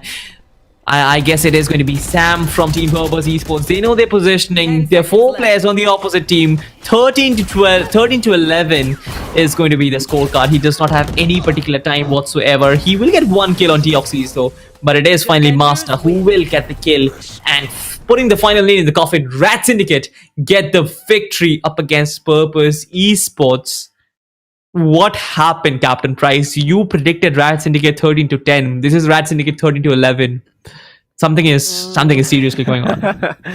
I think the players have some telepathetic communication with me, so they really make it happen. Like when I'm here on the desk with Kanav or Cracky, we usually make these kind of predictions, and it really turns out. I believe that's multiple matches that we have casted and witnessed, and we know exactly what a player may be thinking or how a team might function. Well, 13-11. Well, I saw Purpose Esports yesterday. I expected the main lineup to be far better, and they have not just been better, they have been so good, coming into a point and equalizing the score, and then completely messing it all up. Like on the 12th round, when Team Rad got the 12th round, it was the Raze who was unable to function. On the 13th round, it was an all-out brawl from Rad. Rad knew they had to make an all-out brawl, and that's absolutely exactly what they did. Well, Hyper, if you talk about Sentinel functioning so well, give him a duelist, man. Like, I really think that Rad might reconsider the fact that he gets a duelist. What do you think? Will he be switching to a duelist in the next round? Yeah, I mean, he should, especially when he likes to play with the AWP on the defending round. He will be able to go to positions, especially with a Jet. He will be able to take positions, aggressive positions, and then fall back fairly easily. Something which you won't be able to do with a Cypher. So I guess with utilities that might aid him, it can actually be beneficial for him to pick up a duelist, but I'm not really sure. It might be for the team. Generally for the team, you take up agents that you're not really that comfortable with. It might be the fact that no one on his team can actually play a Sentinel, so that is the reason why he has to adjust. But it doesn't really matter, I guess, when he's playing well, when he's playing as good as he is with the Cypher. I would say it is useless to change to a duelist, because at the end, all you want is skills and performance. If he's doing that with the Cypher, why not? Well, I believe Cypher has a lot of information to work with. The tripwires, the cages, and definitely the spy cam. That's something I believe no other agent has the opportunity of using. So yeah, why not play the Cypher if you can play it the best here? But still, the insane flicks that Hyper and also the Jet coming in from the team of Rad here showed us. That's insane. But the Reyna, I believe if I were the Raze here, I would be really disappointed in the Reyna stealing my kills. But in the end, they are going to be disappointed overall as a team, because they need to work out more and more and more. Hyper, he really shone, man. He was shining brighter than possibly any star there. And okay, so let's see. The first round, the first match was given away to Team Rad. I believe I'd like to say it in such a way, like it was given away. It's not like Yeah. Rad had to work so very hard after it was an equalizer coming in, but after that it was actually given away to Team Rad. Like you could see, Rad was allowed to walk in their corners, like walk into your flanks here, the arena right down there on the screen. We saw it. It's completely expected. Like, and you can see the lineups that the Sobas have nowadays. Like, average Jonas, the guy really Wow. showed us what Soba is capable of, right? Having perfect lineup set up for the Killjoy lockdown, then the shock darts for default plants. Like, that's how Soba is supposed to play. Well, yes, they played well. The Sobas definitely played well, but in the end, it was Team Rad who were the better team against Purpose. Purpose, they equalized, but it was a 13-11 victory for Team Rad. And by the looks of it, I think the next match may be won by Purpose as well. Yeah, I mean, a 13-11 scoreline, which actually goes to show how close both these teams were. And provided Purpose Esports come up with a much better gameplay on Haven, they can actually get that particular map for themselves. But also, I would like to mention the fact that RADSyndicate, it felt to me that this particular team was mechanically a bit better in terms of how they were clicking the heads, in terms of how they were getting the kills, especially after finding themselves in corners and positions. Just have a look at how Paradox and how other players, they're just so easily picking off kills.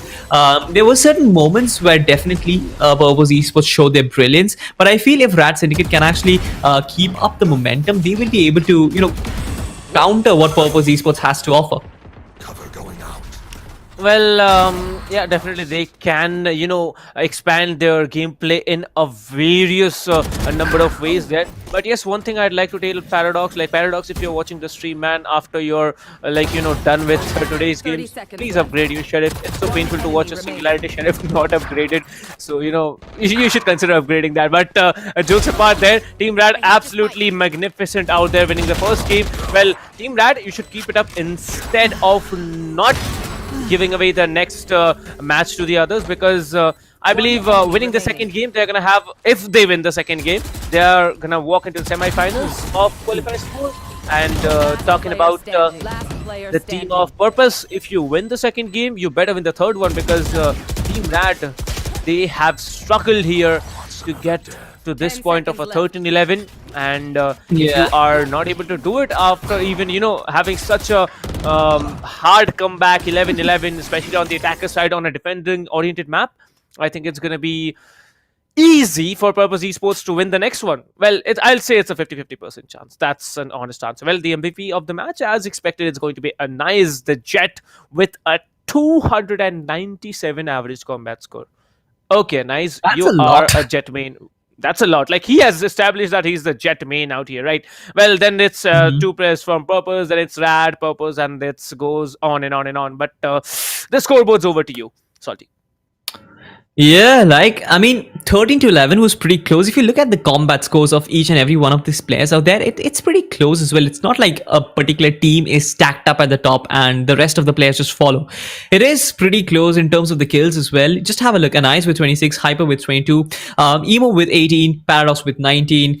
Trolele had come up with 20 kills, but that was not really as useful as he could expect it to be, because I guess at the bottom of the table, those two players 13 and 15, those were something which was not really expected. Rival was playing really good, but especially in the rounds where he had a lot of responsibility on his shoulders, going on with the stingers and all, when everyone else was on their eco.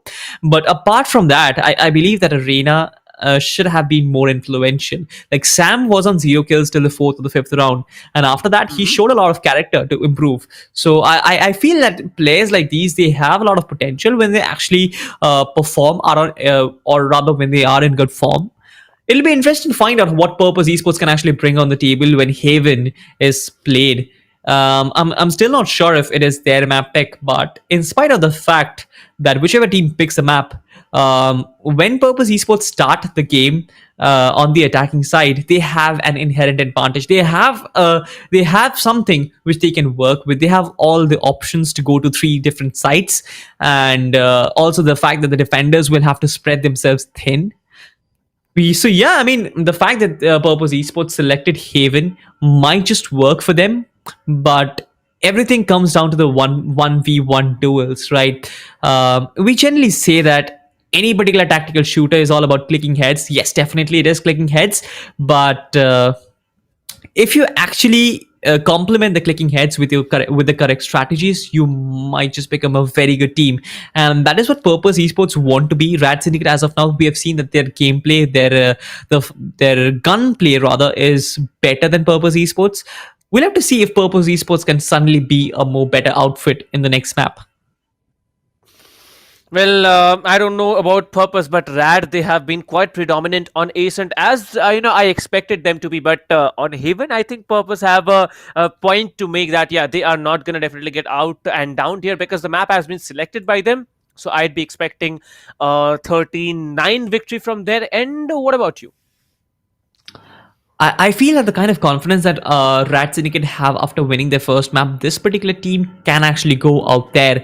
And we've seen, right, in spite of the Haven being an attacking favoring map, the defending team on the last time out, they were the ones who were leading after half time. So you can never really say RADSyndicate starting on defense means that some of their players will be in full display, especially the ones like Deoxys, especially I believe, yeah, it was Deoxys, as well as who was on the KJ? I believe it was ZBDF. So these guys, they're the ones who will be in full flow. They will have to overextend themselves to get kills and block all the aggression that comes and block all the resistance that comes up from the sides.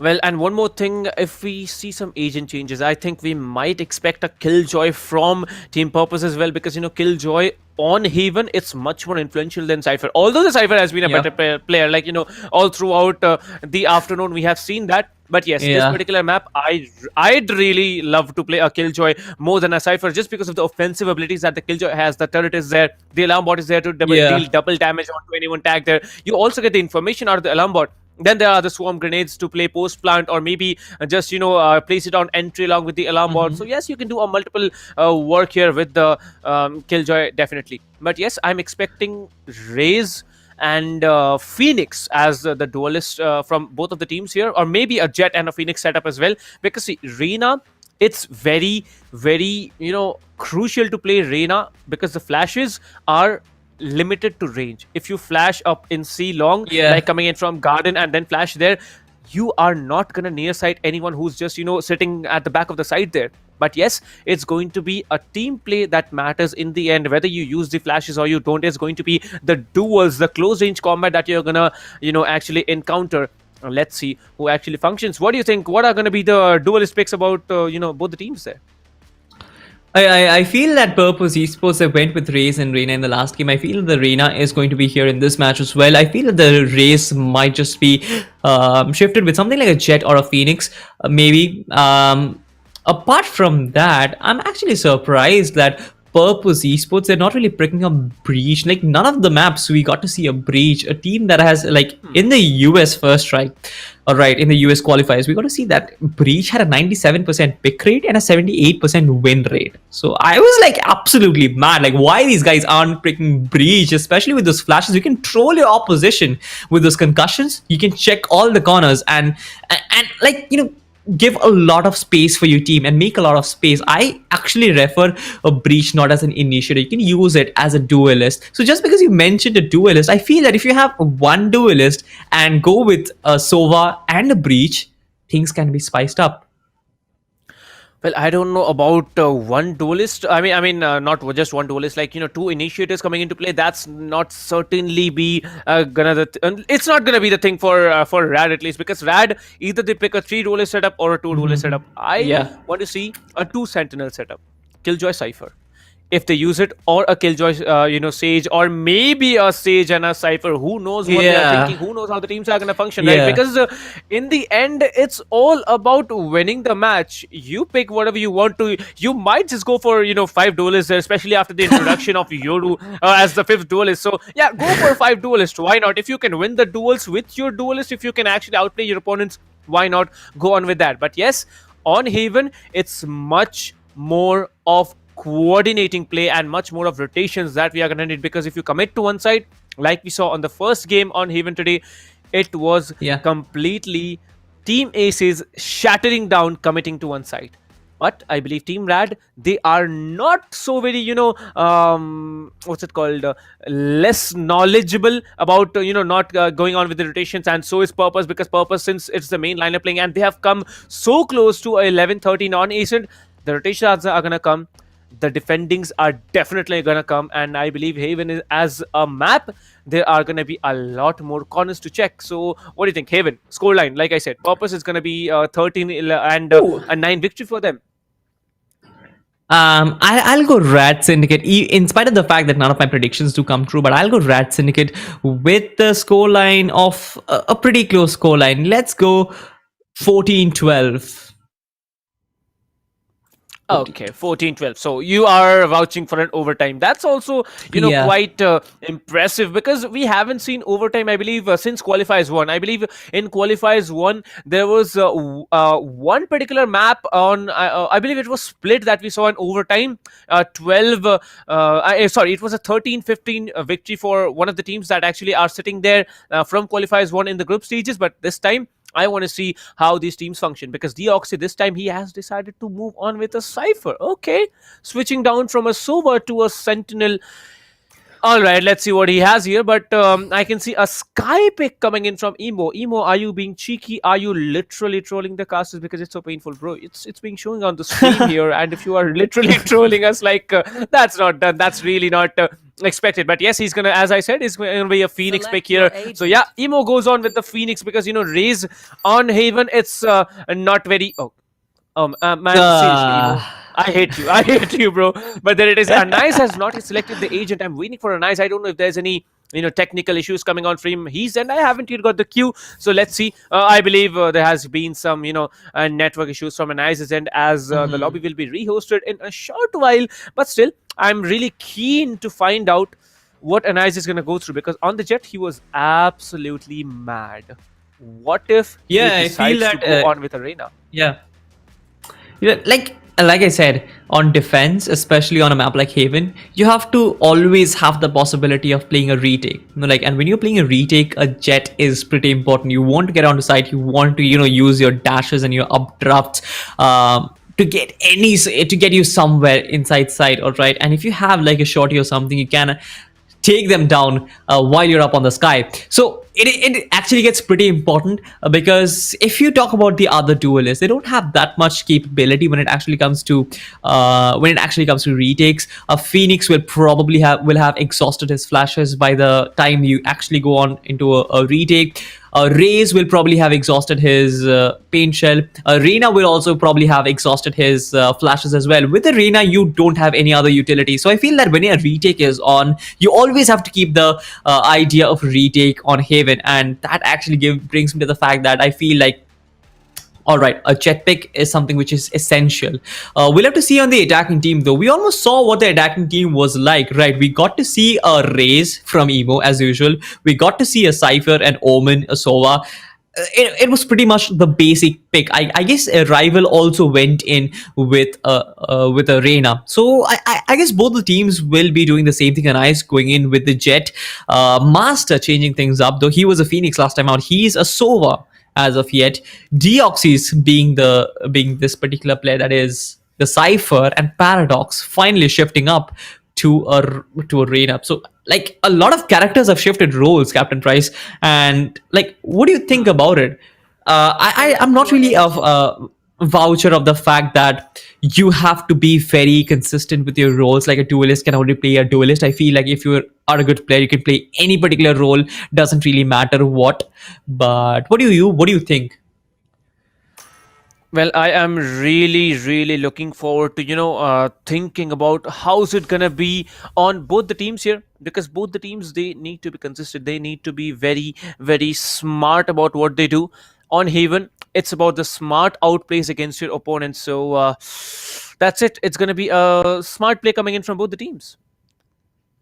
Certainly, definitely have to be smart to play on Haven with 3 sites. And I mean, definitely the greater number of sites, it is better for the attackers. We'll have to see if Purpose Esports can actually make something out of this, because this is their map. Like, they start on attack as well, so we'll have to find out. But as of yet, I want to see what formation does RADSyndicate pick up. With the Cypher, I guess they will block down A side, definitely. The Omen might just play B or Garage or C, whatsoever. I guess it comes down to the personal preference. But if you ask me, Captain Price, I would always play a duelist inside Garage, because you need to get the intel from mid and then fall back immediately. No one else has the ability to fall back as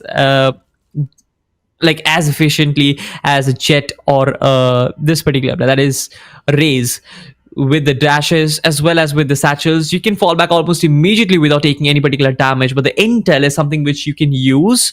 So I feel that I would always play a duelist in Garage, and probably play Omen and smoke down B as well as C. It all comes down to personal preference to a point, but Purpose Esports, they'll have to decide which particular side do they go to. They can go to C, they can go to B as well. I don't think they're going to opt for A, because they know there's a Cypher on board on the opposition team, and he is going to set up his fortress in the A side. Well, one more thing I'm really concerned about, that if there is a Killjoy, on the defender side, which we do not have here, then the Killjoy can actually play on C side and Garage as well. And looking at this point, I think it's going to be pretty confident about how they're going to pull this through. Coming in from the attackers here, Purpose Esports on the attacking side here will be... Oh, okay, hello. What is that Boombot doing? He literally soared up in the sky here, the Boombot being very, very annoying. The noise it makes when you actually detect someone, the boom buddy, it's so very cringy, and at that same time, it's so... What? Emo? Nobody checked that little corner, and Emo gets 2. Alright, you have a retake, Purpose, but... Purpose really did try to put it out to Team Rad here. Team Rad, successful retake coming in from them. Jet and Reina, quite something that I was expecting. Well, different duelists. I'd also like to add that, we didn't tell that at the beginning of the round here. But yes, that's one thing confirmed, that the Jet and Reina combination is playing off. Certainly, I guess the Jet and Reina combination really complements each other. With the flashes, you can have a Jet to dash in, and we know this for a fact, right? When the Reina flashes and tries to peek in, that is much slower than a Reina flashing and a Jet peeking in. So I feel that that can actually be in play here. We can see the Paradoxes as well as Anais, both of them trying to overextend themselves, going very much deep into a shot, and right now Paradox will fall. Anais giving on the side away. He knows the Deoxys is out there. He will try and backstab, and he does get one. He will spot a second player as well. He will try and get the second with the Spectre. And definitely Purpose Esports on the eco, they will have to be very extra careful, because they don't really want to give away their kills. We have seen Purpose Esports get rounds, especially when they were on the eco, so they will still go for it. They will still push for the round. It'll be interesting to watch out how many kills do they get. They have one already, but as of yet Yep. Yeah, go on. I was pretty confident that Anais was gonna get taken down, but it looks like Rival, he does mess up a few shots of that classic there, and there's no mistake coming in. Well, ZGF switching from a Killjoy to a Omen, performing quite brilliantly here. He can actually smoke it off here. 2 more seconds till that smoke gets popped off here. Well, I believe he will be definitely smoking off the spike here and going in for that defuse. Well, there are still 2 players standing. Now the Soba knows the lineups here. The Soba can be using that, shock dart here. Emo will be coming in from behind, but Master will be much more mastery about his performance, and he will be taking him down. Well, what clicked in my mind at that moment was that people usually prefer using Spectres in force buy round. They can actually go for the Bulldogs, but the rate of fire on the Spectre is so very heavy, you can actually outplay it in a run and gun situation against a Bulldog. And that's exactly what happened, with Anais there. But yes, we are moving into the 3rd round here. A full buy coming in, not a full buy exactly, because, I can see Sam there with a light shield there. So yeah, not a full buy exactly, but Purpose Esports, they are definitely pushing on with Vandals and Phantoms and Heavy Shields as well. Certainly. Here you can see, I guess, RADSyndicate are definitely in a good position initially early on. 2-0 lead up front in defense. on Haven is something which they can actually utilize going forward. Right now, they do have a buffer of 2 rounds and they can actually play a bit aggressive, but with the operator pick, I don't feel that they're going to do that as of yet. As we speak about it, the defenses are kind of tricky. They play they play two players on A side. All right, they play one on B, one on Garage, and one on C. Omen is playing a pretty cheeky corner. We haven't really seen a lot of players giving so much ground inside C and just holding a cheeky corner. Generally, it's like, you try and block it straight up, but that's not what ZBDF is trying to out here, and we can see all the players from Purpose Esports trying to huddle up. The smoke does block them a little bit of information, but I guess they're gonna come in either way. Omen is still trying to be cheeky. He might actually catch one particular player. His position has been reversed. He will get easily taken down, and right now Purpose Esports, they're having a walk on the park as we speak on C side. Oh my god, Paradox, he gets that particular lineup through the smoke, through the boxes, and he prevents the spike from being planted. That was a really good stuff from RADSyndicate, and right now you don't have time. 12 seconds on the clock. Captain Price, the spike is yet to be initiated. Well, now they can actually rush in. All the two players are huddled in that corner here. Two more players standing, one in the corner, one just waiting up there. The information was given out by Rifle. I'm literally, tithering my teeth here. The Cypher really outplaying Rad at this moment. He has an operator. An Ice with an operator is an absolute madman. But, you need to be smart about how you use it, because you peek on a wrong corner, you're basically dead. And I believe the Jet will be coming in. He tried to get information on the defending Cypher there. After the post-plan situation, it's basically the attackers are the defenders there. And he messed up, like the operator. It was cocked up, but he didn't see in that particular direction. And Hyper, smart play coming in for him, saving the day and the round as well. 2-1 coming in. Purpose Esports in a full buy round, securing successfully. Now, I believe Team Rad are going to push in for an eco round. And if they pull this round, like we have seen miracles come out in eco rounds, right? So I think a miraculous performance can be waiting from Team Rad. Certainly. I guess Hyper saving the op for himself will be an added advantage. He will try and get those little picks, and yes, he does. He takes down Deoxys, and that gives them an added advantage. Purpose Esports find themselves a man advantage, but it has been quickly neutralized by ZBDF. And here comes the play. A 4v4. Emo does try to make his way in, and Nice will try and one-tap him out of the game, and he does it! He does with the hand cannon. Hyper is not yet ready with the op to take the Reyna out of the equation. The flash does come off. It will be popping off, but Hyper does pull off the kill no matter what. And Ice is going to get another one with the grenade, with the gun that he actually borrowed from, I believe it was Emo. And here you can see Purpose Esports find themselves in a precarious position. The spike has been dropped, and getting onto site is going to be very difficult, especially with a Cypher. He knows all about the players, but will it? Okay, so that was a jump peak coming in. Master getting rival, and right now only one player standing. Hyper with the op. I'm not really sure he will be able to pull off something magical out here. ZBDF, he knows exactly what a Cypher can pull off. He might actually rotate backwards, but that's not happening. The Sova, he will get the particular kill, and the op will return to its original owner, and that is going to be RADSyndicate. Hyper did pull off two really good kills out here, especially on Deoxys, as well as this one on, I believe it was Rival. Was it Rival? Yeah, or it was Paradoxes.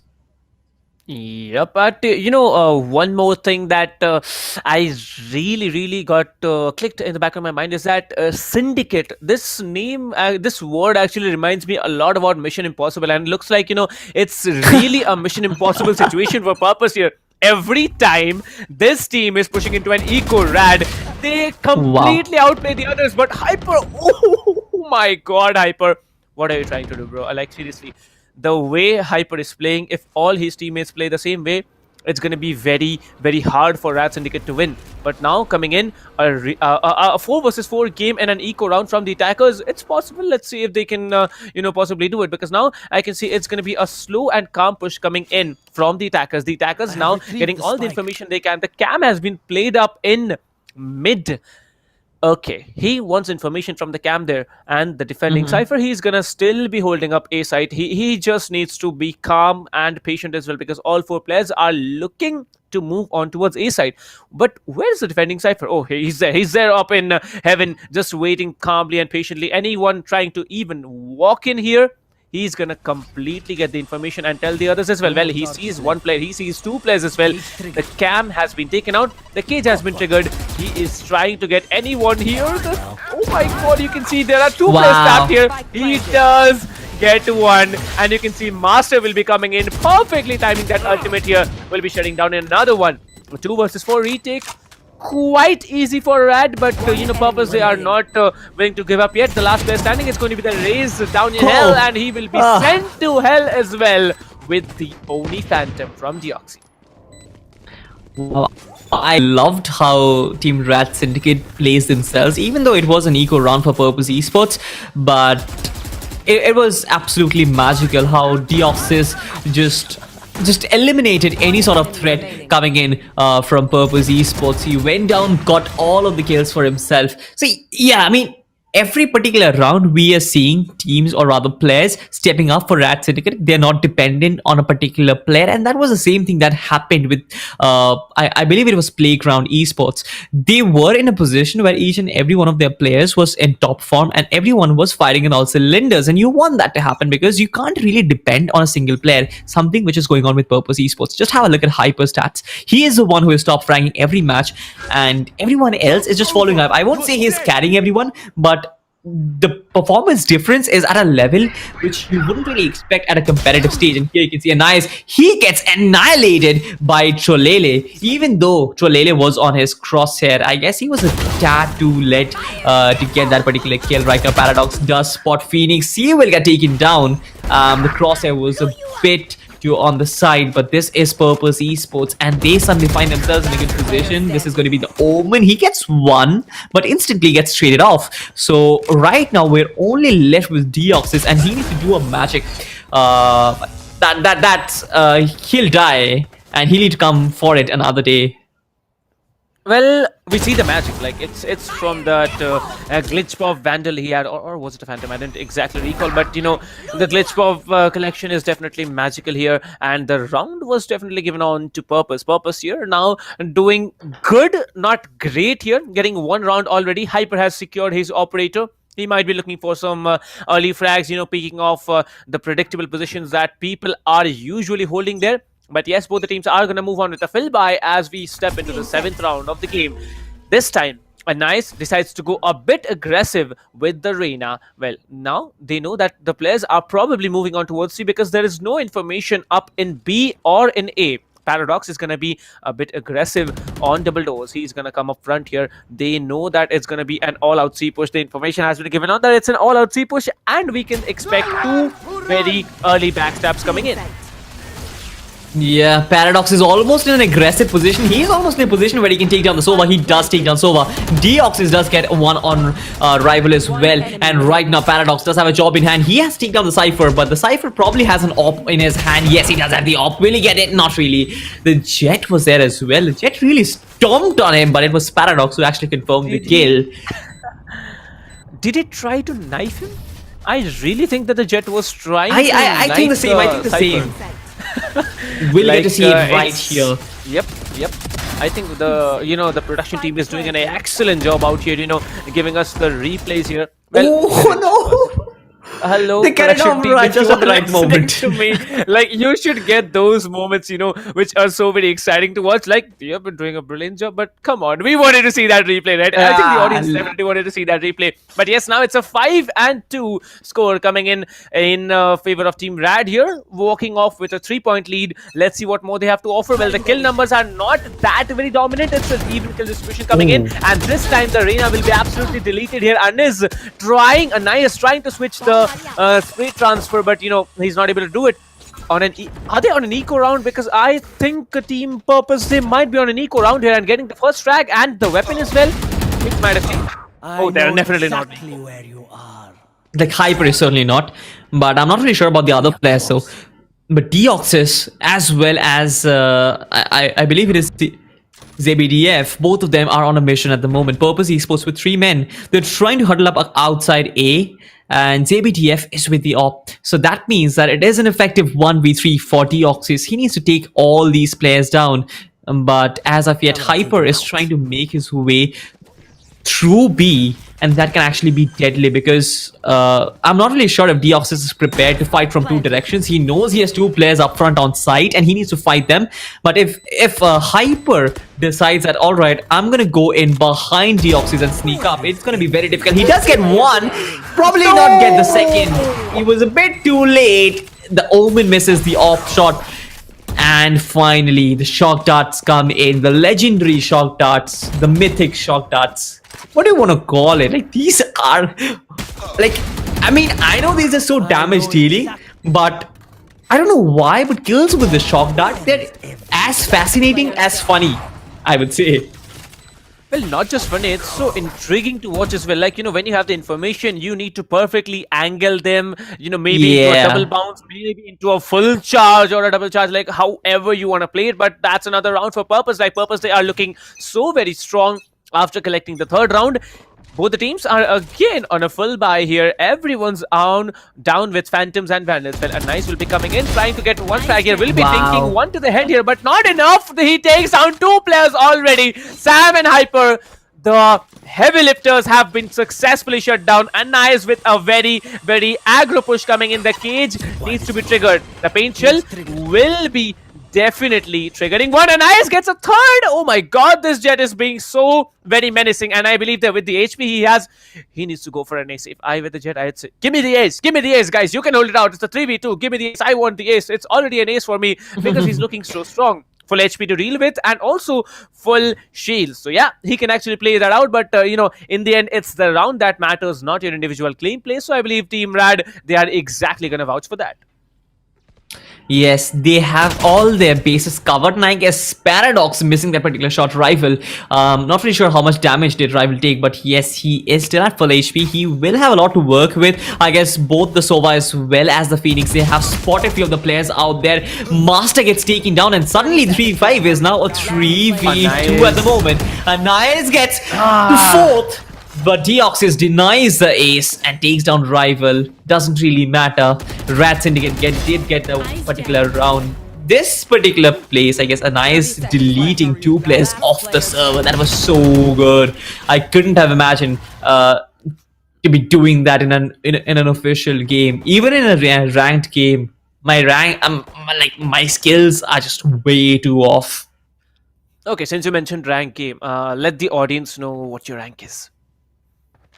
No, Captain Dice, trust me, you will not expect my rank. Trust me, you will not at all expect my rank. That's why I'm coming up with a question. Like, I don't want to say this to the audience, but yeah, I play for fun, and that is the reason why I'm a silver. But okay, I'm doesn't silver really too, don't worry. Yeah, right? At least I play for fun. I study games though, but when I play with friends for fun, because that is what games are supposed to be doing. Nonetheless, we have a round up front. This is going to be Sam who's trying to take players down with the Sheriff. The Reyna didn't really spot him. He doesn't turn back. And that is what happens when you don't turn back. Purpose Esports did get this important round, and suddenly we are in 6-4. A score line which definitely isn't very bad for Purpose, but considering the fact that this is their map pick, I'm not really sure what they are planning. Well, reminds me of the last game. Even on the last game, we had a 6-4 split, right? And then there was 7-5 coming in after the last few rounds played, the last two rounds played here. But now, as you can see, Rival, he has definitely tuned up the game, switching from the Reyna now to the Phoenix, having 9 frags. I believe he's gonna be the team MVP. But still, it's still Rad winning, so it doesn't matter if you're the MVP. Doesn't matter if you are outplaying your opponents in 4 rounds. In the end, it's gonna be down to that final scoreline that's gonna come up in front of you. The Sova Owl drone will be coming in. The Firebolt may do some work here, but ZBTF will be shut down by Sam here on a backstab frag here. Well, you can see he can go for 2 actually, but no! Sam will be turning back and saving at least to 1 player. That's himself. Like, he could have saved the race as well, but he was a second or half late there, so he got the first frag here. Now 6-4, 4 attackers still remaining. Maybe another round for Team Purpose. Well, not going to be very quick to judge here, because we have seen how 2v4 retakes can be converted to their own victory as well. That's Team Rad for you. But Purpose, they definitely are going to be switching things up, at least in this round. Yeah, they have to switch things up certainly, because otherwise, RADSyndicate, they're a tough nut to crack as of yet. They haven't really been able to decode what the RADSyndicate defense is about, and that is visible in the scoreline. Purpose Esports, they can actually go in with a lot of rotates. Paradox will try to make his way in and try and get this particular player down. Oh my god, Hyper! He does get Paradox. And talking about Paradox, I guess that was a decoy. RADSyndicate, they're certainly prepared. Oh my god, I guess Sam was taken down. The spike planter was killed, and this leaves us with almost no time, even though the spike will be planted no matter what. But I guess Rival is prepared. Diosys gets taken down. Master is gonna charge in. He does have a lot of utilities to work with. He has a reveal, but he needs to take 3 players down and also go for the defuse. This is going to be very, very taxing for a Sova. And like, if it had been a Reyna on his Impress, I would have vouched for that. But being a Sova, I don't feel that it is going to be pretty difficult, especially when the opposite Sova is on an ultimate. I guess the ultimate is going to pop off just about now, but I might be wrong. I guess Hyper will try and take the first peek. Oh my god, Master, he gets Hyper and he will sit for the defuse. He will go for the defuse no matter what. But Trolele, he was right on time. I guess I was hyping it up for no reason, even though I think that was a really good piece of play out there. Oh, it was not the Omen actually. It was, I thought the Phoenix was gonna, it was a Phoenix who actually got the kill there, but it looks like the positions were switched in fact at that point, and it was someone else who saved the day for them. But still, it's another round in Purpose's hand. Well, if Team Rad wins this round, it's the same story as ASES. They are gonna again be in the lead with 2 points there. But if Purpose win the round, they are gonna be so very confident. 6-6 or 7-5, it's all down to this round now. And after the switch, it's going to be Team Rad on the attack, and we know how confident they are on the attacker side here. All 5 players are trying to push up C, because C is a very, very vulnerable position, especially when the Sentinels are not playing there. But still, you can see the Omen smoke will be coming in, trying to defend off against anyone. And you can see, although a head dink did come out from GBDF, he was shut down. Jet will be coming in, shutting down in one. Tried to go for more, but no. How? Okay, what? The mother of shots coming in from Hyper, absolutely destroying one player. And you can see that in the chat as well. I didn't expect that. I did not expect him to complete a 180-degree sniper shot out there. Purpose Esports, they have the spike planted and they have taken their post-plant positions in long. This is Paradox. He will one-tap Hyper out there. His location has been revealed. I guess I guess the Sova is going to play down with his ultimate. The Cypher will go for the defuse. He is expecting the Sova to peek in. Does he have the time? He probably has all the time in the world. He has tagged the Sova, but the defuse did come in, as well as the kill. RADSyndicate with 7 rounds, Purpose with 5. That was a really, really good round. But what was that shot from Hyper, my friend? I can't even hype this even further. Like, that was a moment in itself. Well, what to say, like, Tales of the Map ASES are gonna be told again on Haven, as it's a 7-5 scoreline split yet again in favor of Team Rad. Team Rad Syndicate, like, their Syndicate has grown stronger over the days here, like, still, but Purpose Esports, they are leaving a mark here. But I believe 2 players need to step up the game. Emo on the Raze, they decided to go for a Raze on an open map such as Haven. I think you better, step up the game, because otherwise it's all lost here. The Phoenix Flash is going to come through. He's going to deny that Flash from doing anything here, but the Omen will be also taken down. That's a very, very smart dash that even Paradox is going to go in. Oh, I really didn't notice until now that Paradox was there on the Reyna. Okay, Paradox is really looking forward to get... I don't know what's there. Like, after 12 rounds, now I notice that Paradox is there on the Reyna.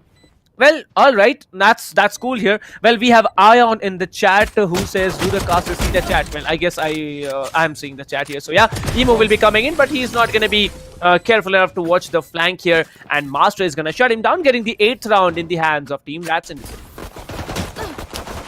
I I guess I would like to point out something that the casters are not supposed to look at the chat. I guess it is the job for the streamers who look at the chat and communicate. For us, the job is to cast games. Nonetheless, I guess it is important that RADSyndicate. I love the way how aggressive they played when they are on the attacking side. You mentioned that this team is a confident outfit when they are on the red team.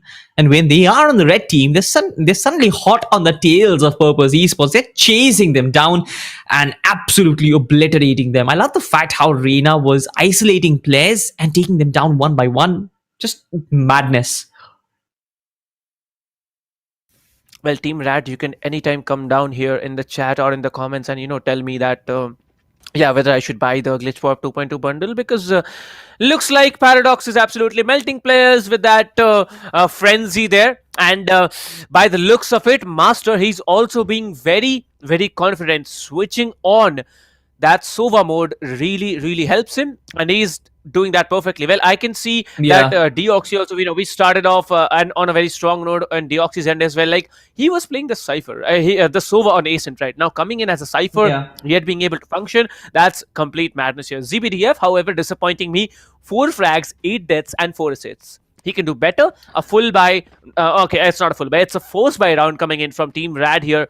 Bulldog, yet again. Phantom coming in from Paradox. He is looking to be very, very menacing here. He knows that if he gets 1 frag, he can absolutely overheal to full HP and also full shields. Let's see how this so very forced by round is going to play out in favor of Team Rad, because as it seems, it's now a tactical break from Team Purpose Esports, and looks like they're having some strategic discussions. So what do you think are the strategies? I'm not really sure about what strategy will they come up with the next up, but something which you mentioned about the Omen, you know what, like, initially it was all about skill, and I agree to the fact that doesn't really matter which character you pick. It all comes down to individual skill and how your mechanics are up against with your game sense.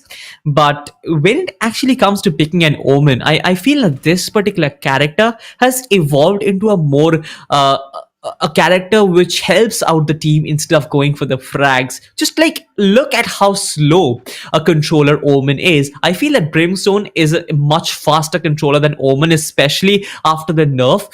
With the smokes, with the flash, each one of your abilities are pretty slow. If you consider the smoke, it is particularly slow. If you consider the flash, it is slow. It is slow once again. If you consider the teleports, it also takes a lot of time. So I don't really feel that essentially any one of those abilities that Omen has is going to be fruitful for an individual player. But when it comes to a team, when you use that for a team, it becomes just so good. Like, you can beautifully capitalize on an Omen's flash or an Omen's smoke and enter onto site and make space for your rest of the teammates through a, from an Omen's smoke or from an Omen's flash. So I feel that this particular character is never really judged on the basis of their kills, but I feel that it is mostly because of the utilities that pop off. Imagine Omen's ultimate. It's no more an ultimate where you can, teleport yourself behind your opponents and take them off. That is not how it's used in the competitive meta. It's all about, you ultimate your way onto a particular site, take the information, get back to your teammate. That is what you need to do being an Omen main. So, like, none of the abilities which we get to see from an Omen are actually going to be helpful for an individual player, but it's always for the team. Well, leaving all those thoughts aside, well, Rad looking confident yet again. The shock that's gonna come in to disable any player who's actually trying to plant, but a nice will be shutting down rival here. Oh, okay, what, Emo? Are you seriously judging the attackers here? Well, I think he's judging the attackers here, because you can see he has already taken down one player, trying to take down the Omen as well. The Raze still sitting there in the corner. Sam will be coming in. Emo will be deleting another one. Goes for a switch now. Trolele will be coming in. Emo absolutely melting the players, but Paradox, the Phantom buy really playing out in their favor. All right, you made your point. Yeah.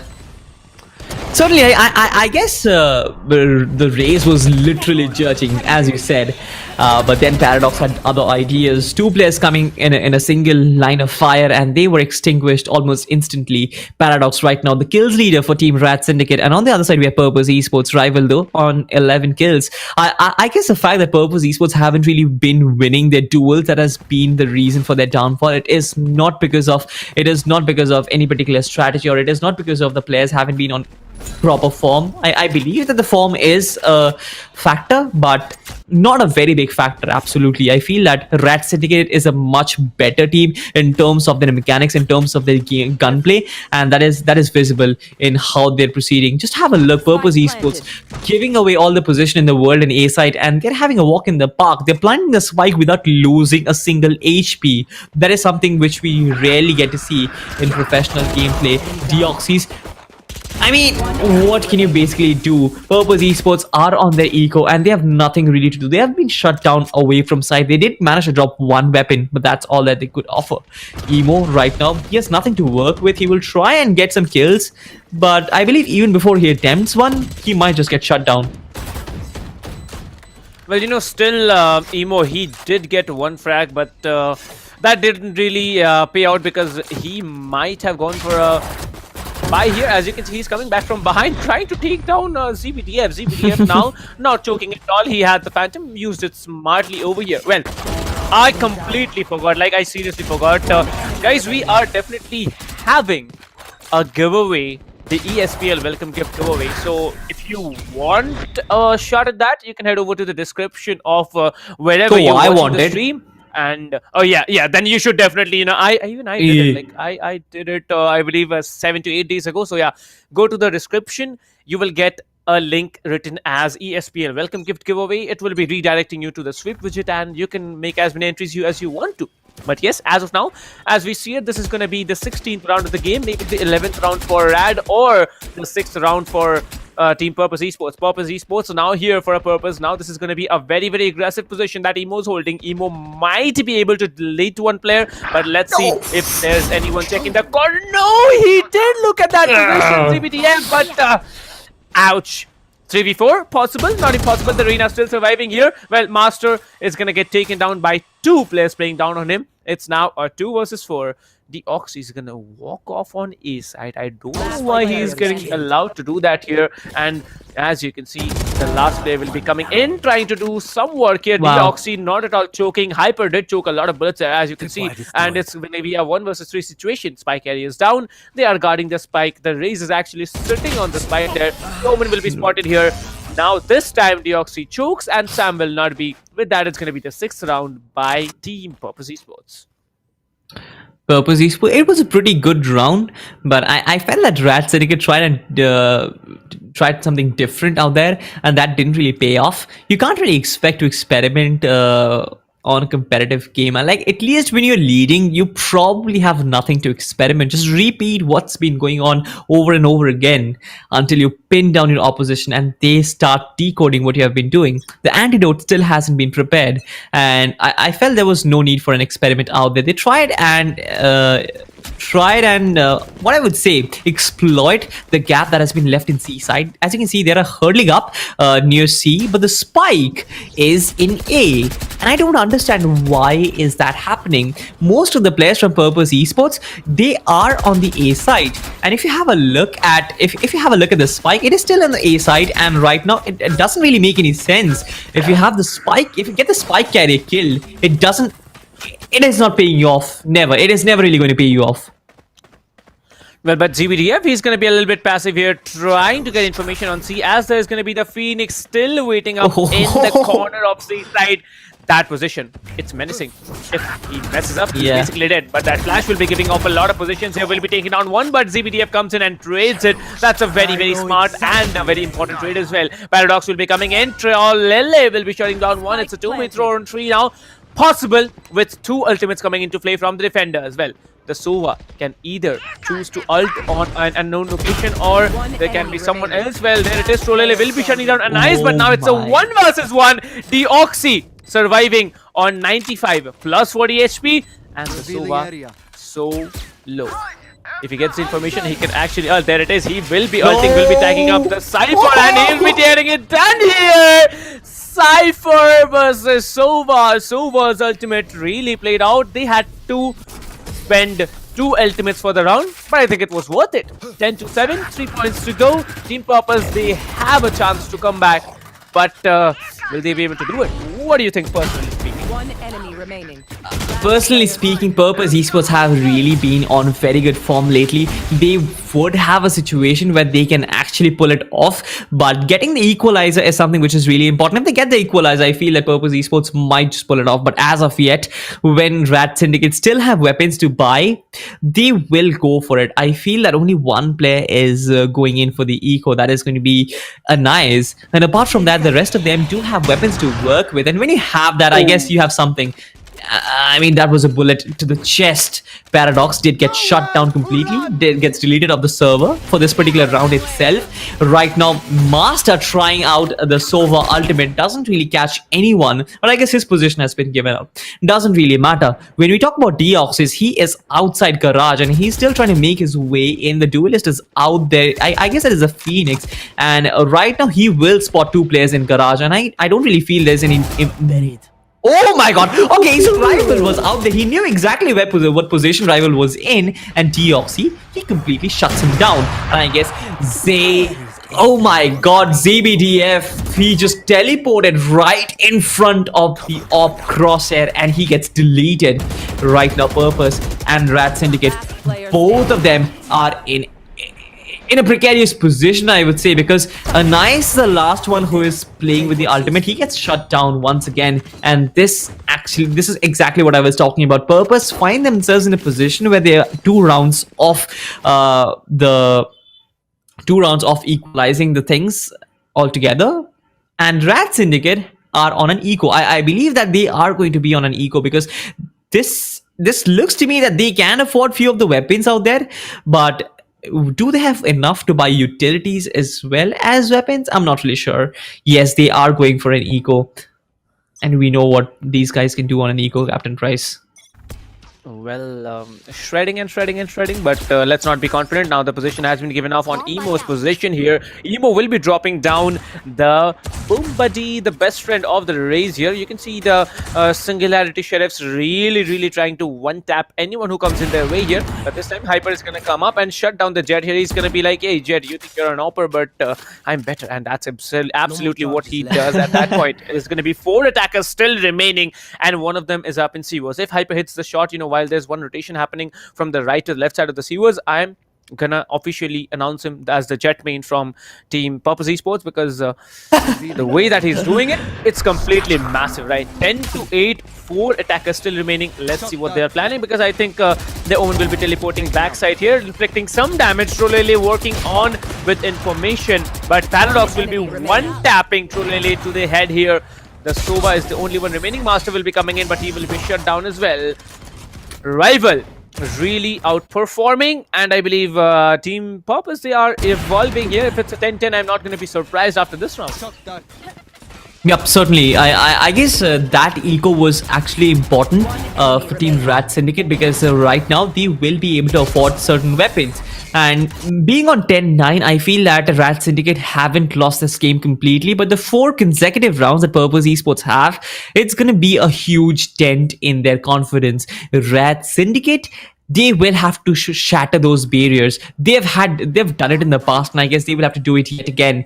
Their attacking was pitch perfect unless they decided to experiment and do something different. Right now, I feel it is going to be back to the basics. At least they need to go back to the basics. Master once again trying to reveal the positions of his opposition.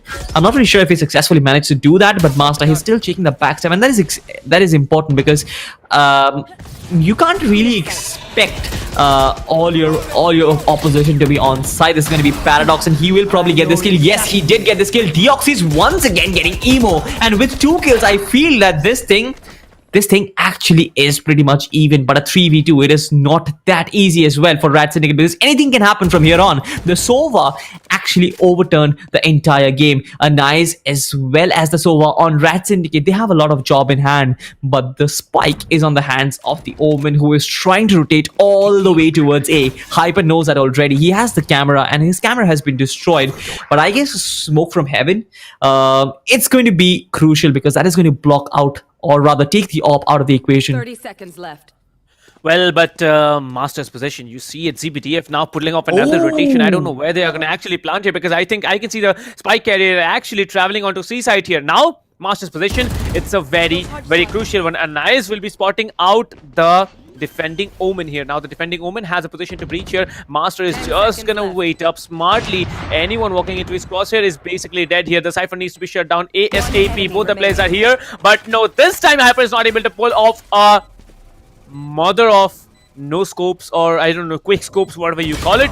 This time it's going to be Sam, but Anais will be saying hello from behind and shutting him down as well. It's going to be 11 rounds in the hands of Team RADSyndicate. Last game we saw it, it was a 13 10 or 13-11. Okay, I remember it was a 13-11. Yeah, it was a 13-11. Yeah. But if in this game, if it's a 13-9, I'm going to be very shocked, because I said it was going to be Purpose walking off with the victory. Where is the team Purpose? Yeah. 13-9 against RADSyndicate. That was me, vouching for Purpose. And Purpose, you are really letting me down, man. Come on, what are you doing here? Full buys coming in from both the teams here as we step into the 21st round of the game here. Hyper, yet again, peeking off that same position from A-Long. But there's no one going to be walking into their crosshair. So, no kills for you this time. Certainly no kills, but I really loved how the Omen, he actually went in and did double fake in the last round. He went on to A, destroyed the cam, came back to C, and planted the spike. That not only did him two things, I would say. First, it really made players from Purpose Esports anxious, because when you're on the defending team, you're always eager to find out where the spike is going to be planted. When you rotate all the way from C to A, you expect the spike to be planted, but then when you have to rotate back to A, it really screws up your mentality, and that's something which he did out there. But also, he wasted a lot of time in the rotation, so that actually makes a lot of sense. RADSyndicate beautifully got themselves the 11th round, but here you can see he has sneaked up just behind the Sova, and I guess he will delete him with a one tap. With the second tap, he will get down Hyper. With the third tap, he gets Rival. And right now, he has a quad kill. Will he get the fifth? He needs to get an ace. He needs to get an ace. If he doesn't, okay, so ZBDF denies the ace, but it's an ace for me right out there. He was one tapping everyone. Yeah, just look at this. That's 30 HP. Wow, so beautiful. It was beautiful. Beautiful.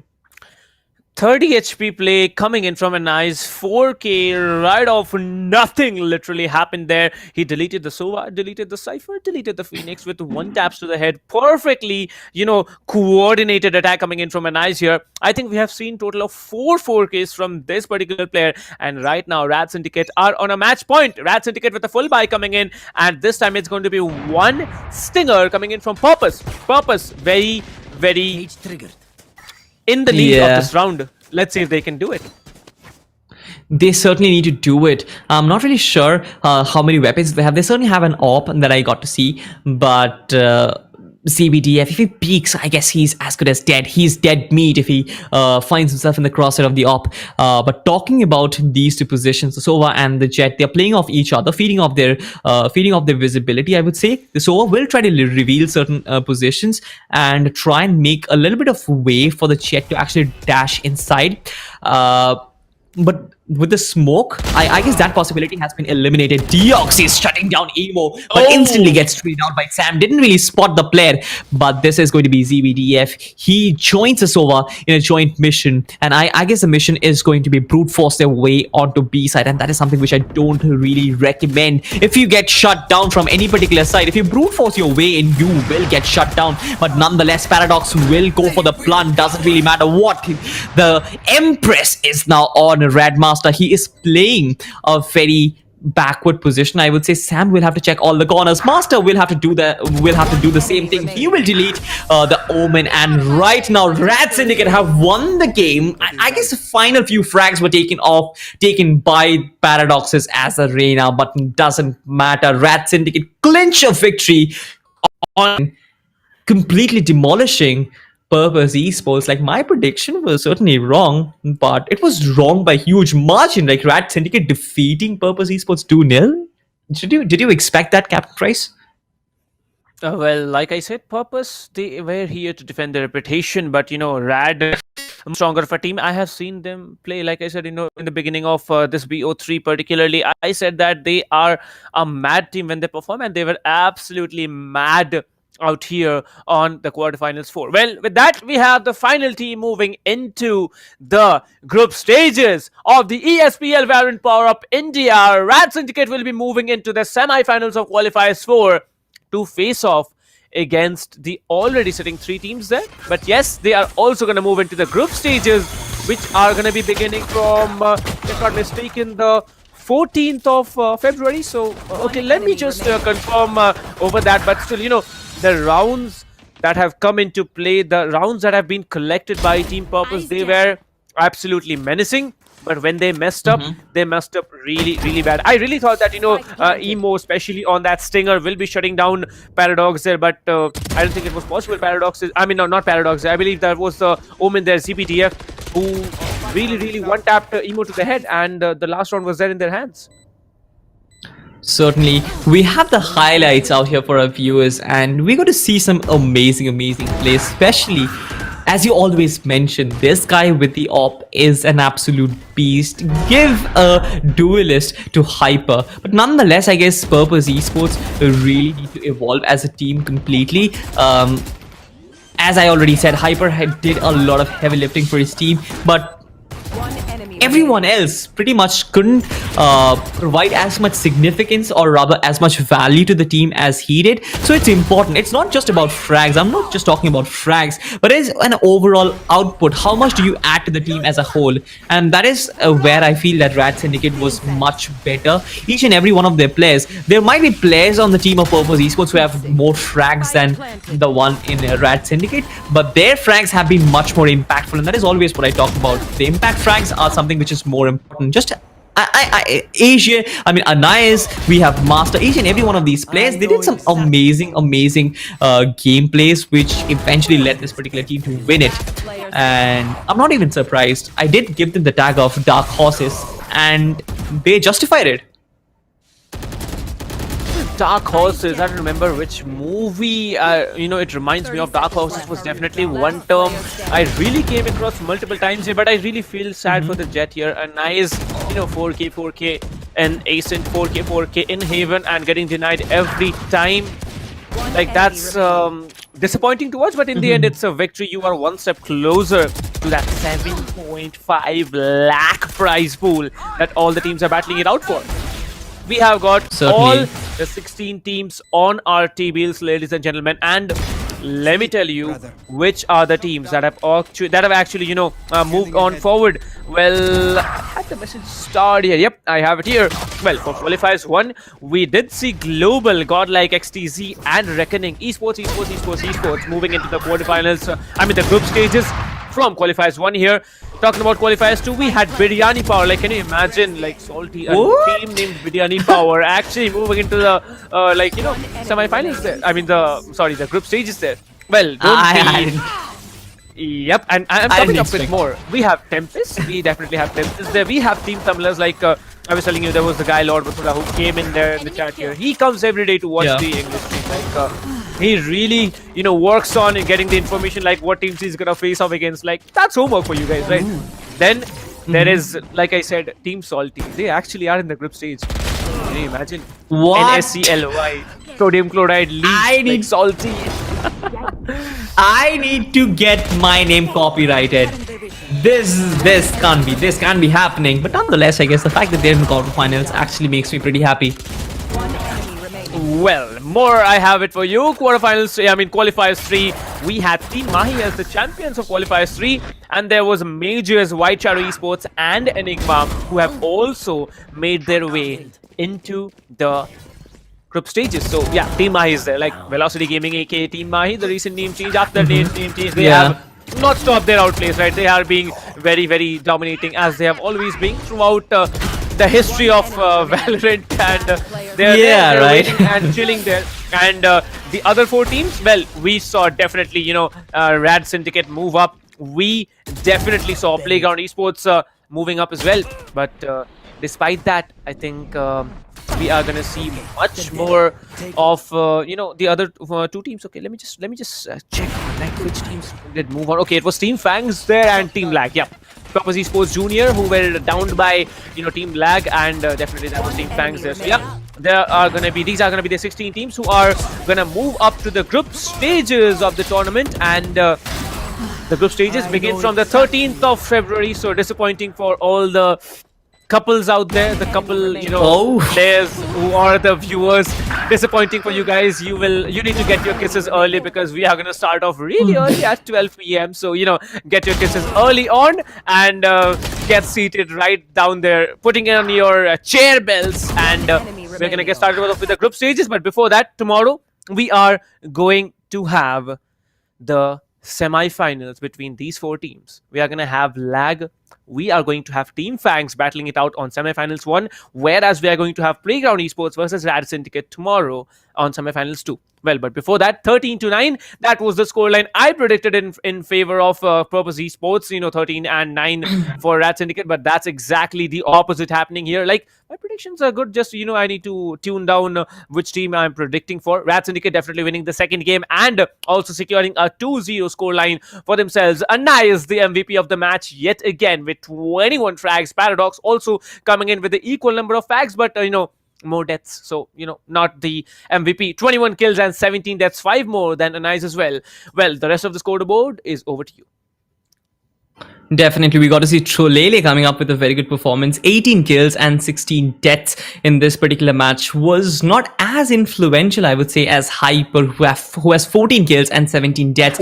Every particular round which I saw Purpose Esports win, it was because of a Hyper 3K or a Hyper 2K. With the op, with the rifles, he was absolutely on point. Emo as well as Cholele, they did get the kills. I was talking about how players from RADSyndicate will definitely have kills lower than players from Purpose Esports in certain departments, but it all comes down to the impact frags. I feel that there are moments when even ZBTF had his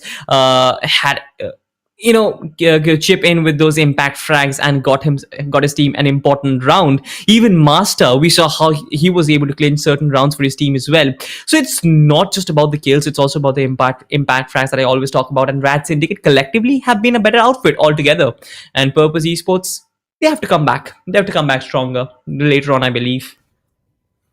Well, indeed, and by the looks of it, Sam, really disappointing to see him there bottom of the table, but he did really perform better than what he has done on Haven here. But yes, in the end, it's down to 2-0 in favor of Team. Oh my God, I hate to see it, but Purpose Esports, they lost it. They lost it totally. Like, I was gonna say the name, but it reminded me of Purpose. But 2 times, 2 days, both the days they were out here, like, it's so difficult to watch it. Like, imagine you have 2 lineups, you're investing your time, you're investing everything, and then you were not able to defend your reputation. That's what's more disappointing. But yes, they did really come close here. 13-11 on Ascent and 13-9 on Haven. But that's Rad for you, right? Rad is a better team, and they have proven it. Why they are. The coordination, that outplays the gun game, like you said. The duels, they were winning it over and over again. But in the end, it's a 2-0 victory for Team RADSyndicate. Well, tomorrow we are going to see the semi-finals starting off from 12 noon, right? Can you imagine, Salty? Like, especially at 12 noon, if you're starting the stream, I'm going to AM, imagine that, 10 AM to 10 PM, like a long day of Valorant we are gonna have tomorrow. But yes, we are gonna be enjoying a lot here, because the 4 teams that have gone up, they are gonna battle it out very, very well. Well, it'll be most interesting team to watch here. The most interesting teams to watch here is going to be Team Fangs, who did come out here on qualifiers 2 and qualifiers 3, and then they qualified. And definitely it's going to be the other team who also qualified. Let me just recall. I don't remember which team it was. I keep forgetting the names. But besides that, Rad, they're also going to perform tomorrow. So Rad fans and also, team... I forgot the name again. Okay, forget everything. All right, just forget everything, guys. We are definitely going to see you tomorrow yet again, in the semi-finals. But let's get on personal notes here. Salty, how did you enjoy the day? I loved casting alongside you, Captain Price. I just absolutely loved casting. It's been a long time I've casted or rather watched any Valorant game because I was involved in some other events. But coming back to my roots, it was a very cherishing experience. And once again, Kanav, if you're watching the stream, I hope I get to cast with you as well. But nonetheless, I guess I probably won't be there with you tomorrow. Might be there, might not be there. I don't know. But today was a really good experience. We got to see some really good Valorant action. I would have loved if it was extended a bit more, like get to the third maps or something, get it a much closer affair. But nonetheless, I guess Valorant is Valorant, and we all love the game, and so do the viewers. And I hope that the viewers have enjoyed what I had to, or rather my approach to the game was. And I do hope that I might come more often and cast some Valorant with you. Who knows? You might be there tomorrow, maybe day after, maybe maybe in the upcoming days. Who knows what's gonna happen? Yeah. Because in the end, it's like Kal Kisne Dekha, that old statement from one of the biggest Hollywood movies, Bollywood movies that we have seen. So yes, ladies and gentlemen, this is gonna be Captain Price and Salty signing off today. See you, good night, take care. See you tomorrow sharp at 12 noon with the semi-finals of qualifiers 4. Tata, bye bye, take care.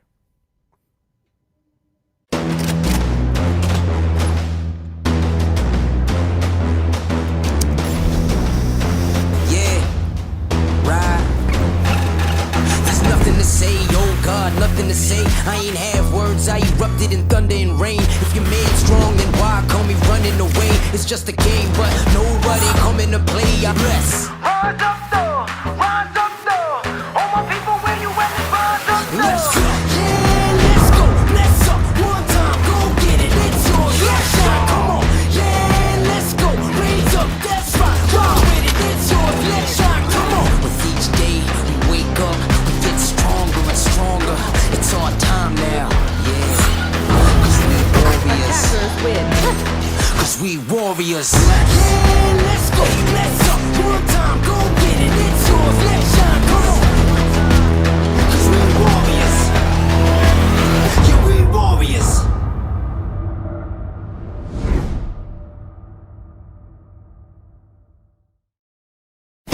Valorant Agents of India. Are you ready? The ESPL Valorant PowerUp Series is a tournament open to players of all skill levels. Whether you are an agent with competitive experience or not, this series is meant for you to test your skills and have fun. Agents will battle for a total prize pool of 7.5 lakhs and the title of Series 1 champions. It's time to power up. Let's break down the tournament format. At the beginning of the tournament, there will be 4 open qualifiers. In the qualifying rounds, players will go through a best-of-1 single elimination, battling their way up the ranks. Those ranked top 16 onwards of the qualifiers will face single elimination in a best-of-3 match. The top 4 teams from each qualifier will earn a spot in the group stage, resulting in a total of 16 teams. These teams will then be split into 4 groups, with 4 teams per group. Teams will then compete in a GSL format, where 2 opening matches are played. The winners will then battle in the winner's match, which will determine who tops the group. The losers will battle for survival. The victor of this match will then battle the loser from the winner's match to determine who progresses further in the tournament. The 2 teams from each group move on to the playoffs, where 8 teams will compete via sudden death, single elimination, in a best-of-3. The quarterfinals and semifinals will be an exhilarating battle of skills, wits, and strategy to win through a best-of-3 elimination process. And finally, we reach the grand finals, where our final top 2 teams of the series will battle for glory through a best-of-5 elimination. Valorant Agents of India, will you and your team be the one that reigns supreme? It's time to power up.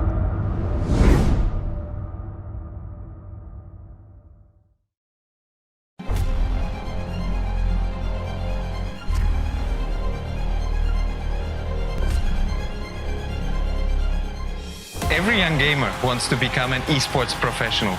We make it happen. You just keep on winning.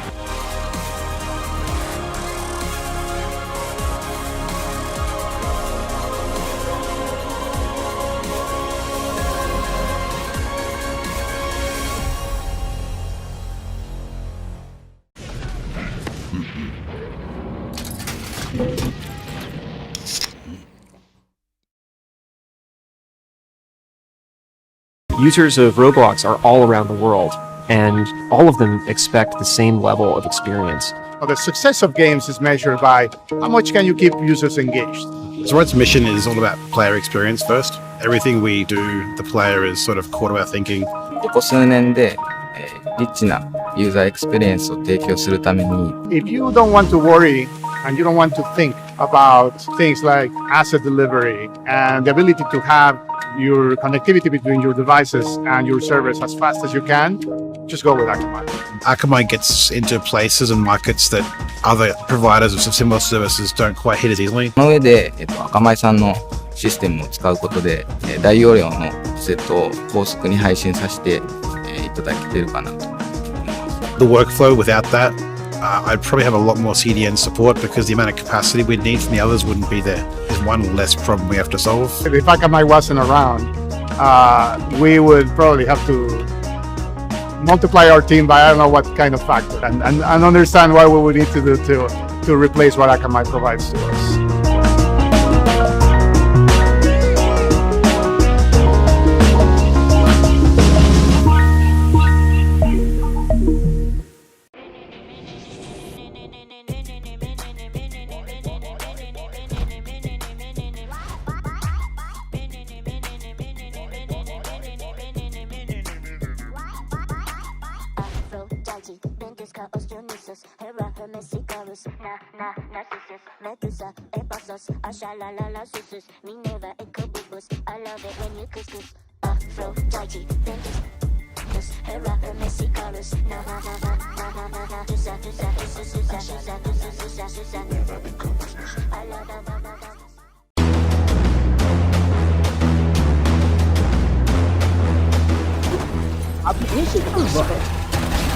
बिल्कुल यहाँ पे एक बेहतरीन battle है और यहाँ पे Tempest यहाँ पे जो डिफेंडिंग करके दिखाई एक प्राइम एग्जांपल है क्यों हम कहते हैं कि एसेज का मैप कमाल का है but is gonna hold a very nice angle for himself. He saw one player there.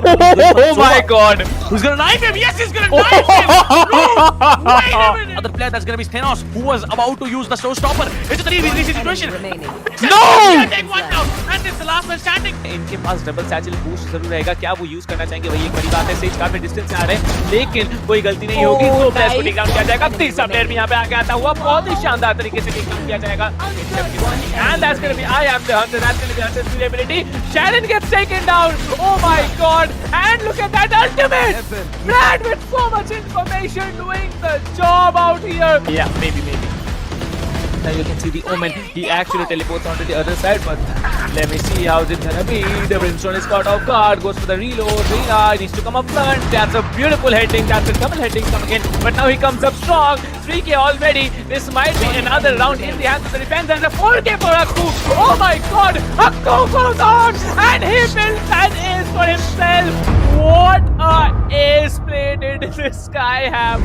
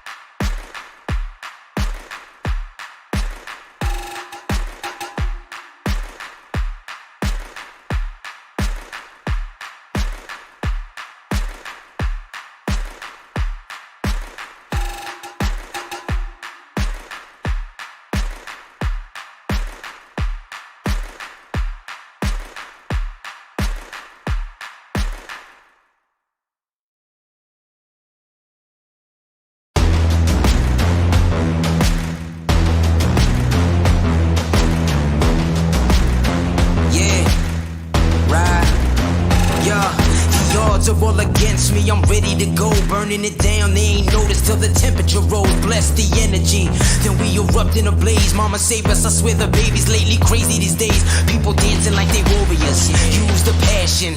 I got my head in the clouds, intergalactic. I'm on a venomous prowl, ready to snatch it. Are you prepared for it? Then let it happen. Rise up though, rise up though. All my people, where you at? Rise up though.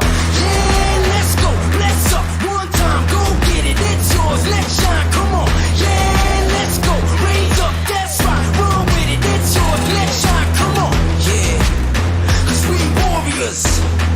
Yeah, cause we warriors.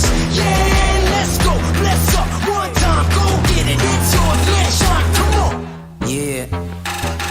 There's nothing to say, oh God, nothing to say. I ain't have words, I erupted in thunder and rain. If your man's strong, then why call me running away? It's just a game, but nobody coming to play. Alright, I got this, watch out, I got this, boy. Raise up, max out, then blast the noise. A perpetual dream shattered by exceptional deeds. Forget what you think, live for you, resting in peace. Bless. Rise up though, rise up though. All my people, where you at? Rise up though. Let's go. Yeah, let's go. Bless up. One time, go get it. It's yours. Let's shine. Come on. Yeah, let's go. Raise up. That's right. Ride with it. It's yours. Let's shine. Come on. Yeah. Cause we warriors. Yeah. Cause we warriors. Yeah, let's go. Bless up. One time, go get it. It's yours. Let's shine. Come on. In these days, we push forth. We stand strong. We stand tall. All together now. Yeah. Cause we warriors, yeah. Cause we warriors. With each day we wake up, we get stronger and stronger. It's our time now, yeah. Cause we warriors. Cause we warriors. Yeah.